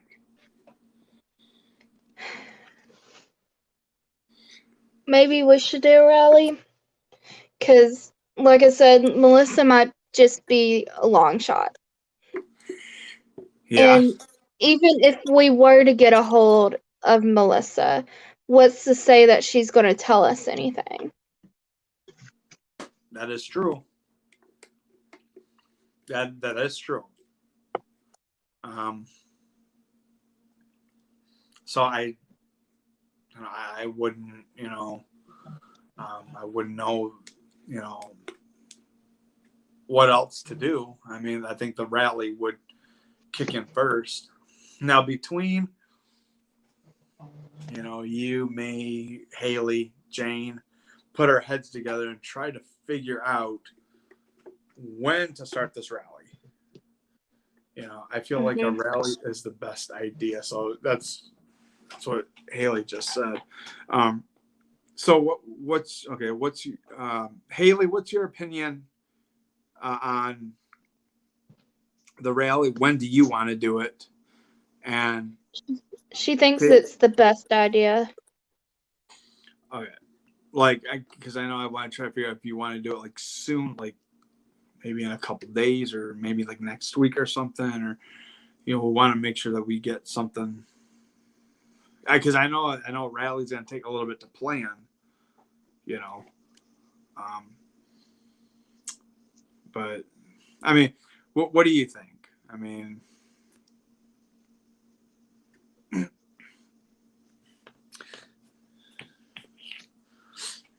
because we gotta try to see when we should start it and everything. I mean, when do you think, Caitlin? When would you like to try? And then we can get Haley's. Oh wait, we will have to do it at least 2 weeks from now. Oh, because of your StreamYard hours being up after the stream on Sunday.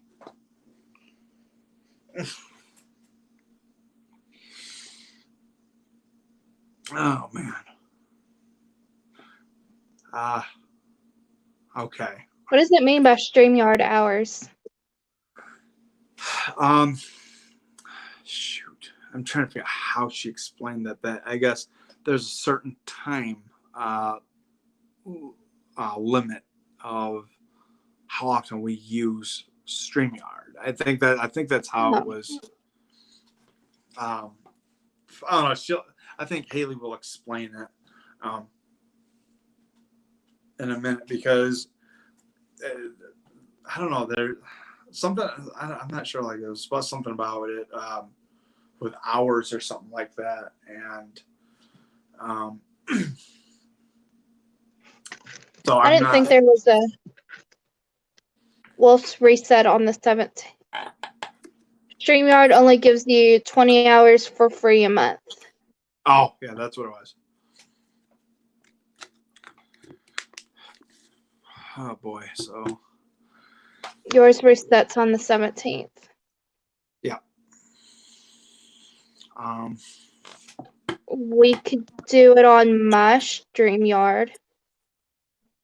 Oh, there you go.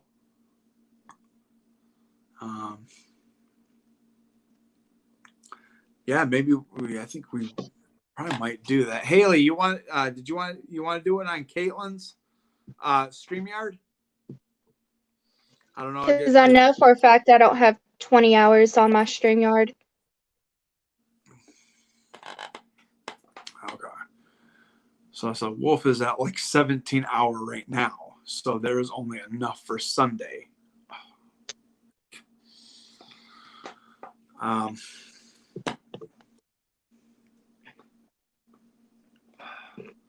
So, okay, Haley, do you want to do it on Caitlin's StreamYard?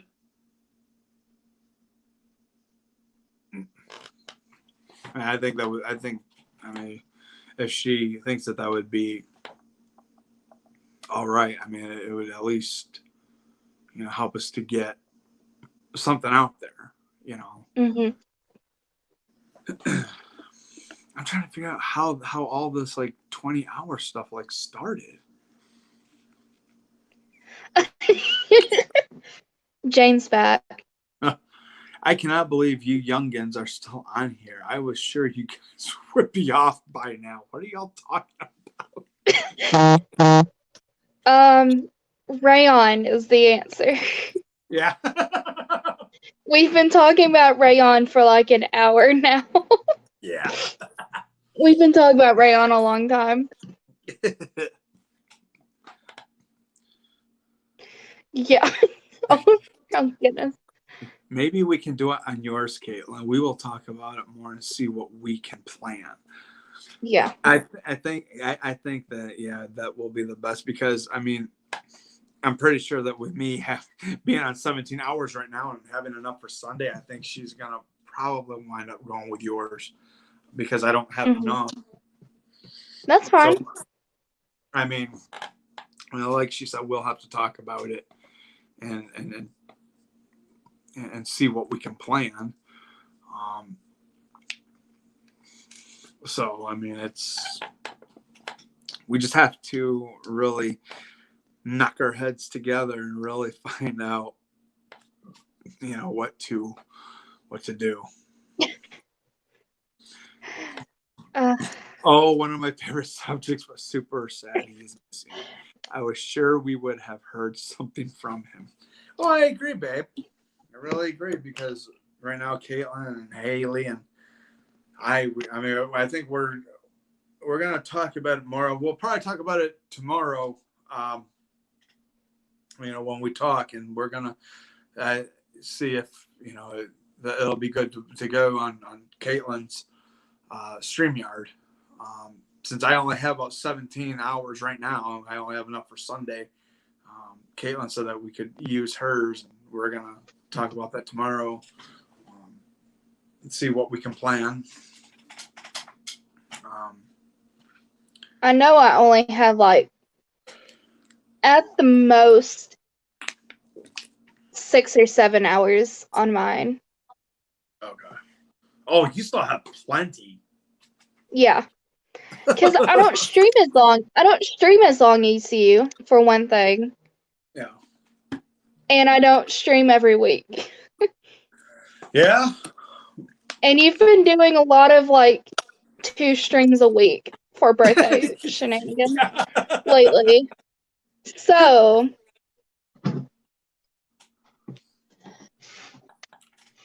that also adds up really quickly. Mm-hmm. See, I didn't even know the StreamYard had time limits on it. I didn't either. So, I mean, I didn't even know about it until now. I mean, not like right now, but today, I didn't even know that that's, So, okay, yeah, so it's like Jane said, StreamYards gives you 20 hours a month for free. Yeah. Oh, boy. Haley said we might want to split pretty soon. Yeah. Just to give you enough time for Sunday. Yeah, we need to do that. See, Jane says, speaking of time, if you don't get done soon, you will not have. Okay, yeah. So, she said it came up as a warning when she signed in today. Okay, yeah, we better wrap this up. Yeah. So, yeah, I think real quick, I think Haley will probably message you tomorrow and see, what we're gonna do. Okay. So, alrighty. Well, so hopefully you'll hear from her tomorrow. Yeah. Yeah. So, alrighty, man. Oh, okay. But we love you too. Love you guys. Oh, we love you too. So, all right. Well, you guys have a good night. You too. All right. God bless. And like I say, you'll probably hear from her tomorrow. Okay. So, all right. Sounds good to me. All righty. Well, we'll talk to you later, and you have a good night. Good night, guys. Good night. World record stream today. I kind of doubt that. There's people that stream for like 10 hours. So we did not break any live streaming. We broke our own record. Yeah. But we have not broken any record in any sense of the word, except for our own. Right. All right, enough of this, so we can save enough time. Yeah. All right. Bye, guys. Yeah, bye.